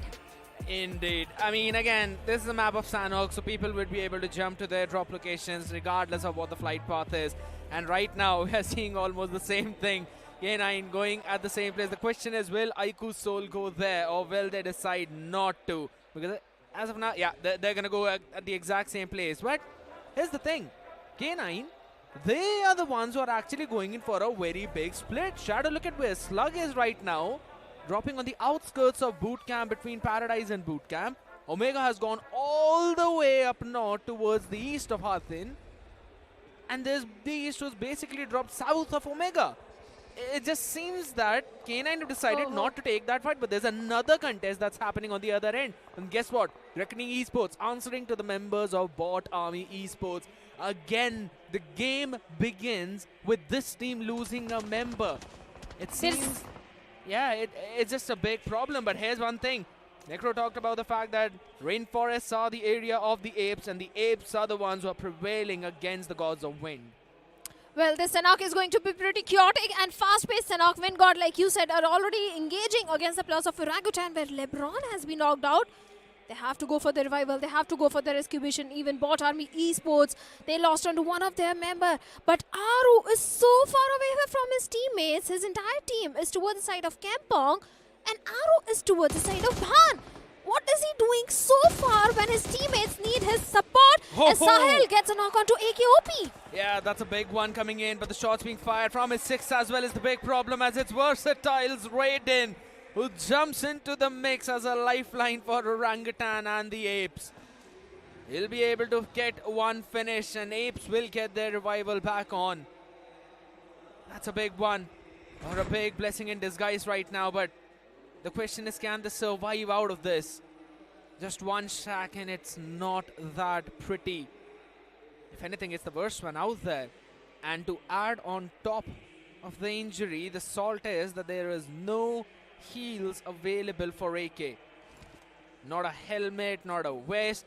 And if I'm not wrong, is that a sniper that he's carrying as his secondary? VXT. You know, everything that could go wrong for AKOP is actually going wrong. The major thing that can go wrong for AKOP and the entire team of Orangutan is the presence of Versatile. They have got 2 chicken dinners, Versatile, and they're running high on confidence. At this point, I don't see any reason for Versatile to not go for this fight. Orangutan, they might try to back off from this one because, like you said, they don't have enough resources. They don't have enough loot in their hands. So, OG, this is going to be an important game for them. They have been missing the entire day. A team which could have been the contender for the trophy is really messing up on such an important day, day number 2. But we also got the plus of Team Revenant X Park, where Joker is all the way towards the side of the bridge, all by himself. Talking about Revenant X Park itself, right? There's some massive problems out there, but the problem are right now for Devotee.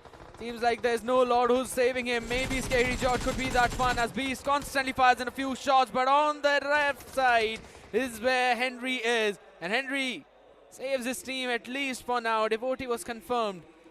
Scary still alive, very disconnected from his teammate right now. Scary will be able to get that finish onto Beast, so a good answer back coming in. K9 Esports, they themselves are in a pretty spread out position, so that's not the perfect one out there. But BotArmyEsports still on that struggling phase, Shadow. Still facing those difficulties, but hold on a second. Maybe they can be multiplied exponentially. Slug out there sees the player and he knows that it's going in towards his own team as Henry barely survives with the nick of an HP. But guess what? They're already in the clutches of the members of K9 Esports. Oh, they certainly are. They certainly are. K9, they have been dropped down to 9th spot. This is going to be an important fight. BotArmyEsports, who are already on the struggling side, on the 16th spot with just 25 points. Beast has already been eliminated. Ninja Boy, he needs to step up really big time because Slug is carrying the entire team on his shoulders. Ninja Boy, he needs to step up. On the other side of the map, we also have got Godlike and Metal also locking horns with each other as Sim finally stepping in and finds a confirmation onto one of the player of Metal, and Prince has also been eliminated, but Legends Nade gets a knock onto Sim, but also Henry decides to go aggressive against the plus of Team K9 Esports. But the Nade Parade from the side of K9 can mark an end for Henry. Henry is also answering back with that grenade and a pump of DBS right in the face of Ninja Boy takes him down. BotArmyEsports still on the verge of winning this particular fight, but Scary Jot has been knocked out and Henry in a 1v2 situation will finally bite the dust. And K9 Esports, they get those finish points. They get those crucial finish points, and BotArmyEsports, they have been eliminated from the lobby. We also have Godlike Esports and Middle. Kind of a stalemate situation where Jonathan decides to go aggressive against Legend with the S12 game. Legend bites the dust. Jonathan, seems like this man is not stopping for anyone at any cost. Sir, with the last man standing in a 1v4 situation against Hero Xtreme Godlike, finds a knock onto Irvino. Can he fight the second one? That's the main question. And the answer could be no, because he's on the sliver of HP and Jonathan is already marching towards him. Yeah, he's still marching on right now. He wants blood for his teammates. Finish out there, Savit. He'll link up, and guess what? Moves in the clutches of Johnny, and the nod says it all. The confidence is immaculate on this team, and look at what's been done right now, Shadow. Simp enters the roster, immediately goes in for a couple of finishes for his team, and his team has, again, got a long way to go right now. Only 60 points, and the lead can eventually increase even further for the top 3 out there. But we still remember the coach mentioning that all he wants is his team to be in the top 5 today, and then they can move to the first place. If things go the way how they are going right now, we might possibly see Godlike not just being in the top 5, but rather in the top 3 or maybe the top 2. Could be possible. And we all were talking about this. Why Zap? Why not Simp? And finally, Simp is coming into the map of Sanhok and is already performing. Out of 4, 2 finishes. In fact, 2 initial frags were created by Simp. That was a great opening. Yes, Edmino has been lost, 1 casualty, but 4 finishes, a good start. Especially when you have the center control also. I think Hero Xtreme Godlike is looking promising. But we also have got few teams who are going for the late rotation, like iQOO Soul towards the side of Camp Alpha, then VXT towards the side of Dogs, then even the players of team Just Jelly are also taking their sweet time to move inside the circle. Yep. Gujarat Tigers, they need to be the cautious ones, kid. You know, last time I remember Gujarat Tigers were the team who immediately went towards those edges of the main island and then were able to quickly stop Revenant X-Park from moving in. But hold on a second. Right now, they're the ones who are stopping the members of Godlike making any kind of move. Gujarat Tigers, the Bootcamp Kings. No Ash in the lobby, so no team to contest them in that area. So they can have their free reign over on the other side. But another team that have basically got a clutcher up their neck right now cannot move out in the open as Wyld Fangs have been eliminating BotArmyEsports out there.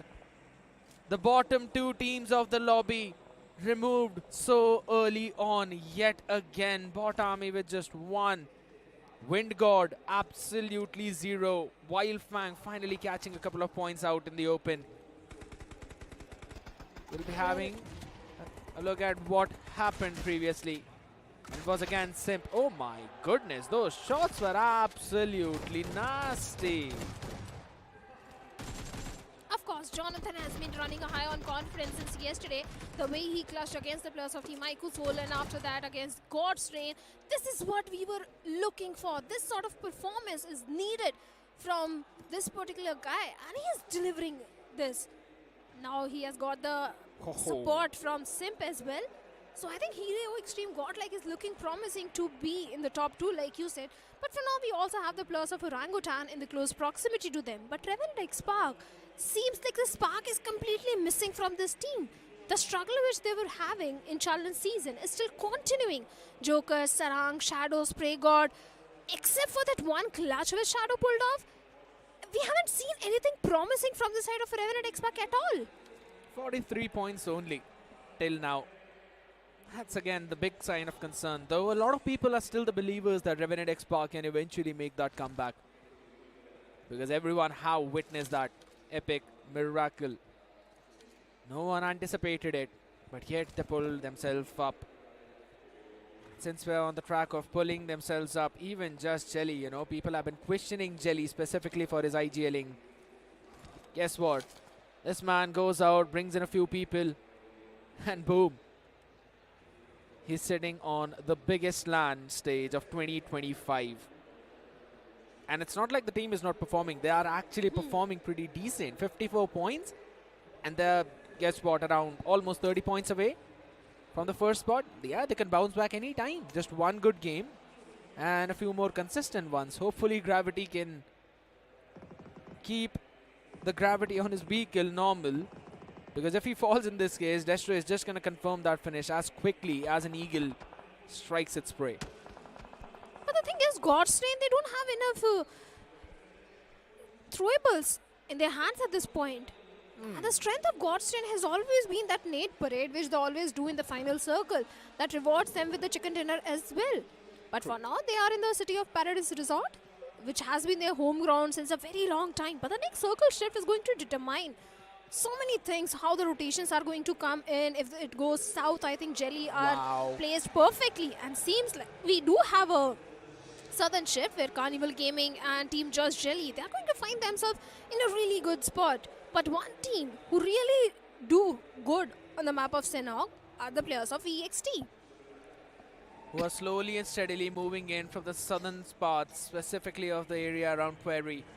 They'll be having Wyld Fangs to welcome them. Maybe just a bit left towards that Carnival Gaming as well. We talked about the team Wyld Fang right now. Yes, as you said, oh no, the reaction says it all. Sends it down on his knees and there's no one close to him who can actually get the revival in. But there are quite a few teams who are around the same vicinity. Carnival Gaming, Wyld Fang, Just Jelly. And even versatile, you mentioned about this team, is slowly and steadily moving up. Sensei, Trace God is spawned out, tracing the path to revival of the IGL office team. Creating that smoke wall is the name of the game as of now. But you've always got to be wary about the apes. They've got a heightened sense. They're pretty precarious whenever it comes down to the maps of Sanhok, the jungle.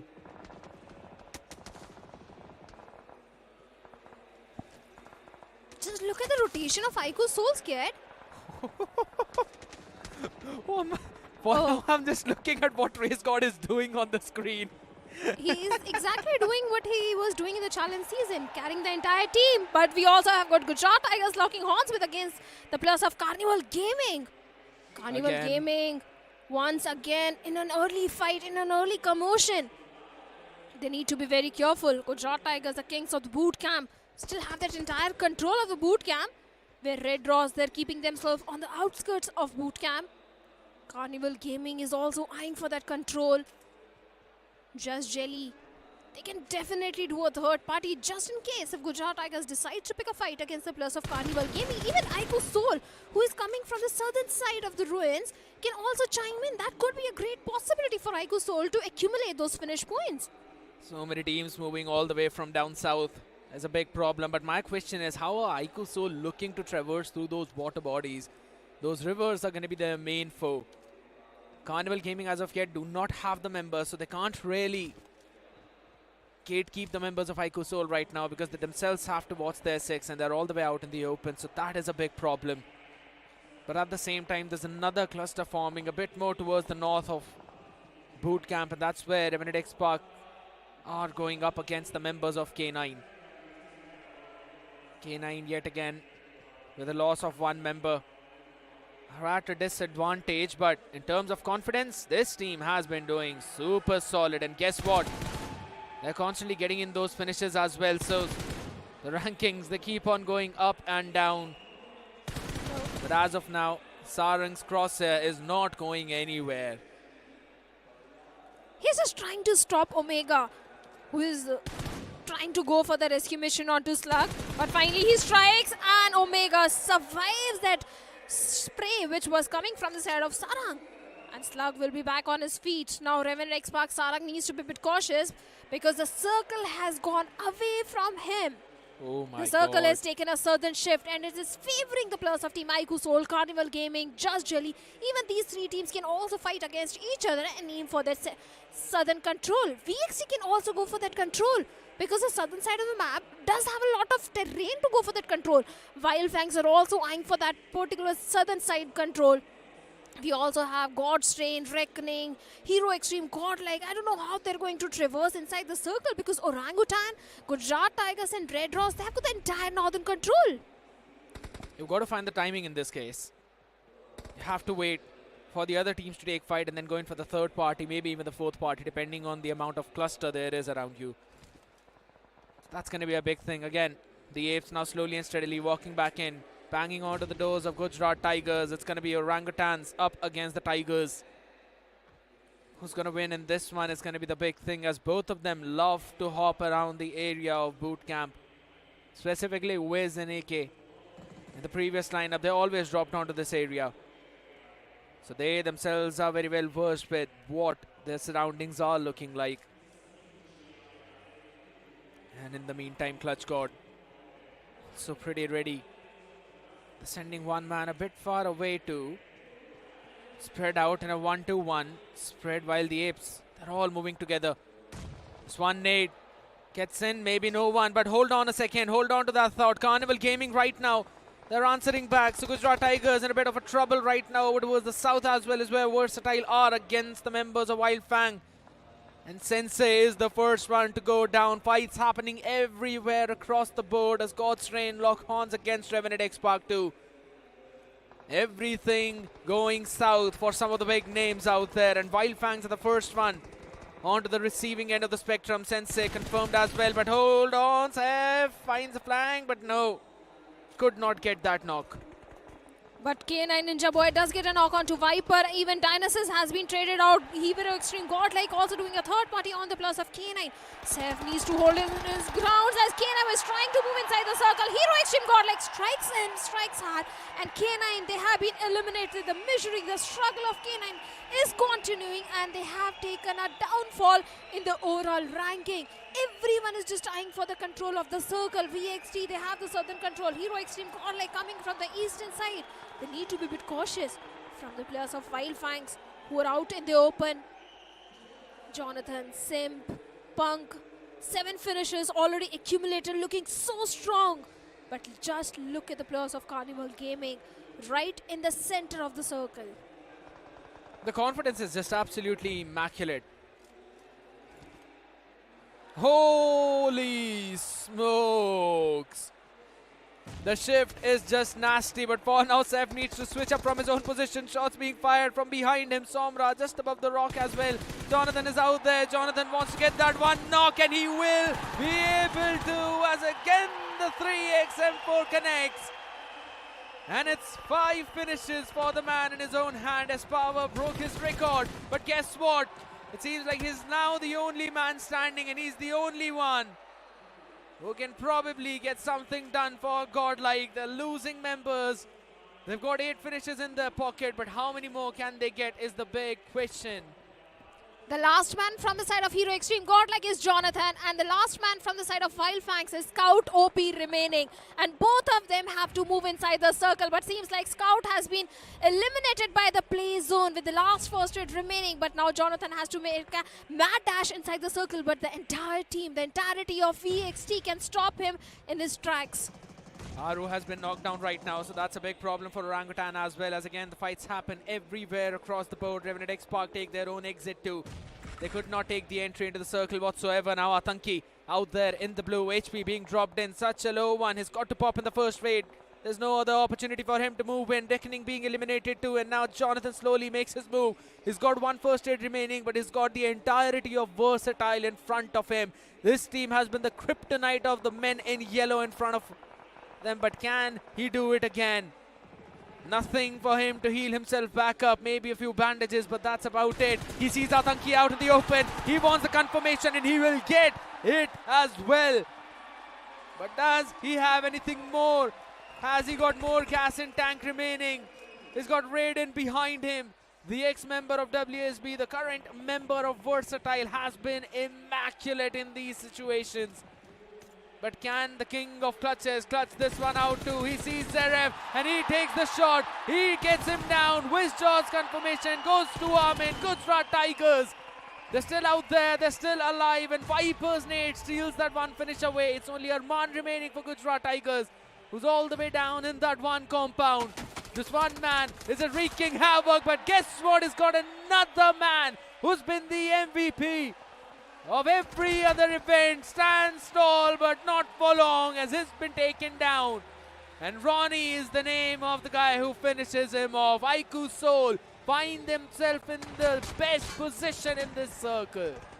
They have the position, but finally they are striking onto the plus of Team Red Ross as Ronnie gets a confirmation point. He also has the information onto Phoenix, but Ortho with that vehicle is trying to distract the plus of Team iQOO Soul as Nagul finds a knock onto Phoenix, gets the confirmation, and even Ortho has been eliminated by Ronnie. iQOO Soul getting those crucial 6 finishes and a good position inside the circle now.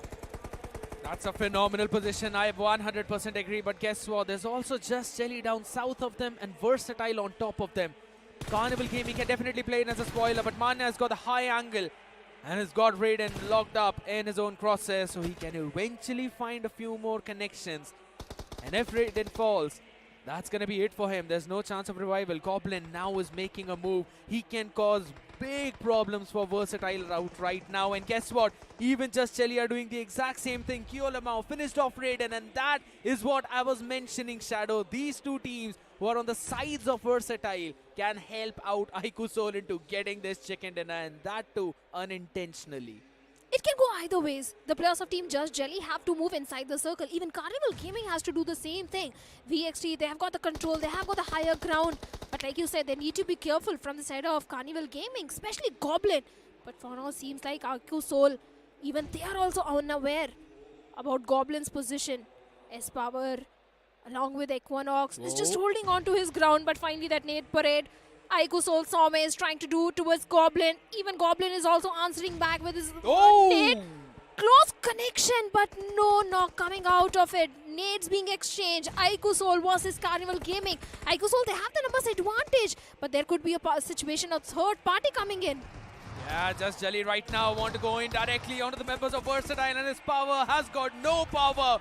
He's been finished off, picked apart, and now it's all down to Somraj. This man is known to be a hero in these clutch situations. I still remember the amount of times he's shown himself. His last stand is big. Can he do it again is the question. Can he ruin the day for iQOO Soul, who are looking prime to get this chicken dinner in their pocket? Kyo Lamau though has been taken down. That's a big three-pointer from Ronnie, and the man steps up big time. It's again a 1v2, v4. iQOO Soul looking in the prime position, and they are taking all the finishes across the board. And guess what? They steal this one away. When all eyes doubted them, the believers believed. And the Souls are still alive. They are in this race, and with this one, if anything, they can maybe move in the top 5. Well, Neeraj said if the circle is of a Camp Alpha, iQOO Soul is taking this one, but seems like doesn't matter which circle it is, on the map of Sanhok, iQOO Soul, they get the winner chicken dinner when it mattered the most, especially Nakul, Ronnie, entire team, even Manya getting the first track onto the players of VXT was so important and so critical. Just Jelly, even they also charged onto the players of Team VXT, and that is where iQOO Soul chimed in and accumulated those crucial finish points. Much needed one for iQOO Soul, no second thoughts about it. This had to be their game, and we were talking about all the adversities that they had to deal with, and finally seems like some semblance of hope still remains for iQOO Soul. Still far from that first spot, but now they are starting to inch in closer. Even their arch nemesis, if you talk about Hero Xtreme Godlike, they made that change. They got in simp, and we could see some instant impact by that one lad. But when you talk about that final blow there, I think for iQOO Soul, it was all set up. Whilst the others were fighting it out, they were the ones getting the better of things. But we also have got an interview lined up, so let's directly head over to that interview on the stage, because we all want to hear from the players. Finally वो moment आ गया जिसका सबको इंतजार था. iQOO Soul जो कि बहुत नीचे थी, finally first chicken dinner for iQOO Soul. मान्या, सबसे पहले बहुत बहुत कांग्रेचुलेशंस ब्रो. 9 मैचेस के बाद पहला चिकन डिनर मिला है. उन पहले 9 मैचेस में क्या गलती थी जो यहाँ सुधारी? अच्छा तो लग रहा होगा अब. बस थोड़ा मोमेंटम नहीं मिल रहा था. आई थिंक सेकंड मैच से हमें मोमेंटम मिला, तो उस टाइम से हम कंसिस्टेंट खेल रहे हैं. आपने अपनी स्ट्रैटेजीज और माइंडसेट में कितना चेंज किया है ताकि अब आने वाले मैचेस और अच्छे जाएं? क्योंकि अब टीम को एक मोटिवेशन मिला होगा आफ्टर फर्स्ट विन. इतना नीचे देखने की सोल को आदत नहीं थी फैंस को. तो जब हम नीचे थे तो आई थिंक हमारे पास कुछ लूज करने को था नहीं, सब कुछ पाने को होता था, तो हम ऑल इन खेल रहे हैं. Okay, well talking about the next map Vikendi, वो आपका एवरेज जाता है और वो बहुत सर्कल ओरिएंटेड भी रहता है. उसमें कैसे अप्रोच करोगे? आई थिंक वीकेंडी में हमारा स्ट्रेटेजी अभी स्ट्रॉन्ग ही है, हमारा अच्छा ही जाएगा, बाकी सिचुएशन के ऊपर है. Okay, one last question, what is your goal now? आप किस चीज़ पे टारगेट करोगे? टॉप 5, टॉप 3 और स्टिल फॉर द ट्रॉफी? अभी मतलब मैंने पॉइंट्स टेबल देखा नहीं है डिफरेंस क्या है, बट अभी लास्ट 2 मैच पे फोकस है. उसमें अगर पॉइंट आए तो कल देखेंगे क्या करना है. अभी पॉइंट निकालने पे फोकस है. चलिए, iQOO Soul को उनका पहला चिकन डिनर मिल चुका है. Back to you boys. Well, it's just the first chicken dinner which they have got, and this could be the stepping stone for the upcoming 2 games. Like Imane also said, Fixes, they are just focusing on collecting those crucial points, and if they get those 2 points, then they're going to plan for the strategy on day number 3. Can we see any sort of targeting from the side of iQOO Soul tomorrow? Right now, I think they've got bigger issues at hand, to be honest. But you talk about MVP, this man has always been synonymous. Jonathan stepping up once again when the team requires him the most. 6 finishes, 67% of finish contribution. This is what the fans have wanted, and Godlike Jonathan has constantly been delivering throughout the grand finals. especially the fight which happened against the players of Metal Esports kit. I think Simp was so fantastic in that one. He was the one creating those opening frags. It's coming down all the way to the same thing, right? The same confidence. Zap, unfortunately, was not able to show up as in the same way as Simp was. And it comes down to, again, the gelling up with the team itself. Simp has been working in as, again, one of the big entry fraggers. So he's been doing a very good job for their side. And that kind of relieves the pressure onto the shoulders of Jonathan as well as Admino. And that's why we also saw Jonathan popping off like that. 6 finishes for the man. But my entire eyes are going in for the man. Ronnie with 5 finishes and as the finisher of the previous game. Well, he certainly was. He was the one to land the final blow, but Fix's Jonathan was in a rampage. He will completely refuse to die because he was the last man standing, and still he was going for those finishes against the players of Gujarat Tigers. And he has no other option because for Hero Xtreme Godlike and their journey so far in this event, they came in as hot favorites, and even in the first few games, they were found missing.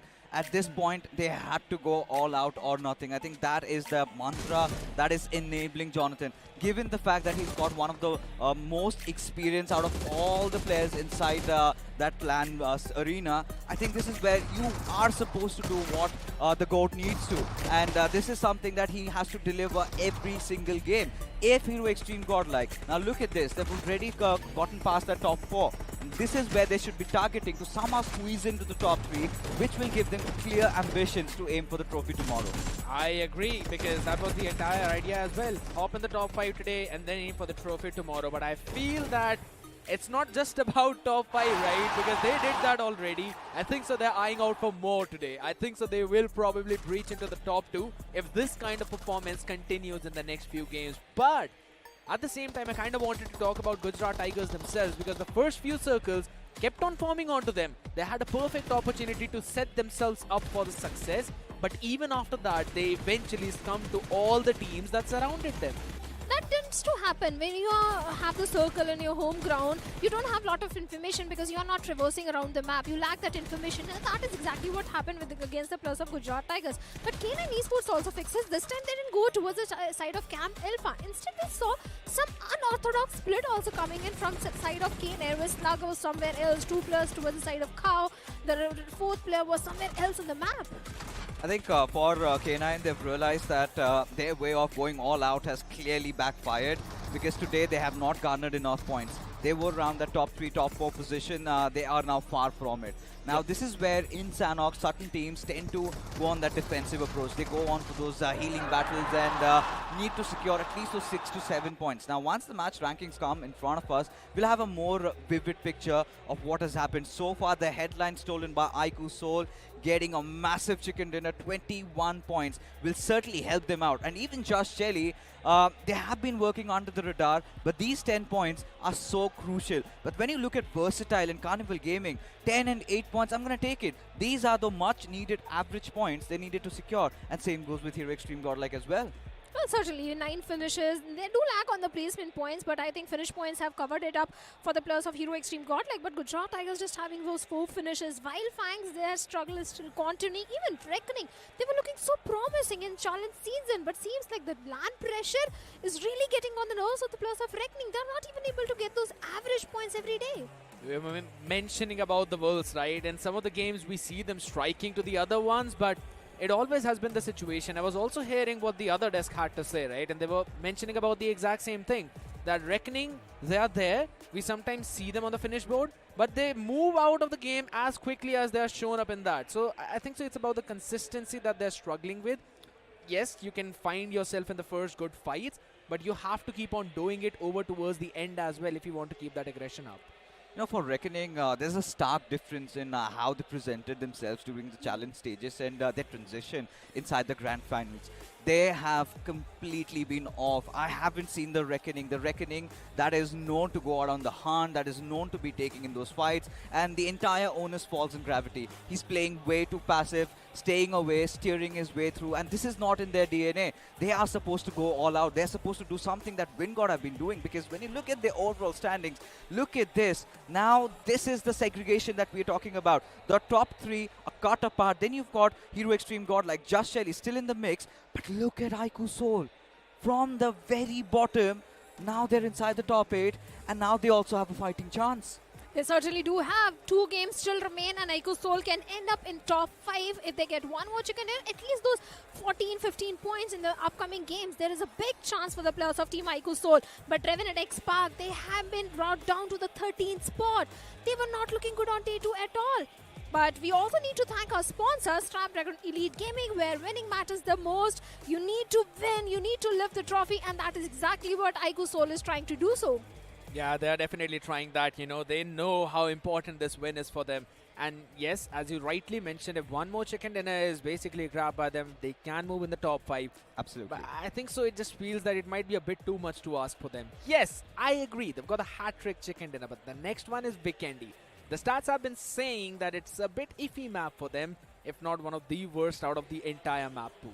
You know, you can throw the stats out of the window at this point. Yeah. iQOO Soul, they're on a hot streak. They had a great game in Erangel. They had a great game in Sanhok. They got a chicken dinner, so they know that they've got the tempo. They've got the ball in their court right now. So at 60 points, if they get another chicken dinner, they will be in heavy contention for the top 3. Well, they certainly can be, but we have the map of Vikendi lying up. But before that, we have to go for a short break. We will see you guys after this short little break.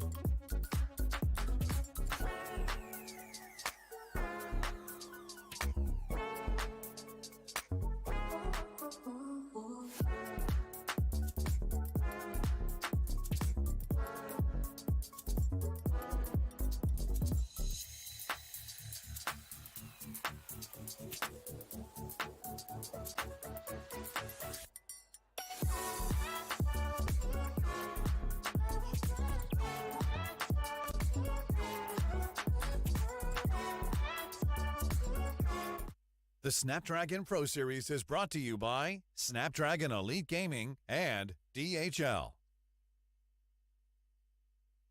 Welcome back, everyone. You guys are watching Snapdragon Pro Series Challenge Finals, day number 2. And now we have got the map of Vikendi. On the panel, I've got Fixes and Neeraj. And Neeraj, you called for it, that iQOO Soul is getting a chicken dinner on the map of Sanhok. I have never been a doubter, Fixes. And I'm pretty sure after looking at this comeback, you are going to be in a lot of questions. How does Necro know the future? Just ask me that question. Do it. You know, somehow this man takes all the credit away. Yeah. Has What to do you gloat mean? in pride, and yeah, like, guys, I'm all right. I was always correct, and yeah, you hit that one on. You saw that one coming, but still a long journey waits ahead of them. Still, the task is not over because the expectations from iQOO Soul is definitely to go for that top prize. Of course. But then again, they're at the right spot at this point. Manya said a very crucial thing. We are not looking at the leaderboard anymore. We're not looking at where we stand right now. All we need to gather is as many points as we possibly can. One more chicken dinner and they'll be in the top 3. Which makes a lot of sense, right? They're already in the top 6 right now, in the 6th spot with a lot of points, of course. And iQOO Soul, they've also got the momentum. Even in the previous game, they got the chicken dinner. The previous game, they had 14 points backed up. And now if iQOO Soul is able to pull off another chicken dinner, they will easily be there in the podium finish. And they're actually back in the race now. Even tomorrow, if they end things off on a decent note, there's a big chance that they can be the one to lift that trophy. But looking at the schedule also, we have got the next map of Vikendi, and we all know, even Mane also agreed that Vikendi is not one of the strong suit for the players of Team iQOO Soul. I think they'll be eyeing for those average points only in the map of Vikendi. So you don't think iQOO Soul will go and resort to those med strats which most of the teams do on the map of Vikendi? Nah, that's not gonna happen, because I feel like if you get to that mentality where you are looking just for those average points, it'll be the same old things repeating once again. Of course, you know, the Snapdragon match predictions are out there. Get out to the Twitch and make sure you cast your votes. But you know what I was trying to establish is the fact that they will have to eye away for those chicken dinners. If you aim for the big prize, you are gonna amass a lot of those points, and iQOO Soul just cannot settle with 5 or 6. Of course they can't, right? I mean, iQOO Soul at this point, they need the average as well. If they're able to get anywhere around 10 to 12 points per game, that's still going to keep them alive in the overall standings, and that's going to give them that Herculean task as well ahead of them. But if they get that big chicken dinner, that Herculean task can be cut off instantly. Now it's up to them if they want to play for the average or if they want to play for the chicken dinner. Without wasting any more time, we're straight up going to jump in the icy lands of Vikendi, where a lot of question marks awaits us. But maybe as the plane's going to set the skies once again, as the big bird's going to be in the skies, all those questions can be answered. The plane fly path starting all the way from the bottom of the map towards the left side, and this is where all the questions, they might just be answered fixes. It's going to be a slow affair, but at this point, I'm going to be taking it. Given the kind of storyline that we're dealing with, we've got the top 3, the upper echelon.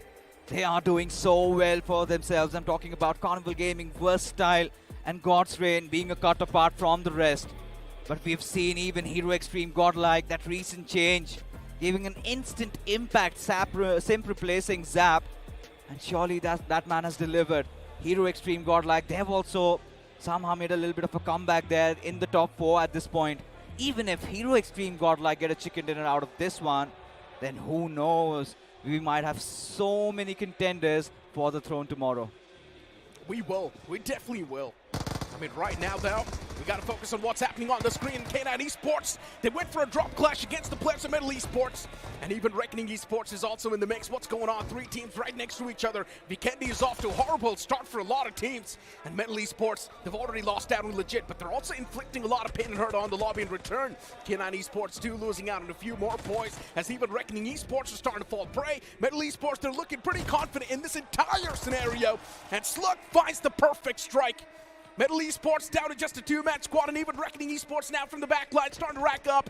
They definitely do want to make sure that Metal Esports is going to be struggling, but Slug single-handedly strikes down the second man as well. And not an over, Metal Esports, the chances of them coming out on top in this fight, they just seem to dwindle down even more.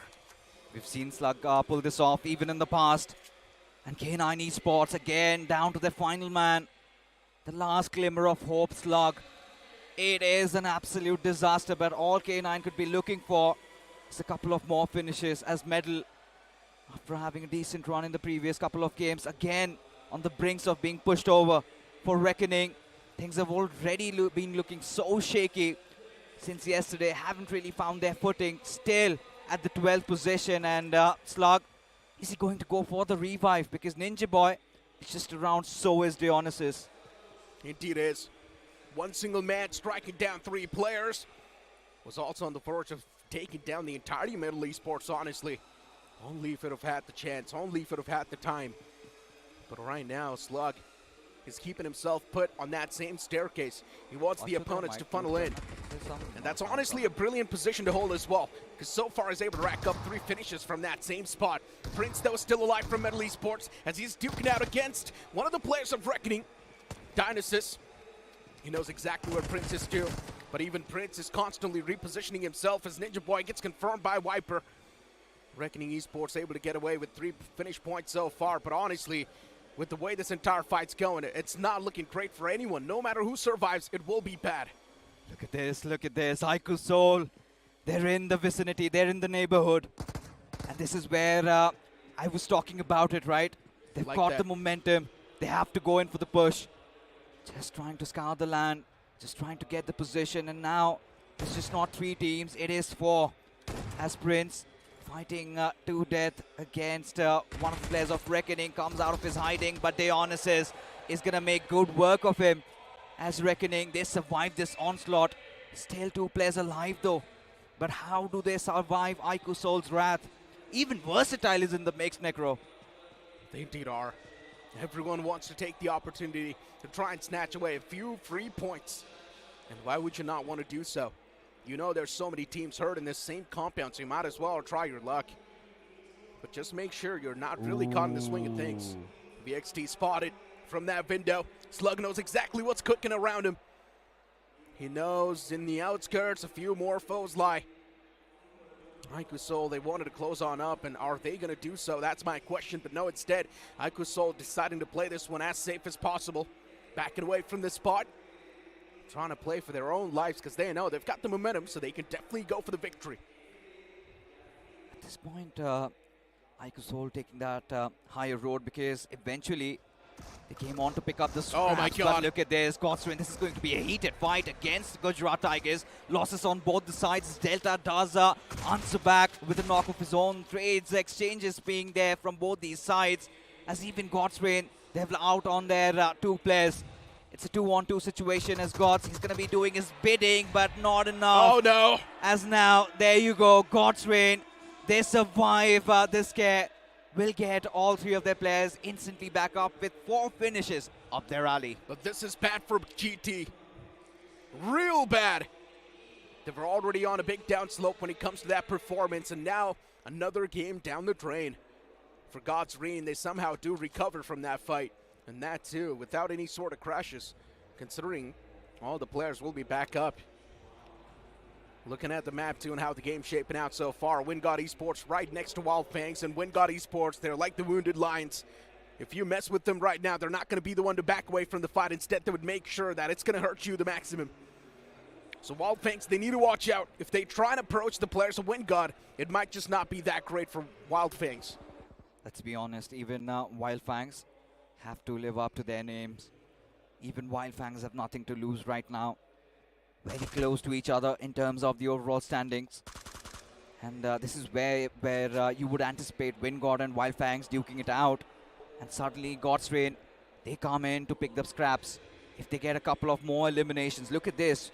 The overall standings clearly dictate that we've got 3 favorites. It is going to be Versatile, God's Reign and Carnival Gaming all crossing that 80 points marker. And now for K9 Esports, this day has been atrocious, horrible. I think this is one of those days that they want to forget. Slug did become the hero, but still the losses are clearly visible. They indeed are. I mean, looking at the replay, off the rip, so many fights happened.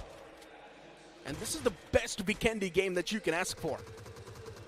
Could not have asked for a better start. Aggressive, action-packed. And that's what we all like to see. So many teams handicapped as well off the rip, by the way. OG were also one of the fan favorites to take the victory. But so far, OG, unfortunate start for them as well, considering they're down to just a 3-man squad. And OG is way too far back in the overall standings. A team like iQOO Soul overtook them within just 2 games. That shows you the intensity of the tournament. That shows you how fragile the overall standings are. Again, just dealing with their own demons. And you know, this is a problem that Aru needs to address. It cannot go on for so long. Every single time they make it inside of the LAN, They have a decent opening and just to drop the ball the very next moment. Today, they were completely absent. Could see that discord between the players. Have not really walked out of a fight surviving. So for OG, feels like they're almost out of the race and always being somewhere in the middle pecking order. When will those good days come for them? That has always been the point of concern. But looking at how this circle has formed around Hero Xtreme, Godlike, they made some sneaky moves. This time, they have taken over the dead smack center. They indeed have. They're now playing for the win. Hero Xtreme, Godlike now, slowly and steadily. They're losing that grip in the top 5. If they lose out in this game, we all know what's going to be the course of action. And if iQOO Seoul gets another banger, they would be untouchable. The overall standings are way too fragile, man. Anything can happen. Especially there's a big difference between the top 3 and the rest of the lobby. Look at God's Reed sitting on 82 points, and then on the 4th spot is Godlike with 66 points. There's a big difference that separates the 3rd and the 4th. But right now, Reckoning Esports, a beautiful nade against Slug, and that's going to chip out the bat a bit too low. Does he have any first states? No, is going to be the answer. Quite unfortunate. The match just taping himself up till the end. The bandages are not going to help you too much, my friend. Another nade toss to the perfection that might just take you out of the game. And that's what seems like is also going to happen. Slug is still trying to patch himself up with just the bandages that are available. And he's still hoping the fact that maybe he can't pull off a few more eliminations. But that sounds too much. Reckoning Esports put the player squad healthy compared to Slug. And Slug is taken down pretty low. K9 Esports, the chances of them snatching the trophy slowly and steadily, it seems like they're fading away. But Slug, if he takes down 2 more men, maybe he can achieve that average that K9 needs to stay in the race. At this point, look at this. Reckoning, the idea is quite set. Even they do not have a lot of meds to work with. But extra grenade surely can help them secure that extra 1 finish. At this point, this is where Slug needs to understand that he's anyways going to die. So might as well try and take a swing. And he does exactly that. Just lining things up around the stairs. He's waiting for Reckoning to come in for that paw. He's got so many bandages to work with. He's almost back to full HP at this point. He's got not a lot of ammunitions also. Want to see how many bullets remain on that shotgun. It's going to be quite crucial, as this time he's going to be the one to maybe poke the bear. He's going after the players of Reckoning. no. He's taken quite some beating, and it is going to be Viper who gets the final nail in the coffin. Reckoning, they survive a big blow. Come out with 5 finishes, but with the loss of Gravity and Kyoya. Reckoning Esports is already not doing too hot in the overall standings. They've got 49 points so far. Reckoning Esports too, they need a banger. They need a massive chicken dinner. We've been speaking a lot about a lot of teams, right? But one big name that we haven't been touching up on so far is also Revenant X-Park. They're on the 13th spot with 43 points. The same situation that happened to iQOO Seoul is now currently happening to the players of Revenant X-Park. If they pull off a big chicken dinner right now, they can instantly swing back in the swing of things. For Revenant X-Park, it's so difficult because for iQOO Seoul, that third game of Erangel really helped him out. Just bolstered their confidence up, and after that, they did manage to get that chicken dinner. But for Revenant X-Park, there hasn't been a single game where we can say out loud and clear that, yeah, Revenant X-Park have been phenomenal. And look at this, you know, resorting to melee warfare when Beast almost had the better out of the player, but instantly gets daggered back.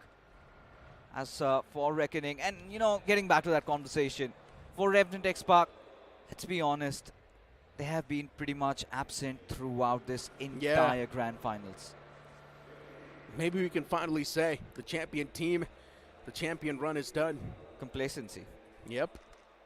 Once you win tournaments back-to-back, you think you're untouchable, and the complacency and the overconfidence takes over. And that's when you stop practicing. And that's when you see a big dip in the performance. It's not the first team that this has happened to. A lot of teams have went through the same phase. And Revenant Spark right now, the complacency is definitely hitting them quite hard. It might be bitter for the fans, but it is what it is, guys.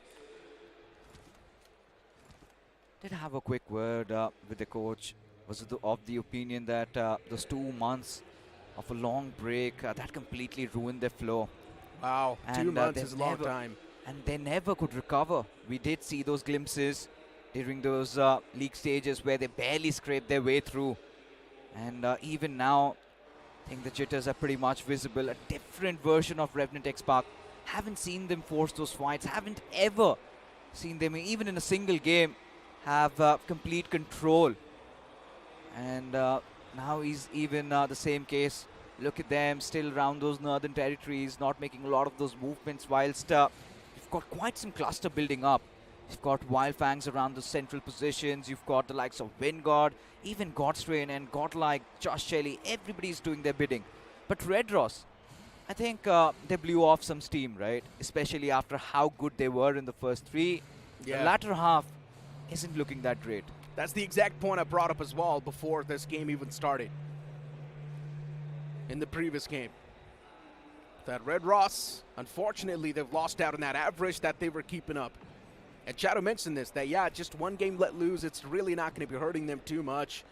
But if a team's playing on the average, and even if they are let losing on one game, that hurts them a lot, especially you're in a sprint. You've only got 18 games to play, from which already day 2 is over here, and 3 games were done. But hold on to that conversation. We need to focus on the fight on the screen. And already Wingard Esports falling prey against CG. For Wingard, the players were quite disconnected.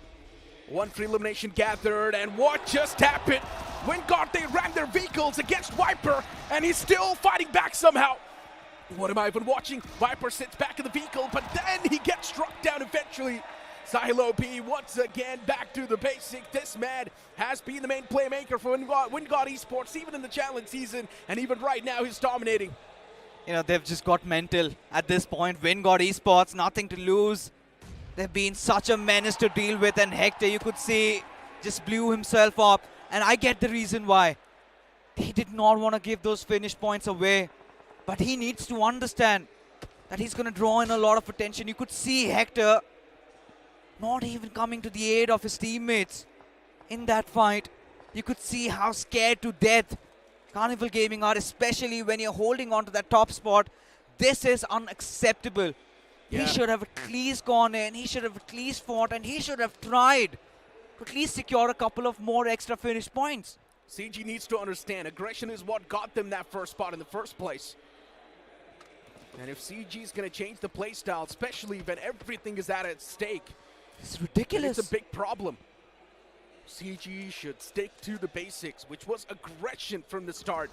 It worked out at the start, so in my opinion, it should work out till the end. But instead, CG is now trying new stuff out, and that's why CG is really starting to struggle. Disconnected between the players. And then Hector, too, was just all by himself, did not even try to jump out of that window and provide the cover to the man who was just fighting till the end. And of course, Sahil is one of those players that is mechanically skilled. And in the end, Hector just blew himself up. All right, that was not intentional. What happened was that Molotov came in and, you know, the sticky fingers. And this is where he's starting to tremble, right? This is where they're starting to doubt themselves. And this is exactly what had happened in another event. Not an official one, where Hector, they were on in the race to win that trophy. And they massively choked in that final game. And yes, even Somraj was in the race. And Somraj still is. And I think Godstrain and Versatile, they're going to be so happy about the fact that Carnival Gaming got taken down so early and without a lot of points. I think they just managed to get, what, 1 point out of this one? And now as the circle has shifted, Orangutan, they've got a decent position to play with. But Godstrain, look at this, so spot on with the read of this game. Find themselves good cover, but Versatile could be that next imminent threat. And if Godstrain deal with them, it would be so much easier to kind of create that little distance between them in terms of their overall standings. I don't think Godstrain's going to go for any sort of risky plays right now. No, I think it's Versatile. They have to go for it. Yeah, are they going to hold off? Maybe. They can't But I think hold so. off Everyone's just going to try and wait till the next zone pops up, till the next stage pops up.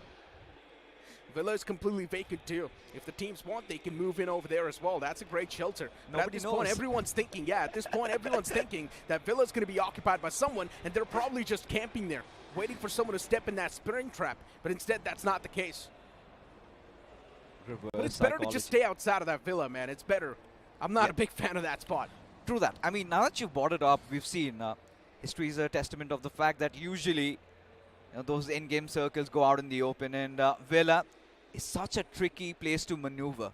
So many spots to hide out here and there. You never know. The moment you're trying to sneak your way through, there might be a little bugger that destroys your ambitions. But look at this. Orangutan still have a solid position. Revenant Spark right on their tails. But even Just Jelly, they haven't been the most flashiest team so far, but they're still getting the job done. Still at the 5th position. And, coming into the grand finals, Necro, we did not have a lot of expectations. But yes, Jelly, I can go out to say that he is punching above his weight.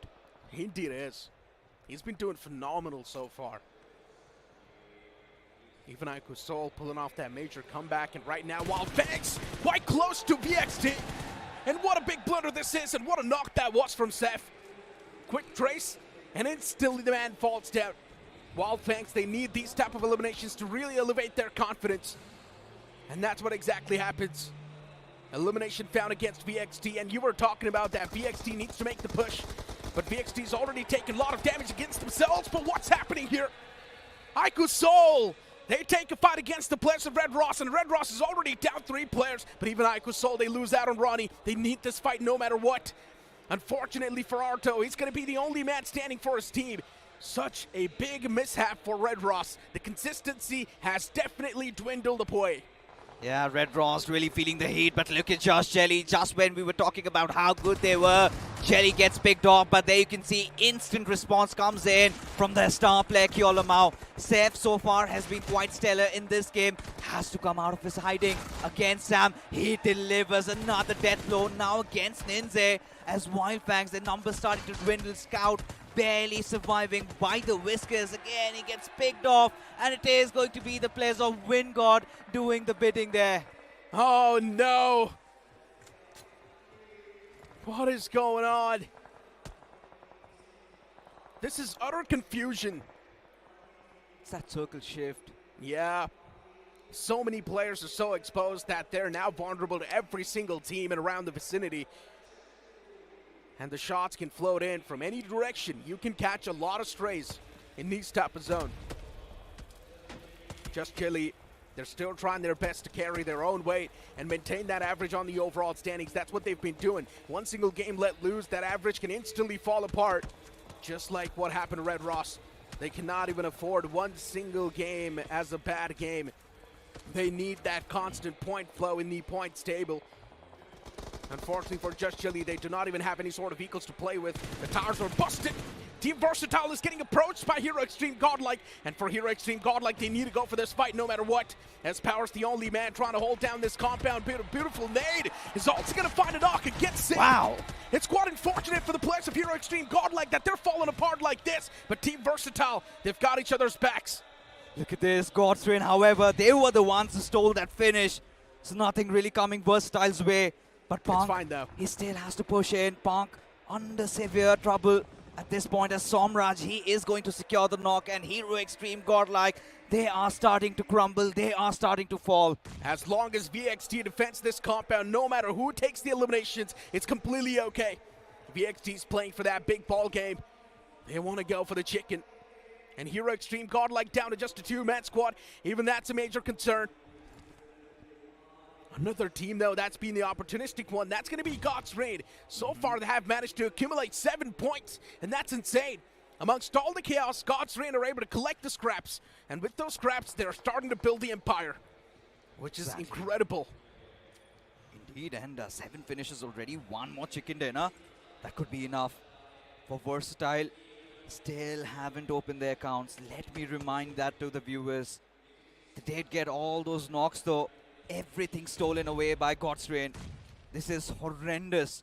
If you are Versatile, you would be enraged at this point. But look at this, Revenant Spark against BotArmyEsports. Devotee already dealt with. Joker has a different angle to play. Sarang Oh trying my to get in God. close, gets naded back, but look at that. Shadow comes with that response. It is going to be Spray God also. 2 players taken down, and Shadow will continue with that onslaught against Monty, who is begging for his life. Has to peek through the window, but peekaboo not this time as Revenant X-Spark do BotArmy dirty. What a play by Spray God and Shadow. These two guys were holding down the fort till the end. That one single nade from Spray God found a 2-piece. Chef's kiss. That was instrumental. If that nade never came through, we knew what was going to be around the course. And that would have been the elimination of Revenant X-Spark. But look at this. VXT wiping out the likes of Hero Xtreme Godlike. The troubles, they just keep on amping up. Hero Xtreme Godlike got 0 points from that game. That is going to hurt them. That is definitely something that they need to recover from. But Seth, against all odds, is fighting his hearts out. Gets one more. And it is a clutch for the heavens. In a night for sky full of stars, he was that supernova that shone through. And we were talking about this. Seth needed to step up, and boy oh boy he did. But looks like not enough time remained as he blew himself up. As Orangutan, they came in out of nowhere. But even Revenant X-Spark also in the nearby vicinity. Not enough points for Seth to try and keep his team in the race. Wyld Fangs, they needed a chicken dinner, but they've just gotten 5 points from that previous game. It's absolutely not enough. Revenant X-Spark now ramming their vehicles on the hood of OG, and the Apes are going to be super jealous that there are the Revenants around the corner. But OG is also getting the grip back on the game as they find the first strike against the players of Revenant X-Spark, and AKOP as well is doing a lot of damage against the foes. All he needs to do is connect that shot, but Revenant X-Spark still somehow, they rise back up from the ashes. Just when all the hopes were lost, Revenant X-Spark, they still somehow strike back the opponents and reignite all the hopes of the teams. And now it's down to just WizGod, the last man, the last glimmer of hope alive for OG. Can he survive for long enough and take down the last man of Revenant X-Spark? And he will. This is absolute madness, Necro. Still cannot fathom around what on earth is going on. But when the dust settles, you can see God's Reign still haven't lost a single player. Versatile still have that luxury of the circle. Though not a lot of finishes, albeit it's going to be WindGod who also make an entry inside the zone. Sahil is inside of it, but now they have been snuffed out. Versatile have their attentions pinched on WindGod. This is where I'm starting to get worried. If God's Reign manage to somehow deliver a blow, they are going to rampage through. If God's Reign gets a chicken dinner, that's going to be a major lead in the overall standings. Already the top 3 separated from the 4th. And if God's Reign gets a chicken dinner, that would be a leap that no one can try and achieve other than the top 3. So God's Reign needs to be stopped. This chicken dinner needs to be stolen away. Even VXT needs to be stopped. The main problem is, from the top 5, there's 2 teams who can go for that big catapult in the overall standings and be that big difference maker. But VXT with 3 players and God's Reign with all the pieces on the board, the chances of God's Reign coming through victorious are even more. They've got the most amount of odds with them. God's Reign have had a nearly very good day. I think a perfect one by all its means. The chicken dinners, all those good position points, everything starting to align, everything starting to make sense. And even the same goes for Versatile. Of course, a little bit of hiccups here and there. Still have 3 players though. And the next circle shift is going to be so pivotal. It is going to give us a vivid picture of who is going to be the front runners in this game. Is it going to be Versatile? Is it going to be God's Reign? And look at it. In no man's land. Versatile, they will have to step out of their hiding, and same goes for God's Reign. And this is where WindGod could throw a spanner to the works of both these teams. They haven't given up yet. And unfortunately, WindGod, they're the one facing the spanner. Man knocked out. Can the revival be there? Silope as well is facing a lot of trouble, as even he's catching a few stray bullets upon himself. God's Reign Now it's time to toss out the utilities. If they want, they can deliver the finishing blow easily. But they're still not really going for that aggressive stance just yet. They've gotten 10 finishes so far. For God's Reign, this is going to be an instrumental game. This game can also decide who is going to be the one to lift the trophy. Because after this game, they're going to have a major lead in the overall standings. They will be untouchable even by the teams on the second and the third. So God's Reign needs to be stopped. VXT needs to be stopped. The other teams, they need to hope and pray that it will be WindGod to take the chicken dinner. If WindGod fails, their chances, their hopes and dreams of claiming the chicken will be next to none. But hold on, God's Reign, they're taking shots against WindGod, and unfortunately the players are now starting to fall apart. Even Infinity in the back, who was going for the med strat, even he gets snuffed out. Look at this, 11 finishes already gathered. And seems like God's Reign have done majority of their bidding, but this is where it all falls down.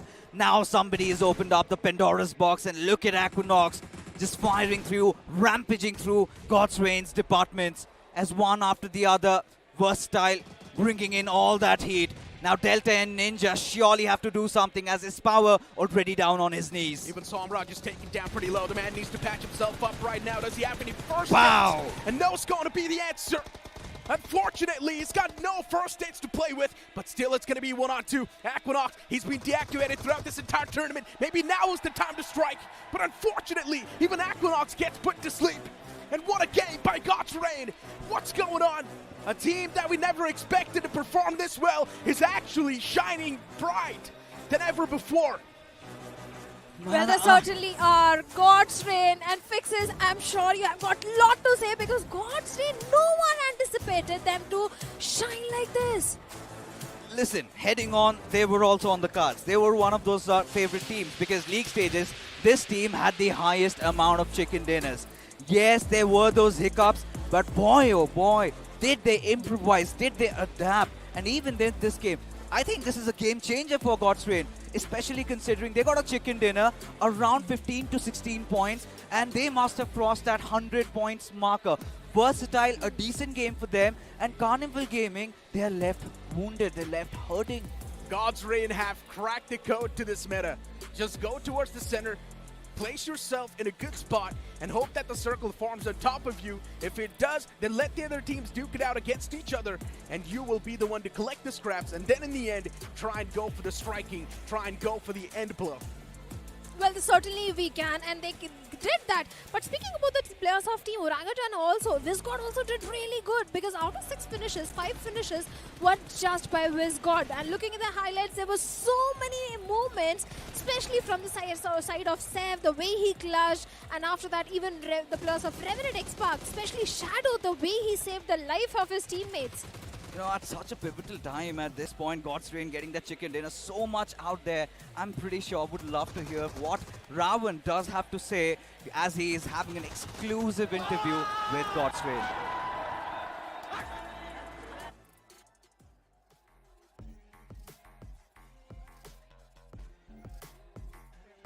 देखने को मिल रहा है।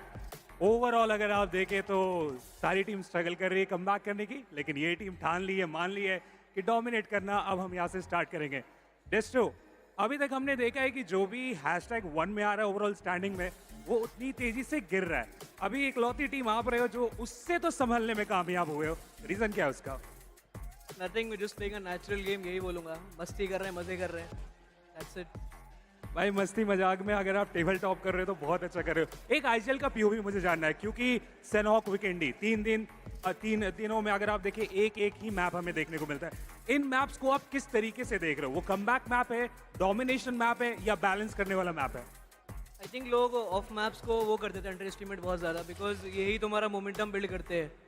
And हम लोग बहुत serious खेलते हैं, हमारे दोनों मैप्स के ड्रॉप्स अच्छे हैं तो पॉइंट्स आ जाते हैं, तो वही एक राज है जो बोल सकते हो आप। 100%। बट मैं एक खिलाड़ी से माफ़ी मांगना चाहूँगा, निंजा जॉर्ड। मुझे अभी भी याद है, मैं आप पे सवाल उठाया था कि कहाँ है वो निंजा जॉर्ड, क्या हो गया उस निंजा जॉर्ड को। लेकिन भाई जो जवाब मैचेस में आप देना स्टार्ट किए हो, और आपने बोला था हेटर्स को भी जवाब देंगे, बहुत प्यारे तरीके से दे रहे हो। रीज़न क्या है? रीज़न वही था कि थोड़ा सिनर्जी वगैरह, मतलब मैं इतना अच्छा भी अपना खुद का परफॉर्मेंस कर नहीं पा रहा था। बट हाँ, धीरे धीरे वो बोलते हैं ना कि जो प्रैक्टिस करते हैं, जिनको खुद पे भरोसा होता है, वो एक ना एक दिन पे दिखाते, तो वही प्रैक्टिस चल रही है, एंड आहिस्ता आहिस्ता फिर से फॉर्म वापस आ रहा है। एंड और एक दिन है, देखते क्या होता है। अरे 100% अच्छा होगा। एक लास्ट सवाल हम यहाँ पे जरूर पूछना चाहेंगे। जस्टिन, आई मीन क्या आप देख रहे हो उस एमवीपी के टाइटल को? क्योंकि ओवरऑल अगर आप देखें जस्टिन तो एमवीपी के रेस में आप काफी अच्छे तरीके से चल रहे हो इस पूरी टीम में, उसमें भी नजर है? नहीं, ट्रॉफी में नजर है, तो देखते हैं कि क्या होता है ओवरऑल। लेकिन अभी चलते हैं कास्टर्स की तरफ से, जानते हैं कि गॉडस्ट्रीम का परफॉर्मेंस उन्हें कैसा लगा। I think not just us, everyone loved the performance which Godstream is bringing in, and I'm sure they are the top contenders at this point for the trophy. But VXT, even they were disappointed. Hero Xtreme Godlike, the disappointment is there on the faces of the players of Hero Xtreme Godlike as well. Oh man, especially when no one. Yeah. I guess Hero Xtreme Godlike are definitely not really feeling that great. Admino, you saw the stats as well a while ago, right? We saw the entire Hero Xtreme Godlike cards in front of us, and Admino was not even able to touch the double digits, and that's a big sign of concern because Admino has always been that big playmaker for Hero Xtreme Godlike. If he's not waking up, then it makes a lot of sense why Hero Xtreme Godlike is currently down in the slumbers. But a team that's doing really good and a man that's popping off in all the different margins, that will be Delta PG from Godstream with 6 finishes and 43% finish contribution. You know, takes me back to this conversation I had with Destro just before the day begun. He said, listen, Fixes, we can win the trophy if one man steps up. Has to be that guy. Delta PG has been through such a rough phase, and look at it. What a perfect timing to step up. It's so poetic at this point because when you talk about the stars of the match, I think God's Reign, they've just taken over. Oh, they are. They have best companion. Justin is there with 3 rescues. Delta PG, the finisher, because he was the one who landing the last player, and 6 finishes just by Delta PG. And even Godstrain did steal too many finishes from the side of VXT. I think VXT is not going to be happy at all. Godstrain was stealing finishes on the map in general. They were just taking finishes from everywhere. It's okay. They just had a really good place to play with, and they were like, you know what, guys, let's peek out from the windows. There's a lot of fights happening around us, and let's try and squeeze as many points as possible. And that's how Godstrain were able to accumulate that many amount of finish points. But this is how the action really kicked off. K9 Esports, Reckoning Esports right next to each other. There was also Metal Esports in that mix. I'm not even exactly sure why all of them decided to drop on this compound, but that really costed them that major game. But if you notice Fixes, I think, every single map Metal is having a drop clash. Yeah, I mean, Metal have to be prepared. And this is not, I think, pertaining to the drop clash they had to go through. It was all about that flight path trajectory being so treacherous. Everybody just wanted a common ground, drop down, get some vehicles, get the hell out of there. But seems like a lot was going on in their minds. But Carnival Gaming, absolutely disappointed with how they are crumbling under the pressure. Same goes with iQOO Soul. We had been talking about this. They were flying high on that momentum train, and this one halt could really mean the whole world to them. This is it. It's either go big or go home for them. At this point, all the other teams on the latter half of the board, or maybe even the teams that are not in the top 3, they need to start targeting. That's the only way I can see this, because the top 3 is starting to build that constant momentum. They're starting to build that big lead, and if they're not able to achieve that feat right now, then it's done for. Tomorrow has to be the day where they target all the teams at the top 3, and then only maybe the teams in the top 8 stand a chance to make that comeback. The top 3 is building too much of a lead, especially God's Reign. Tomorrow, they need to be stopped. If they keep on pulling off games like this, then we already know who's going to be the champion. See, I'm still going to cut some slack to the players of Team iQOO Soul because it was a map of Vikendi and they do have few good finish points for themselves. But if they really step up on the map of Erangel, they still stand a chance to be in the top 5. But if they mess up the next coming map of Erangel, then I think iQOO Soul, they are pretty much done. But there was few moments also from the side of Revenant X Park where Shadow did perform really well, especially against the players of BotArmyEsports. You know, see, why I'm still just budging around iQOO Soul is the very fact that this is a LAN. And LAN is all about having that momentum, not having to look behind. Now, they had been going all out, and suddenly they have been put to an abrupt halt. Now, with just one game to go, if they get a chicken dinner, everything all good. Everything's still back to track. But if they do not, that is going to be enough to shatter their morals. Because the expectation out of iQOO Soul is always that #1 or nothing. And this time, they were found missing. Not even in the top 9. This goes on to show how much this is going to affect them.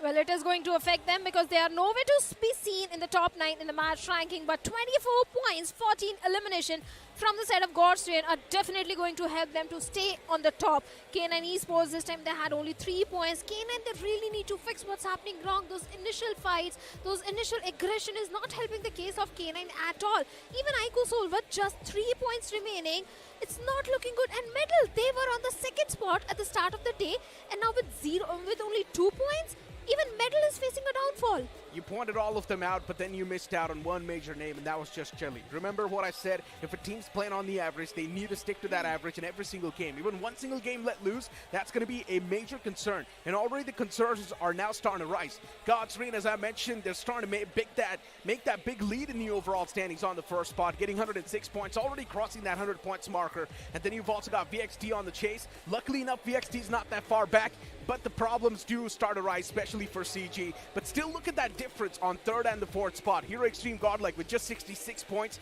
They need a chicken dinner to be even in that top 3. Also, look at the disparity between the placement points and the elimination points of Carnival Gaming. They have got the least placement points. They really need to work on those placement points as well. Because yes, they are sitting at the third spot at this point. But if this continues on day number 3, just by finish points, they can't retain their spot in top 5.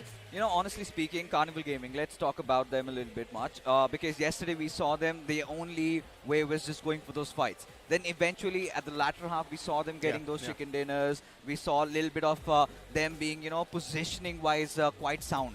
Huge shout out to DHL nonetheless. You can level up your career. But getting back to the conversation or to the fact that I was trying to point is that they haven't found that cohesiveness around them. It was about their fights happening. This time they have been somehow distancing themselves from all those fights. They have been running away from them to the point where they're even starting to get scared of engaging in one. I think the thing is, if you look at the discipline which Godstrain is having, every single time Godstrain focuses on the placement, and they do realize the finish points will eventually come in if you have the circle, if you have a good position inside the circle. That has been a game plan for the players of Godstrain from the very start. But Carnival, from match number 1, day number 1, they're just focusing on the finishes. They forgot the placement points completely. They indeed did, right? I mean, for Carnival Gaming, look, honestly speaking, that worked out for them. The way they were playing, especially on the day 1, the aggression that they showcased, that also got them the chicken dinner. That was the confidence that was oozing through because they had done a lot of research on the lobby. But you know what? I've got a lot to say, but maybe I'll say that after this short break. We're going to move on to a short break. We'll be right back.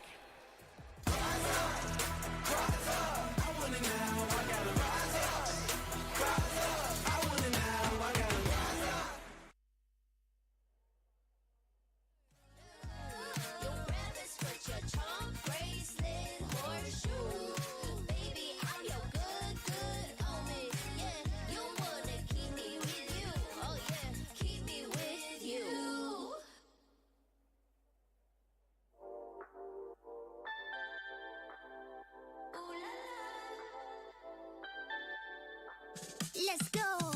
Put it in motion. Baby, we're going faster, faster, faster, faster. Seizing the moment.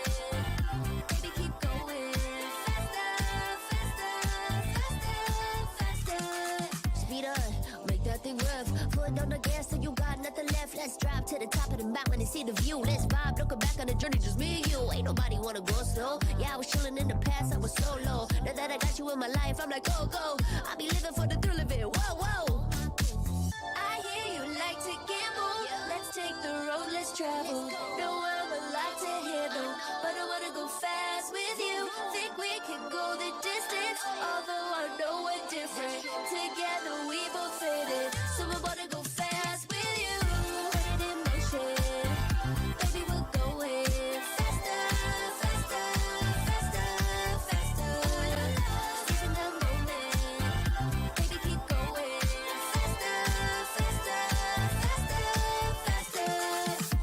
It's like they never even seen us, and nothing will ever get in between us. I'ma ride by your side every season, and if anyone try to stop us, we just speed up. Yeah, always keep it at 100. Top down, pretty face, so sun-kissed. Know it's scary, but I swear I really love this. Big shades on, summertime in London. I hear you like to gamble. Let's take the road, let's travel. No, I'm a lot to handle, but I wanna go fast with you. Think we could go the distance, although I know we're different.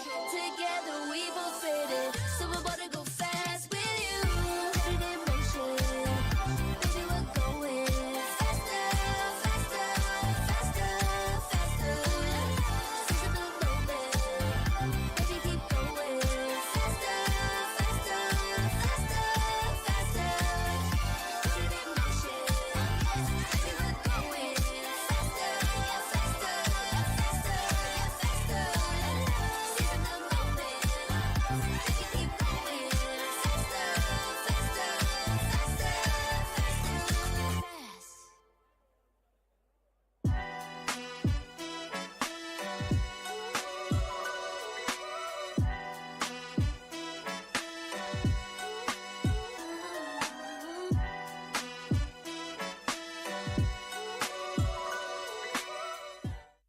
The Snapdragon Pro Series is brought to you by Snapdragon Elite Gaming and DHL.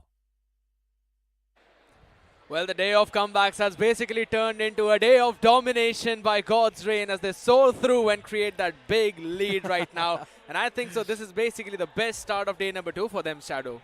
Of course, it can't be better than that for the players of God's Reign, VXT. They wanted to come back, especially VXT. They were right at the bottom of the leaderboard at the start of the day, and now they are looking at the top spot.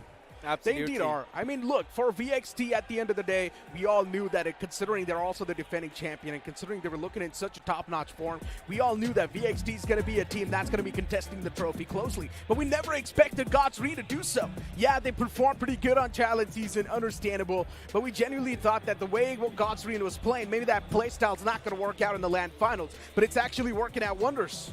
If anything, it's been working out so good that they've consistently got over 24 points in those chicken dinner games. And honestly, we've been talking about comebacks, right? We've been talking about teams who've been dominating. iQOO Seoul dominated for quite a few games consistently as well. Yes, they had those 10 to 12 points. And after that, I think so they did pretty solid in the chicken dinner game. I think only 2 games iQOO Seoul did really good. After that, in the map of Vikendi also, they were really struggling. They just got those average points. But like you said, if they do really well on the map of Erangel, if they dominate on the map of Erangel, I think iQOO Seoul will be looking confident, much more confident for day number 3. Of course they will be, man. This Erangel has to be a great one. Either 14 points or nothing below that. Maybe even 10 points can actually do the deed, but that's going to be the average touched up. And at this point, we clearly saw the top 3 is on a different league. If you want to get in the top 3, if you want to have a chance to be in the podium, you need a chicken dinner. There's no other crack.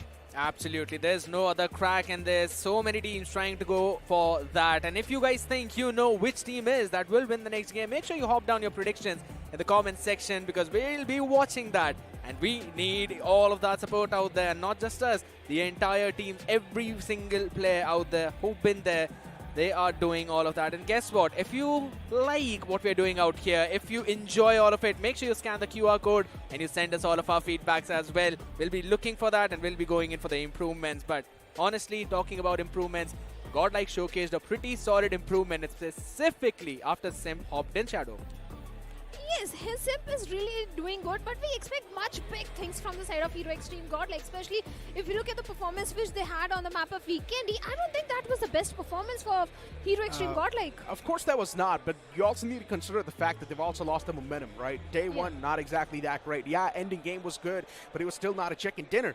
So Hero Xtreme Godlike throughout the entire LAN final so far, they've never actually had an actual momentum. So that's something we all need to take under consideration. And if they do win this last game, though, now that can be a momentum setter for them on the last day. Hero Xtreme Godlike is currently sitting on the 4th spot. Yes, there's a lot of points separating 4th and the 3rd, but if they win the game, they will be towards the podium.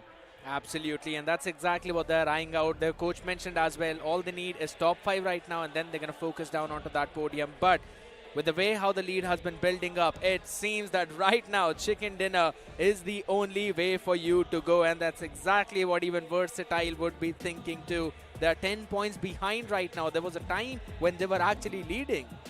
Yeah, it's completely fine though, right? 10 points is not a lot. They're currently sitting on the 2nd spot in the overall standings. And considering, yeah, God's Reign is just dominating Destro and the boys once again back in the top-notch form that they deserve to be in. Even we still remember that domination of Destro. Back-to-back tournaments were conquered by the man. 2023 was his year's Gladiator Esports. And maybe now that same history is being repeated by a different banner, which is God's Reign, but the same boys.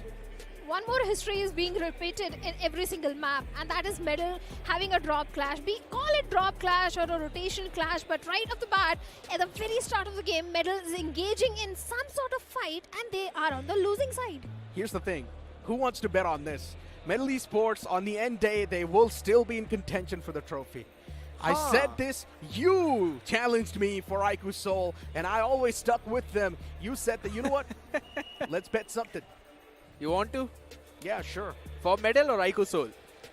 I mean, iQOO Seoul is already in contention, my friend. Yep. You've lost that bet, technically. So you owe me, what, a packet of chips? Is that what you owe me? Packet of chips? Well, that was Momos, if I'm not wrong. Okay, well, fine. All right, cool. We're on for Medal. We're on for Medal. I get French fries. Yes, sure. Why not? Cool. That's it. That's it. We're locked and ready out there. And it seems even the players out there, they're also super entitled for this one, because This last game is so important because it sets the momentum not just for this day but also for the next day. And there are quite a few teams on the lower end of the board that are looking for it, Shadow. Specifically the teams like K9 Esports, so on the 9th spot now. K9 are still on the decent spot. One good game and they can be in the top 5. But the main question is how they're going to be in the top 5, because every single time K9 is engaging in a very early fight, the early aggression is not helping for K9 and as well as for even Carnival Gaming as well. Yeah, it's not been working out for CG, but honestly, we're not seeing that same aggression from CG anymore. It feels like CG has lost that confidence, and in my opinion, they should just stick to the same way they were playing on day one, but we're clearly seeing a big playstyle change, and that's affecting their performance once again, and that's usually what happens with the teams, right? Once they do get a great spot in the overall standings, they think that, yes, now let's try to play defensive, but then that playstyle switch just never works out. And of course, why is the crowd roaring? It's because Jonathan's on the screen. Here Xtreme, Godlike, they're the fan favorites, but without wasting any more time, we straight up jump on the last game of the day. Erangel boots up once again. The big bird hitting the sky one more time, or rather the third time on this day number 2, and this is the last chance for you to set the momentum and maybe breach into that top 5 or the top 3 if you're anywhere on the 4th and 5th. As ladies and gentlemen, is the last chance on the day of comebacks. The plane fly path starts all the way from Severny, moving down towards Novo Repnoy. So Just Jelly are going to be happy. K9 Esports are going to be happy. But the ones who want to drop towards Query, Primos, Peripia, well, good luck if you find some vehicles. Well, you have to find those vehicles, but my eyes are on the drop clash. Those early fights. I want to see who is going where. K9, they have been going all the way towards the side of Siverny since a very long time. But seems like this time, K9 is not really going for Siverny directly. Maybe something is brewing up between all the 4 players, because K9, yes, they were on the struggling side. Maybe they're trying to go for the early aggression, or maybe they're just trying to go for those split loot and grab those vehicles. I don't know, we'll find out. But Revenant Expert, they always love going towards the side of Yasnia, and that is exactly where they are heading at this point. But seems like I'm going to be disappointed since we don't have any drop clash happening. I was about to say the same thing, right? Because BotArmyEsports right now are dropping in, but guess what? They still have the drop clash. It's Gujarat Tigers, 3 players, or rather 4 players in the exact same compound. It's not just one, even Carnival Gaming now up and close with medal, as Prince is the first one to fall. The throne is being stolen away as Legit is legitimately down onto his knees. A machete in the hand, but Goblin has got a better weaponry. He answers back on Cyrax, and it's all down to just Sarvit now. He's got a pretty long ponytail with the character, but it does not matter as Carnival Gaming pick apart medal one after the other. The lower team on the leaderboard trying to target the ones on the top eventually ended up giving them some good buffer for this one, because with these 4, CG now moved to 91. I told you, every single game, the moment the players of Metal Esports step their foot on the ground, they are engaged in a fight. Either they are getting targeted or they go for those early fights. Whatever is the case, it is not really working for the players of for the players of Metal Esports at all, because now also they are left with only 2 players remaining, and Just Jelly all the way towards the side of Noropnoy. Let's see how that is going to turn out, because even Jelly and the boys, they are on the struggling side. Yeah, indeed. Even the previous one, if I'm not wrong, they eventually faced a problem out there. So Jelly and the boys, they really need to pull their socks up at this time, because this is the time when you can either make history or you can be a part of someone's history. Carnival Gaming, they had the opportunity now. We've been talking about how this team constantly needs to play aggressive, and Metal Esports gave them the perfect opportunity. And with that, a good buffer now. They can try and play in a bit more slow. Over towards the farm is where they are, as the circle forms towards the extreme eastern ends. All the way towards the Lipovka, towards Milta Power, Godlike, Orangutan. They're going to be super happy. Reckoning as well, who are technically in the smack center. Teams want to play around the shelter area too. Well, certainly reckoning. They are towards the side of shelter, but iQOO Soul always love going towards the side of school apartment. I expected an initial fight from the side of iQOO Soul, but that's not really happening at all. Everyone is just minding their own business because they do realize the last game of today is going to be super important. Whoever gets the chicken dinner, they're going to have that confidence for the start of day number 3. The momentum will be in their favor, so everyone wants to end the day on a really good note, and including the players of Wyld Fangs, because let's be honest, kid, even Wyld Fangs are not having the best of the time. They are sitting on the 14th spot with 43 points. And we saw in the team card as well that Trace God was doing the majority of the heavy lifting. Seth has really stepped up, but it was just one game where he stepped up. It just came down to the same thing, right? In the 10 games that you've played till now, your teammates are stepping up in one game. All right, understandable, but that is absolutely not enough because let's be honest, right? For God's Reign, we knew that Delta is the one who's struggling. And in the previous game, Delta was the MVP. So imagine if he keeps up this performance, they're going to become a force to be reckoned with, an unstoppable train. And you know it either derails everyone in their tracks or eventually derails itself. But there's absolutely no one to stop God's Reign till now. And if I'm not wrong, this is the only team to have grabbed, what, 4 chicken dinners in their bag? Probably Versatile is another team who's got 3, if I'm not wrong. Yeah. 2 today and 1 yesterday Versatile got for themselves. God's Reign, even they are having too many chicken dinners for themselves. And I like the discipline which both these teams do have. Because it's not like when you have got the momentum rolling, both these teams, they tend to go for this extra risk. No, they just go for the natural gameplay, be it them being on the top of the leaderboard or the bottom of the leaderboard. Their play style never changes. They always go for the zone. They always go for the center control. VXT, they always go for those good rotation. They always keep themselves away from all the traffic. So that thing really worked for both these teams. It's the discipline, because unlike Carnival Gaming, when they had the momentum rolling in their favor, they were super aggressive. They left the natural game style and they started going for those finish points, which eventually didn't work out in their favor. I think so. That was the best way that they could have started day number 1. If I'm not wrong. But you also need to be a little more disciplined. They tried for the past 3 games. And yeah, there's some kind of teams, you know, who you really cannot see on that back foot. They've got the players who've got capacity, who are so fired up that they just need fights after fights after fights. Carnival Gaming is one such team. Hector is the man who brings in the discipline, who tries to calm his boys down. And he also mentioned in the interview, right, that all I need to do is just make sure that 3 of my players are there in the last few circles. They will convert it into a chicken dinner. Yes, for now, today, it has seemed that it's not really been their day, but it's absolutely fine. You've got one more game. You can end things on a very good note.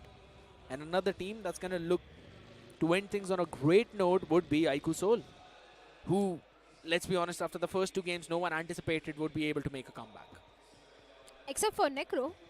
He was rooting for the players of Team iQOO Soul from the very start. And I think iQOO Soul has lived up to the expectations of all the supporters and fans. But they still need to perform on the last Erangel, because if they don't get those average 10 to 14 points on this map, I think day number 3 won't look that fantastic for the players of iQOO Soul. They need to get those 10 to 14 points on this map of Erangel. And same goes for the players of Carnival Gaming. Yes, they are sitting on the top 5, but if they do get a chicken dinner, that is also going to give them such a good momentum boost for day number 3. But there was someone who was struggling, and that is Gujarat Tigers, because let's be honest, yesterday Gujarat Tigers was in top 5, but now they are nowhere to be seen in top 5. There have been a couple of games out there as well. In that situation where we anticipated that Gujarat Tigers might possibly come out on top. Even yesterday on the map of Sanhok, they showed some signs of life. Even today as well, in a few fights, we did really see them slowly and steadily move up. And I kind of anticipated, given their position, that maybe they'd find a good number of finishes as well as a placement. And maybe they could convert it into a few. But it all eventually ended in just a maybe. 57 points till now, not being able to convert the fights. That has been a big problem, and they really need to pull up their socks. But before we continue, course, Kier, let's give a huge thank you to Snapdragon India for bringing the global community of mobile gamers together. Get access to even more exclusive events and competitions and stay up to date on Snapdragon's latest technology by signing up to be a Snapdragon Insider today, and stay up to date by following Snapdragon_in on Instagram and Twitter. And like you were saying, that few teams are still making a comeback. One of the name could be the players of Hero Xtreme Godlike, because Sims Edition is really working for them, and seems like they are in such a close proximity to the players of Revenant X Park.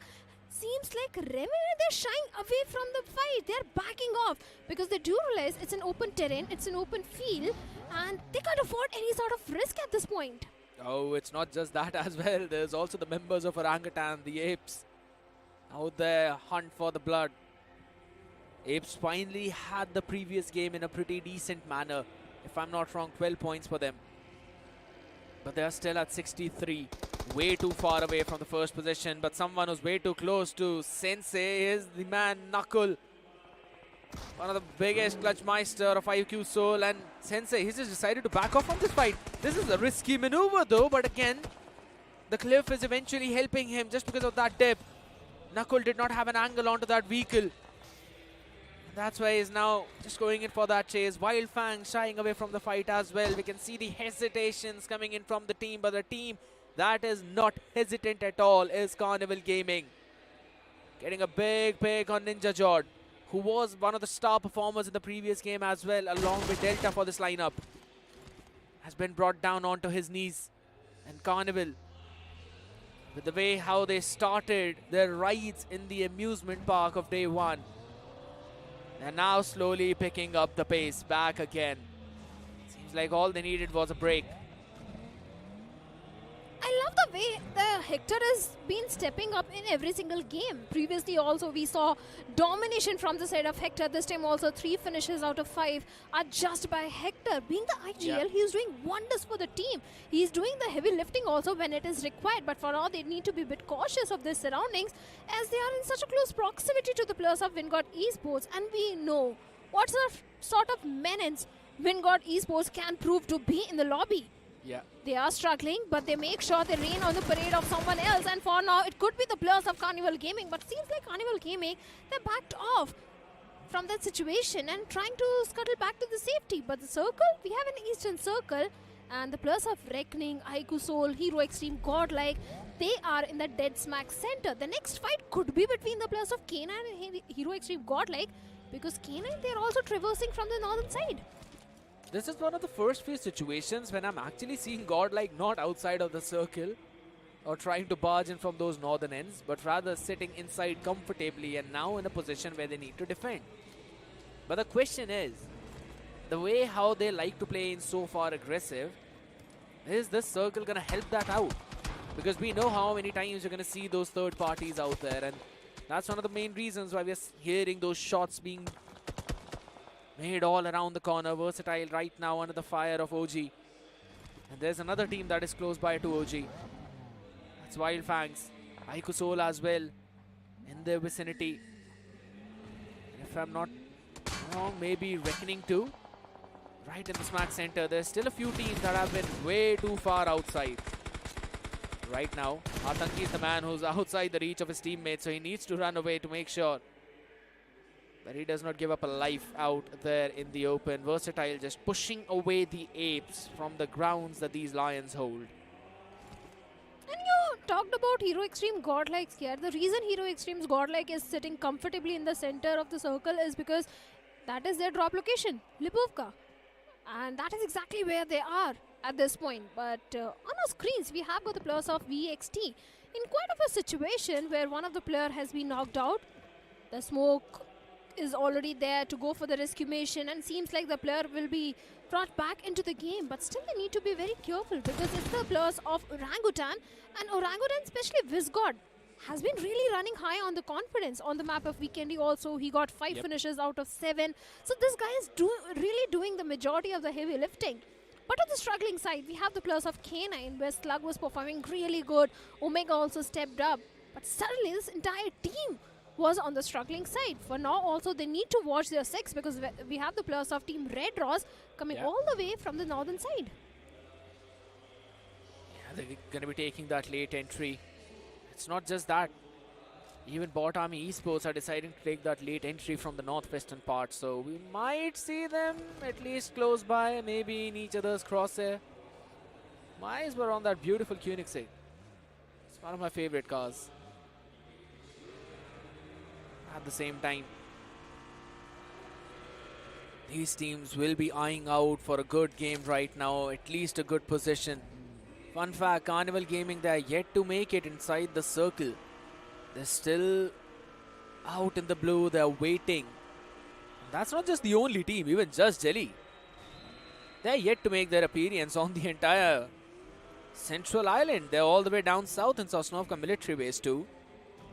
So I'm not quite sure what the decision making would look like, because even Wyld Fangs are the ones who are gatekeeping on the Novoripnoy bridge. I think so. Just Jelly, they're going to decide to go all the way over towards the Ferry Pier Bridge and then go for a super late rotation and entrance from the western part. But all of these western areas, they are full of life. So many teams. Gujarat Tigers, Wind God, up north, BotArmyEsports. Only the south of Farm is empty. The next circle shift is going to be super important, and we have an eastern, southeastern shift. It is favoring heavily the players of Revenant X-Park. Their backlines are completely clear. They have the entire control of Milta Power. If Revenant X-Park do play their cards right, they do stand a very good chance to have a good outing in this one. Because let's be honest, iQOO Soul, they have to engage in too many fights because all the teams are trying to migrate from the western part of the circle. That is exactly where iQOO Soul is also there. VXT, they have the center control. Even Hero Xtreme, Godlike, K9, Reckoning, God's Reign, they are on the northern side. Even Hero Xtreme, Godlike has to go for too many fights in this one. Revenant, they stand a very good chance to have a chicken dinner converted in this particular one. Too many fights also mean too many opportunities to grab those finishes. With the firepower that Godlike has, I think so that could be possible, as long as they're playing their cards right in that. But again, that's a big star mark. That's a big if. With the addition of Simp, I think so the lineup is feeling way too confident, specifically with how they've been taking those entries. But again, we've been talking about the clash, which was inevitable. BotArmyEsports up against Red Ross all the way up north, but also up around in the close proximity of Godlike are the members of Revenant X-Park. I think so they also realized that the position they were holding, it's inviting a lot of attention. They just wanted to move over towards some off-center fray, not realizing that there's still Revenant X-Park out there. But my question is, who's going to come out on top out of all that cluster that's been forming on the northern end? And this is, oh my goodness, unconventional of Red Ross. God's Reign catching one of the finish, as well as BotArmyEsports. They're locking horns with the members of K9 too. We mentioned about this big cluster that's been forming. I also wanted to say unconventional of God's Reign, as they're entering from the northern part. Normally we see them always going in for the southern rotations. Well, they do realize it's a good opportunity to enter inside the circle. In these kind of circles, if you look at the position which Revenant X-Park is holding, so many teams try to go for that particular spot because you get the height advantage, your backlines are pretty much cleared, and even Hero Xtreme Godlike also wanted to take control of that particular spot. But the moment they realized Revenant X-Park is a faster one and they're already present, Hero Xtreme Godlike decided to go all the way towards the side of Milta Power. But for now, we have iQOO Soul towards the western side and Gujarat Tigers right in the crosshairs of Mania. Few shots being peppered, but no connection whatsoever. But seems like Gujarat Tigers, Arman has been knocked out. Some shots being fired from the members of Reckoning. They eventually find themselves sandwiched between two different teams. So yeah, that's a big problem for them. But at the same time, you know, we've been talking about Revenant X-Park, we've been talking about Godlike, God's Reign, Versatile have got such a prime positioning in the circle. We'll be coming back to them in a while, as Gujarat Tigers are right now. The Tigers are locking horns yet again with the Wolves. This has happened not once but too many times, as Arman gets a confirmation onto Viper. The man was brought back up on his feet and is slowly now acting up to clutch. God needs to clutch up in the fight, but does not check what's on his side. As Diane finally wakes up, finally shoots up, but guess what? The third party kings are here. iQOO Soul jumps into the fray. They want these finishes. They want to steal the confirmations, and they will be able to. On to the members who have constantly been shot upon. iQOO Soul wipe out Reckoning. And even God's Reign are out here in the fray. They wanted to do another fourth party. Manya, a bit low in that HP, if I'm not wrong, maybe down onto his knees too. There's just Jelly, they're up around in the fray too. They want to try and fire a few shots. I don't know how Jelly dodged that, but he still managed to. Knuckle will not be able to though, because the shots of Sam connects perfectly. And that's a flush confirmed too. Ronnie out a bit in the open, onto the fray. Wanted to create an off angle as well as he's continuously firing some shots. But Manya finally has been confirmed. Ninsejo answered back. Some finally jumps in. The man has been quiet for a while. iQOO Soul, they came for the hunt and seems like now they are getting hunted by the players of Team God's Reign and Just Jelly. A third party also coming into the picture, but God's Reign, they have decided to move inside the circle. iQOO Soul, they're on such shambles, but a domination was there by Some, who was struggling till yesterday, but now he has started stepping up. But a Team Just Jelly, they also need to move inside the circle. And God's Reign, they are on the receiving end as Kyo Lamau gets a confirmation point onto Delta PG. Now God's Reign, even they don't have the numbers advantage. Only 2 players remaining, and the circle has taken a sudden shift, favoring the players of Revenant X Park heavily. Even Wyld Fangs have a good spot. VXT, they do have a good compound to work around with. The entire built-up our factory control is with the players of VXT. You know, but yes, that's been happening on one part of the map. A massacre happened on the other, where Goblin and Viper worked around in unison to delete K9. I think so. That's again a match made in heaven, but another one has just been offered to the members of iQOO Soul as they've been eliminated. But Shadow, 7 elimination points. That is actually very good for iQOO Soul. They've got the average points they needed. But no placement points, that's a big concern. The survival was really important for iQOO Soul. They went for the hunt. They didn't anticipate the third party happening from the side of Just Jelly and God's Reign, and that is where iQOO Soul succumbed to death. They should have survived, because this game was really going really good for the players of iQOO Soul. But still, the players of Revenant X Park, they do stand a good chance. Even Wingod Esports do stand a good chance, as they've got the entire southern control. But for now, Wingod Esports, they're moving all the way towards the side of BotArmyEsports. BotArmy, they do have a good compound to work around with. Yep. But are they prepared for the onslaught of Wingod Esports? Are they prepared for Wingod, who is trying to breach into the same compounds? And not just Wingod, it is also the players of Team Just Jelly who are eyeing for this very compound. Yeah, again, they really just want to find out that one safe space, that one safe haven. And Bot Army, they are the ones who are finding themselves in the perfect place. I kind of thought that they'd be able to gatekeep to the teams who would be wanting to take that entry from that southwestern part, but it just seems they were the ones who were at the very last to enter there. Wingod as well, understanding that the circle is either way is not going to shift there, so are now making their own moves. And in the meantime, on the other parts of the map is where we are seeing the members of Godlike rotate. Finally taking that entry just at the edge, and it shifts heavily onto the other side. That's a big mistake at Minnow though, out in the open. A lot of shots being fired, maybe one of the tires being broken. He's in there, he needs some safety. And guess what? His teammates are there to help him out, but no! This is Lucifer! He just rains hellfire. Minnow down on his knees as the rest of the members of Godlike trying to jump into the fray. Some shots being fired by Aquinox on the other side, but Godlike are losing members. It's also Revenant X Park joining in the fray, and they are being picked apart one after the other.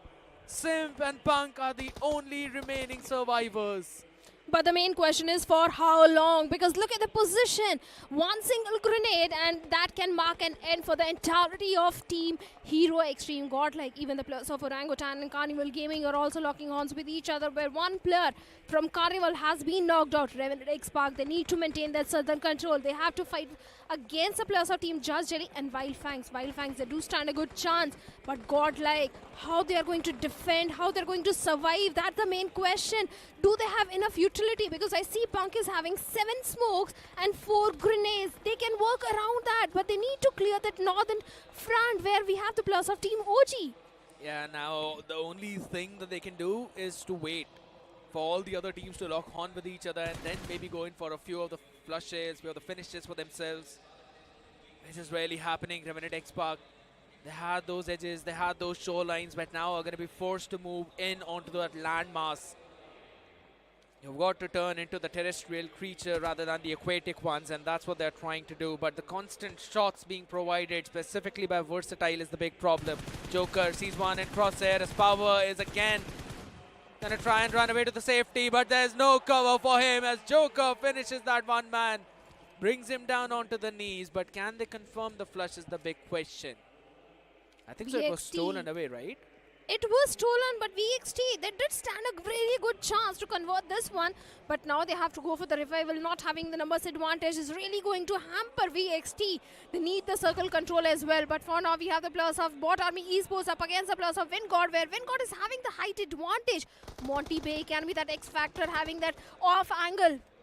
But Bot Army, they also need to prioritize the circle. They need to play their cards right, as Revenant, Spray God has been knocked out. Even Beast has been knocked out. One single grenade marks an end for the 2+ of Wingod Esports. What a fantastic play from the side of Scary Jord. Absolutely, he tries to get the confirmation as well.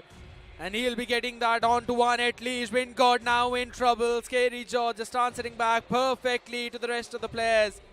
But on the other side of the map, we are constantly seeing all the other teams lock on with every other team, specifically Versatile. But wait a second, Scary Jaw turning into a scary beast right now. Gets one more. Wingod being picked apart, and they will be demolished from the lobby.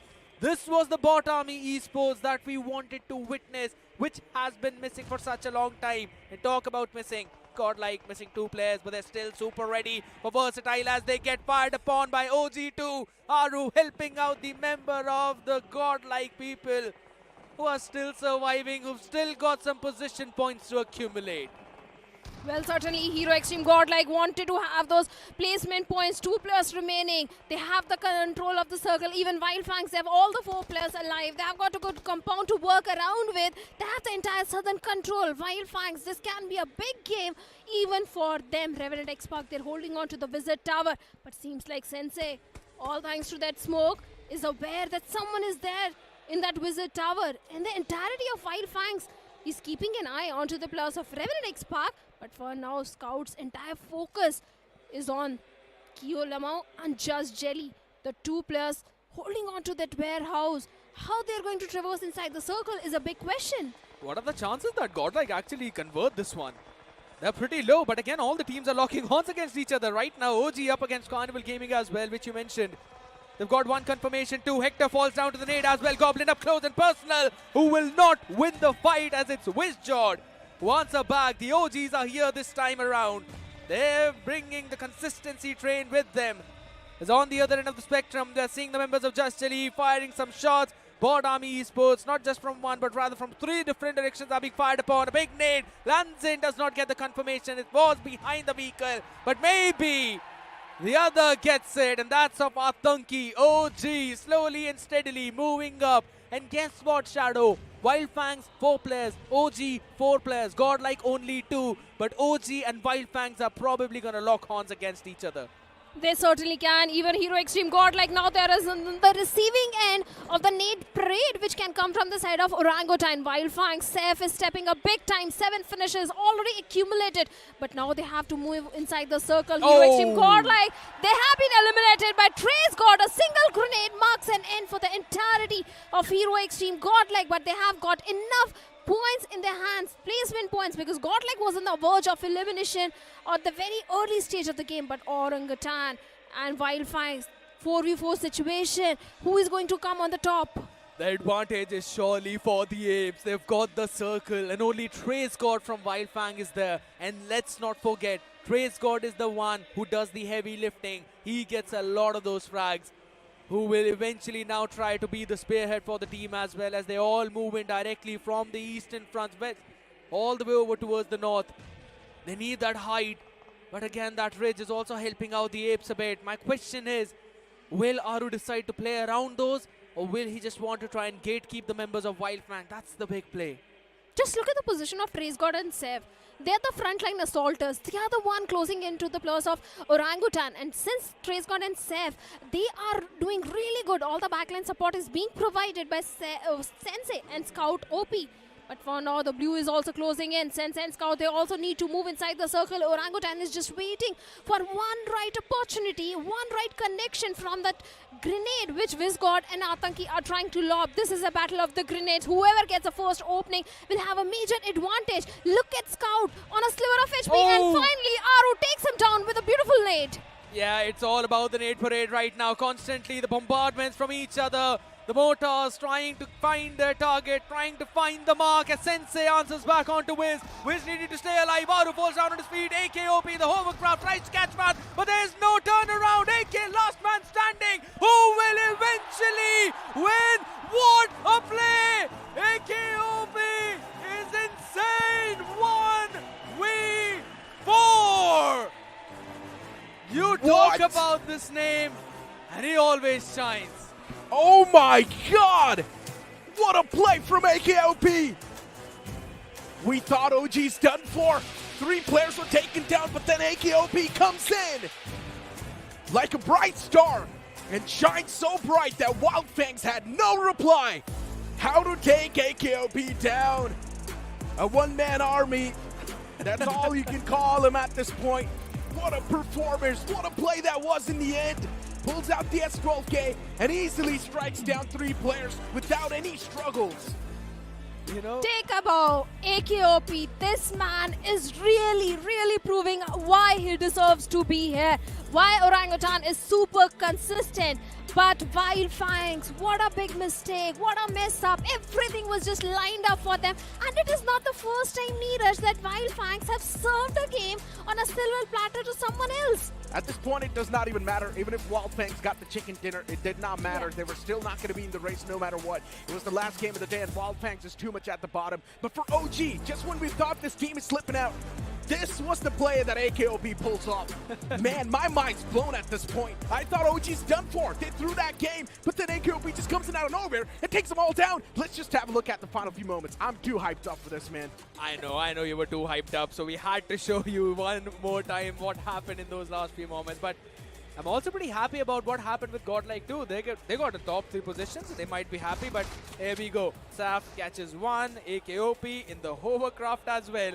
Scout was already taken down. Atanki falls first, and then it's AK just spamming down his shotgun. This is nasty. I am just so done for this one, Shadow. Well, AKOP definitely, like Neeraj said, the moment when it mattered.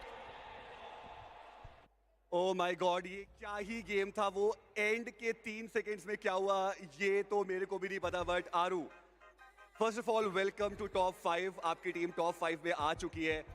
ये जो last fight थी, एक 4v4 की proper battle, आप एक बार हमको take through कर सकते हैं? उसमें क्या हुआ एग्जैक्टली, क्या कॉल आउट चल रहे थे?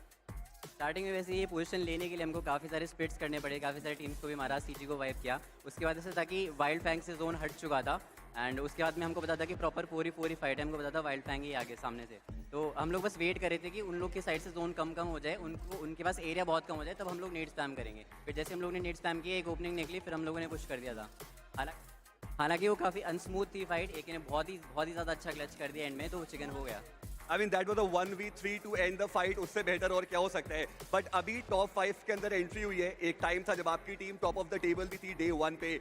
डू यू रियली थिंक कि यहाँ से भी वो ट्रॉफी पकड़ी जा सकती है? क्योंकि पॉइंट डिफरेंस आपके और पहले पायदान में अभी भी काफ़ी ज़्यादा है. बिल्कुल की जा सकती है, क्योंकि हम लोग अभी 2-3 मैच के पहले 11th पर थे, एंड उससे अगर हम लोग टॉप 4-5 तक आ सकते हैं तो कोई भी कमबैक कर सकता है. स्पेशली एसपीएस तो जाना ही जाता है कमबैक्स के लिए. बिल्कुल, मेरे को पता है आप इशारा किस तरफ कर रहे हैं. Well played. बट अभी के लिए जो लाइमलाइट है वो AKOP के ऊपर ना जाए, तो पॉसिबल है नहीं. भाई क्या किया आपने वो लास्ट में 1v3, और वो सेलिब्रेशन जो आपने की वो साफ साफ दिख रहा था कि कितने खुश हो आप. एक लाइन मैंने कही थी कि जिस दिन ओरंगुटन या AKOP जीतेगा उस दिन BGMI Esports की जीत होगी. Do you think you find yourself closer to that trophy now? Obviously we find myself closer to that victory. और मेरे आईजीएल को मेरी नीड थी, सही टाइम पे स्टेप अप किया, मुझे अच्छा लग रहा था. बिल्कुल, चलिए AKOP खुश है, ओरंगुटन का खेमा खुश है. अब चलते हैं हमारे कास्टर्स की तरफ और जानते हैं कि वो कितना खुश है इस 1v3 क्लच से. Well, we are the happiest out here, specifically me, and probably fix this as well. We've been constantly saying that maybe Orangutan are going to make that comeback, but this chicken dinner definitely has been a blessing in disguise for them. And this win was much needed. But guess what, Shadow? The MVP is not from OG. It's actually Goblin from Carnival Gaming. Well deserved, in my opinion, right? Considering Carnival Gaming in the final game, yes, they were not really able to win the game, but they still had a lot of elimination points. And this is a prime example of that. 60% finish contribution, 6 elimination points were gathered by Goblin themselves. And we pretty much know Carnival Gaming had 10 elimination points in total. That means Carnival Gaming is maintaining that average to be in the top 3. Oh, they certainly are, especially the first fight which they had against the Plus of Metal Esports. Even Goblin really stepped up in that particular fight. Before, we were seeing Viper stepping up big time, but now even Goblin and Hector, they're also doing wonders, especially Hector, the way he was able to take down Legit, who is the heavy fragger from the side of Metal. This was an important frag which he took. Indeed, it was an important frag, right? I mean, you can clearly see Goblin's face. The man's having a lot of smiles because he knows he's currently in the top 3 in the overall standings. And the entire team stands a major chance to lift that trophy. Tomorrow's day is going to be so exciting, man. I mean, AKOP pulling off a clutch like this, it just sets up the momentum for the entire day now. Whenever it comes down to land, we know AKOP is always there to perform. But let's have a look at the other stars of the match as well. Again, going all out, Goblin. Best companion's going to go to Raiden from Versatile. Versatile also had a pretty solid position early on, but then they eventually lost it, not just in the early phases, but over towards the later phases when they were constantly being fired upon from multiple directions. I kind of wanted to see it turn into a very versatile game, but that just did not happen. Yeah, unfortunately it did not. But honestly speaking, even Hero Xtreme Godlike were able to keep themselves alive for a long time, right? I would love to see the overall standings and see exactly where these teams stand. Before now, let's have a look at the match rankings. Because OG, they had a banger of a game with 10 placement points and 9 eliminations. They've gotten 19 points in total. That's definitely going to put them in a really good spot in the overall standings. Wyld Fangs missed out on that chicken dinner, but they also had a lot of elimination points. But at this point, we know Wyld Fangs does not stand a chance to win the tournament anymore. Of course, they are right at the bottom of the overall ranking, but Carnival Gaming, they do stand a chance to lift the trophy, and 12 points are definitely going to help their case. Even BotArmyEsports, they also did very well in this particular one, but few disappointments were also there, like Metal Esports with 0 points. Red Ross, I thought it was just one bad game, yeah. But seems like it's more than one bad game for Red Ross. And did you guys notice one thing? iQOO is now playing super aggressive. Yeah. They got 7 elimination points quite early in the game, and they also were eliminated pretty early in the game, but considering they had 7 elimination points, that really covers it. Now they have 80 points in total on the overall standings.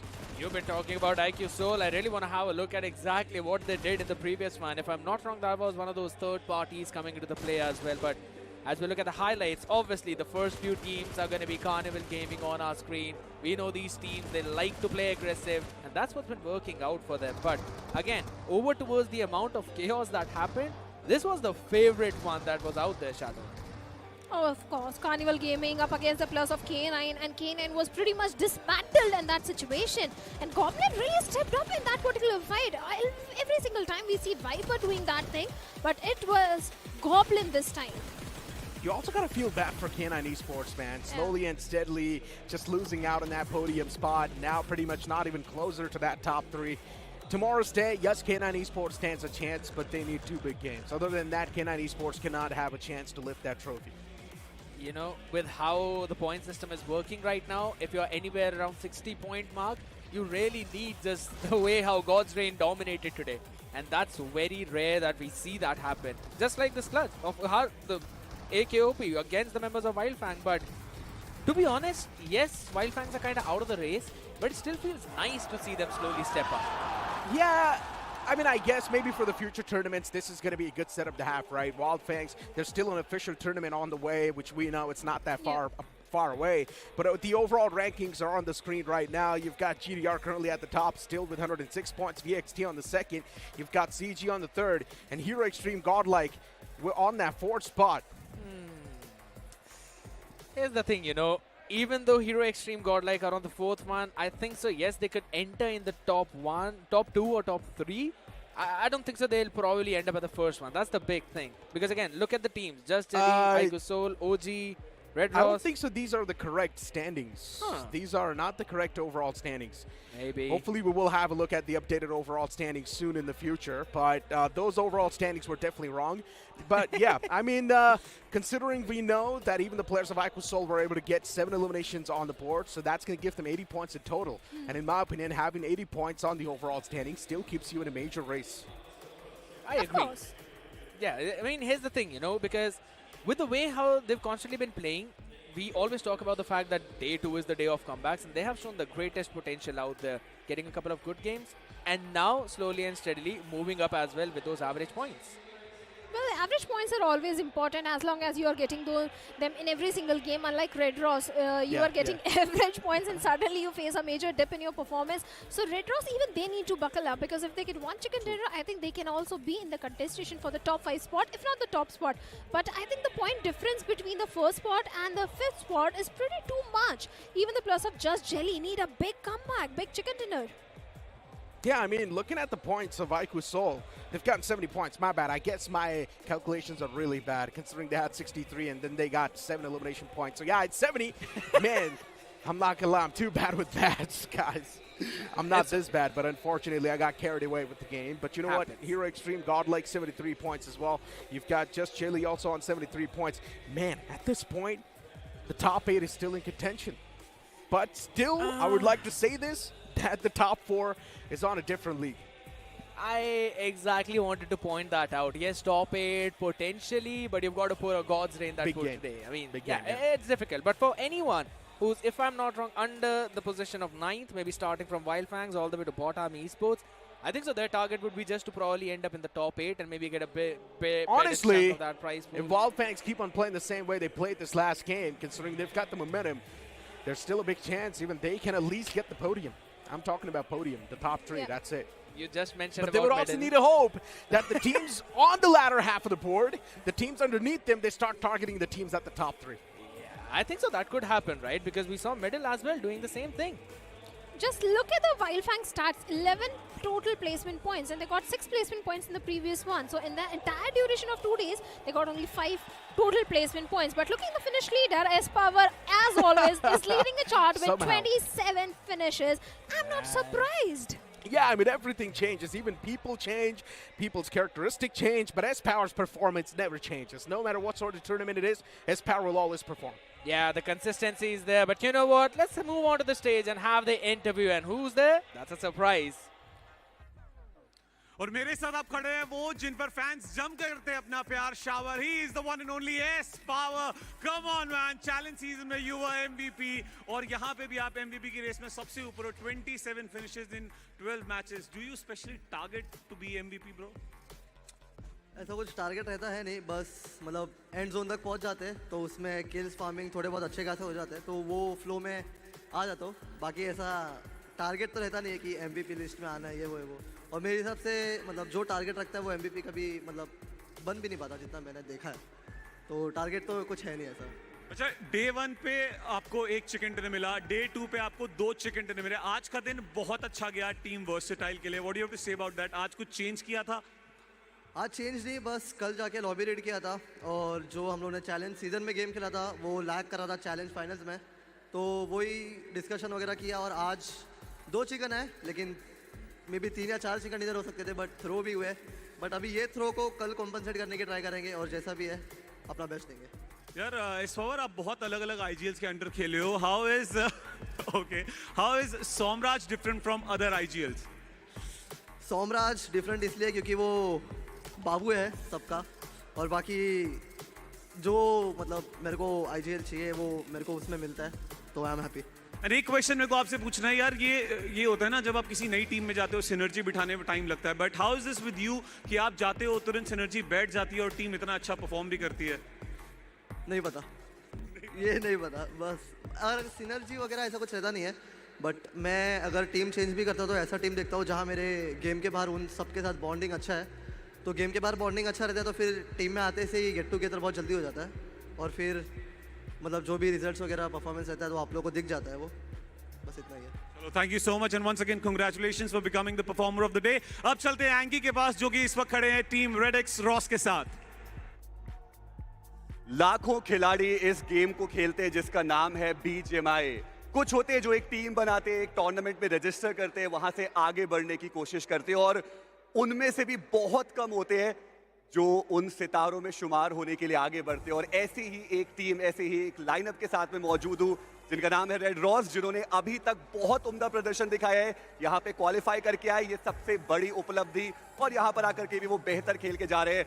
Lucifer मेरे साथ मौजूद है। Lucifer, आप सबसे पहले तो अपनी journey के बारे में थोड़ा बताइए, क्योंकि हमने आपको देखा है, पहले भी आपका नाम मैंने पहले भी ऑफिशियल टूर्नामेंट्स में देखा है। एक इतनी लंबी जर्नी, अथक परिश्रम, थोड़ा अपनी जर्नी से गो थ्रू कीजिए। स्टार्टिंग से ही जब गेम आया था तो गेम देखता था, तो स्ट्रीमर्स को देखता था, मॉर्टल भाई हो गए, क्रॉन्टेन हो गए, उन लोगों को देखता था, फिर खेलना चालू किया। फिर वैसे ही करके खेलते खेलते धीरे धीरे कॉम्पिटिटिव सिनेरियो में आया। फिर लास्ट 1-1.5 साल से सेम टीम के साथ स्टिक कर रहा हूँ, तो काफ़ी टूर्नामेंट्स हमने चोक करे। फिर अभी जाके फाइनली हमने क्वालिफाई किया ये लैन के लिए, मेजर लैन के लिए। तो आगे भी बस यही परफॉर्मेंस कंटिन्यू रखना है हमें। तो बेसिकली आप अपने जीवन का पहला लैन इवेंट खेल रहे हैं, आप यहाँ पे आए, इतने सारे दर्शक यहाँ पे मौजूद थे, आपको कभी लगा कि थोड़ा प्रेशर फील हो रहा है, हाथ थोड़े कांप रहे हैं, या कुछ भी जो एक अंडरगॉड खिलाड़ी महसूस करता है जब वो पहले लैन पे जाता है? क्योंकि आप एक मिसाल है बाकियों के लिए, तो मैं आपसे जानना चाहूँगा आपका एक्सपीरियंस कैसा रहा अभी तक? मतलब ये हमारा पहला लैन तो नहीं था, इससे पहले भी हमने 2 लैन के लिए क्वालिफाई हुए हैं। एक कैंसिल हो गया था और दूसरा हमने अभी रिसेंटली 1 महीने पहले खेला है।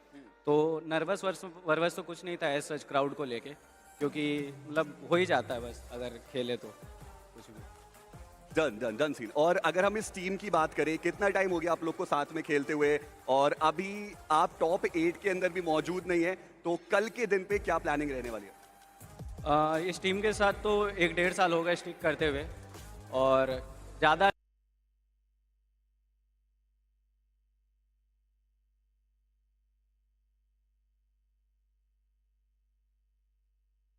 कुछ गया कल तो। चलिए, all the very best. I am really proud जैसे आप अभी तक खेलते हुए आ रहे हो और आप अपनी टीम को लेके जा रहे हो। All the very best and please have a seat now. तो ये था दोस्तों आज का दिन, हमने रेड रॉस से बात करी, बहुत ज्यादा बेहतरीन मुकाबले हुए, काफी सारे अप्स आए, काफी सारे डाउन्स भी आए, और उसके बाद हमने देखे बहुत सारे कमबैक्स। लेकिन अब है एक आखिरी दिन, last day of this LAN final, जहां पे ये 64 खिलाड़ी, 16 teams, I am pretty sure कि पूरी तरीके से वो तैयार होंगे। And it is not over until someone wins, जैसा कि हम बोलते हैं। तो अब देखना इंपॉर्टेंट रहेगा कि कल का जो दिन है वो हमारे लिए क्या लेकर के आने वाला है। नोएडा इंडोर स्टेडियम में आप सभी का स्वागत रहेगा कल के दिन पे भी। मिलते हैं कल देखने के लिए कि इस चमचमाती हुई ट्रॉफी को कौन लेकर के जाने वाला है अपने खाते में। तब तक के लिए अपना और अपनों का खूब सारा ख्याल रखिए। Tata, bye bye and take care.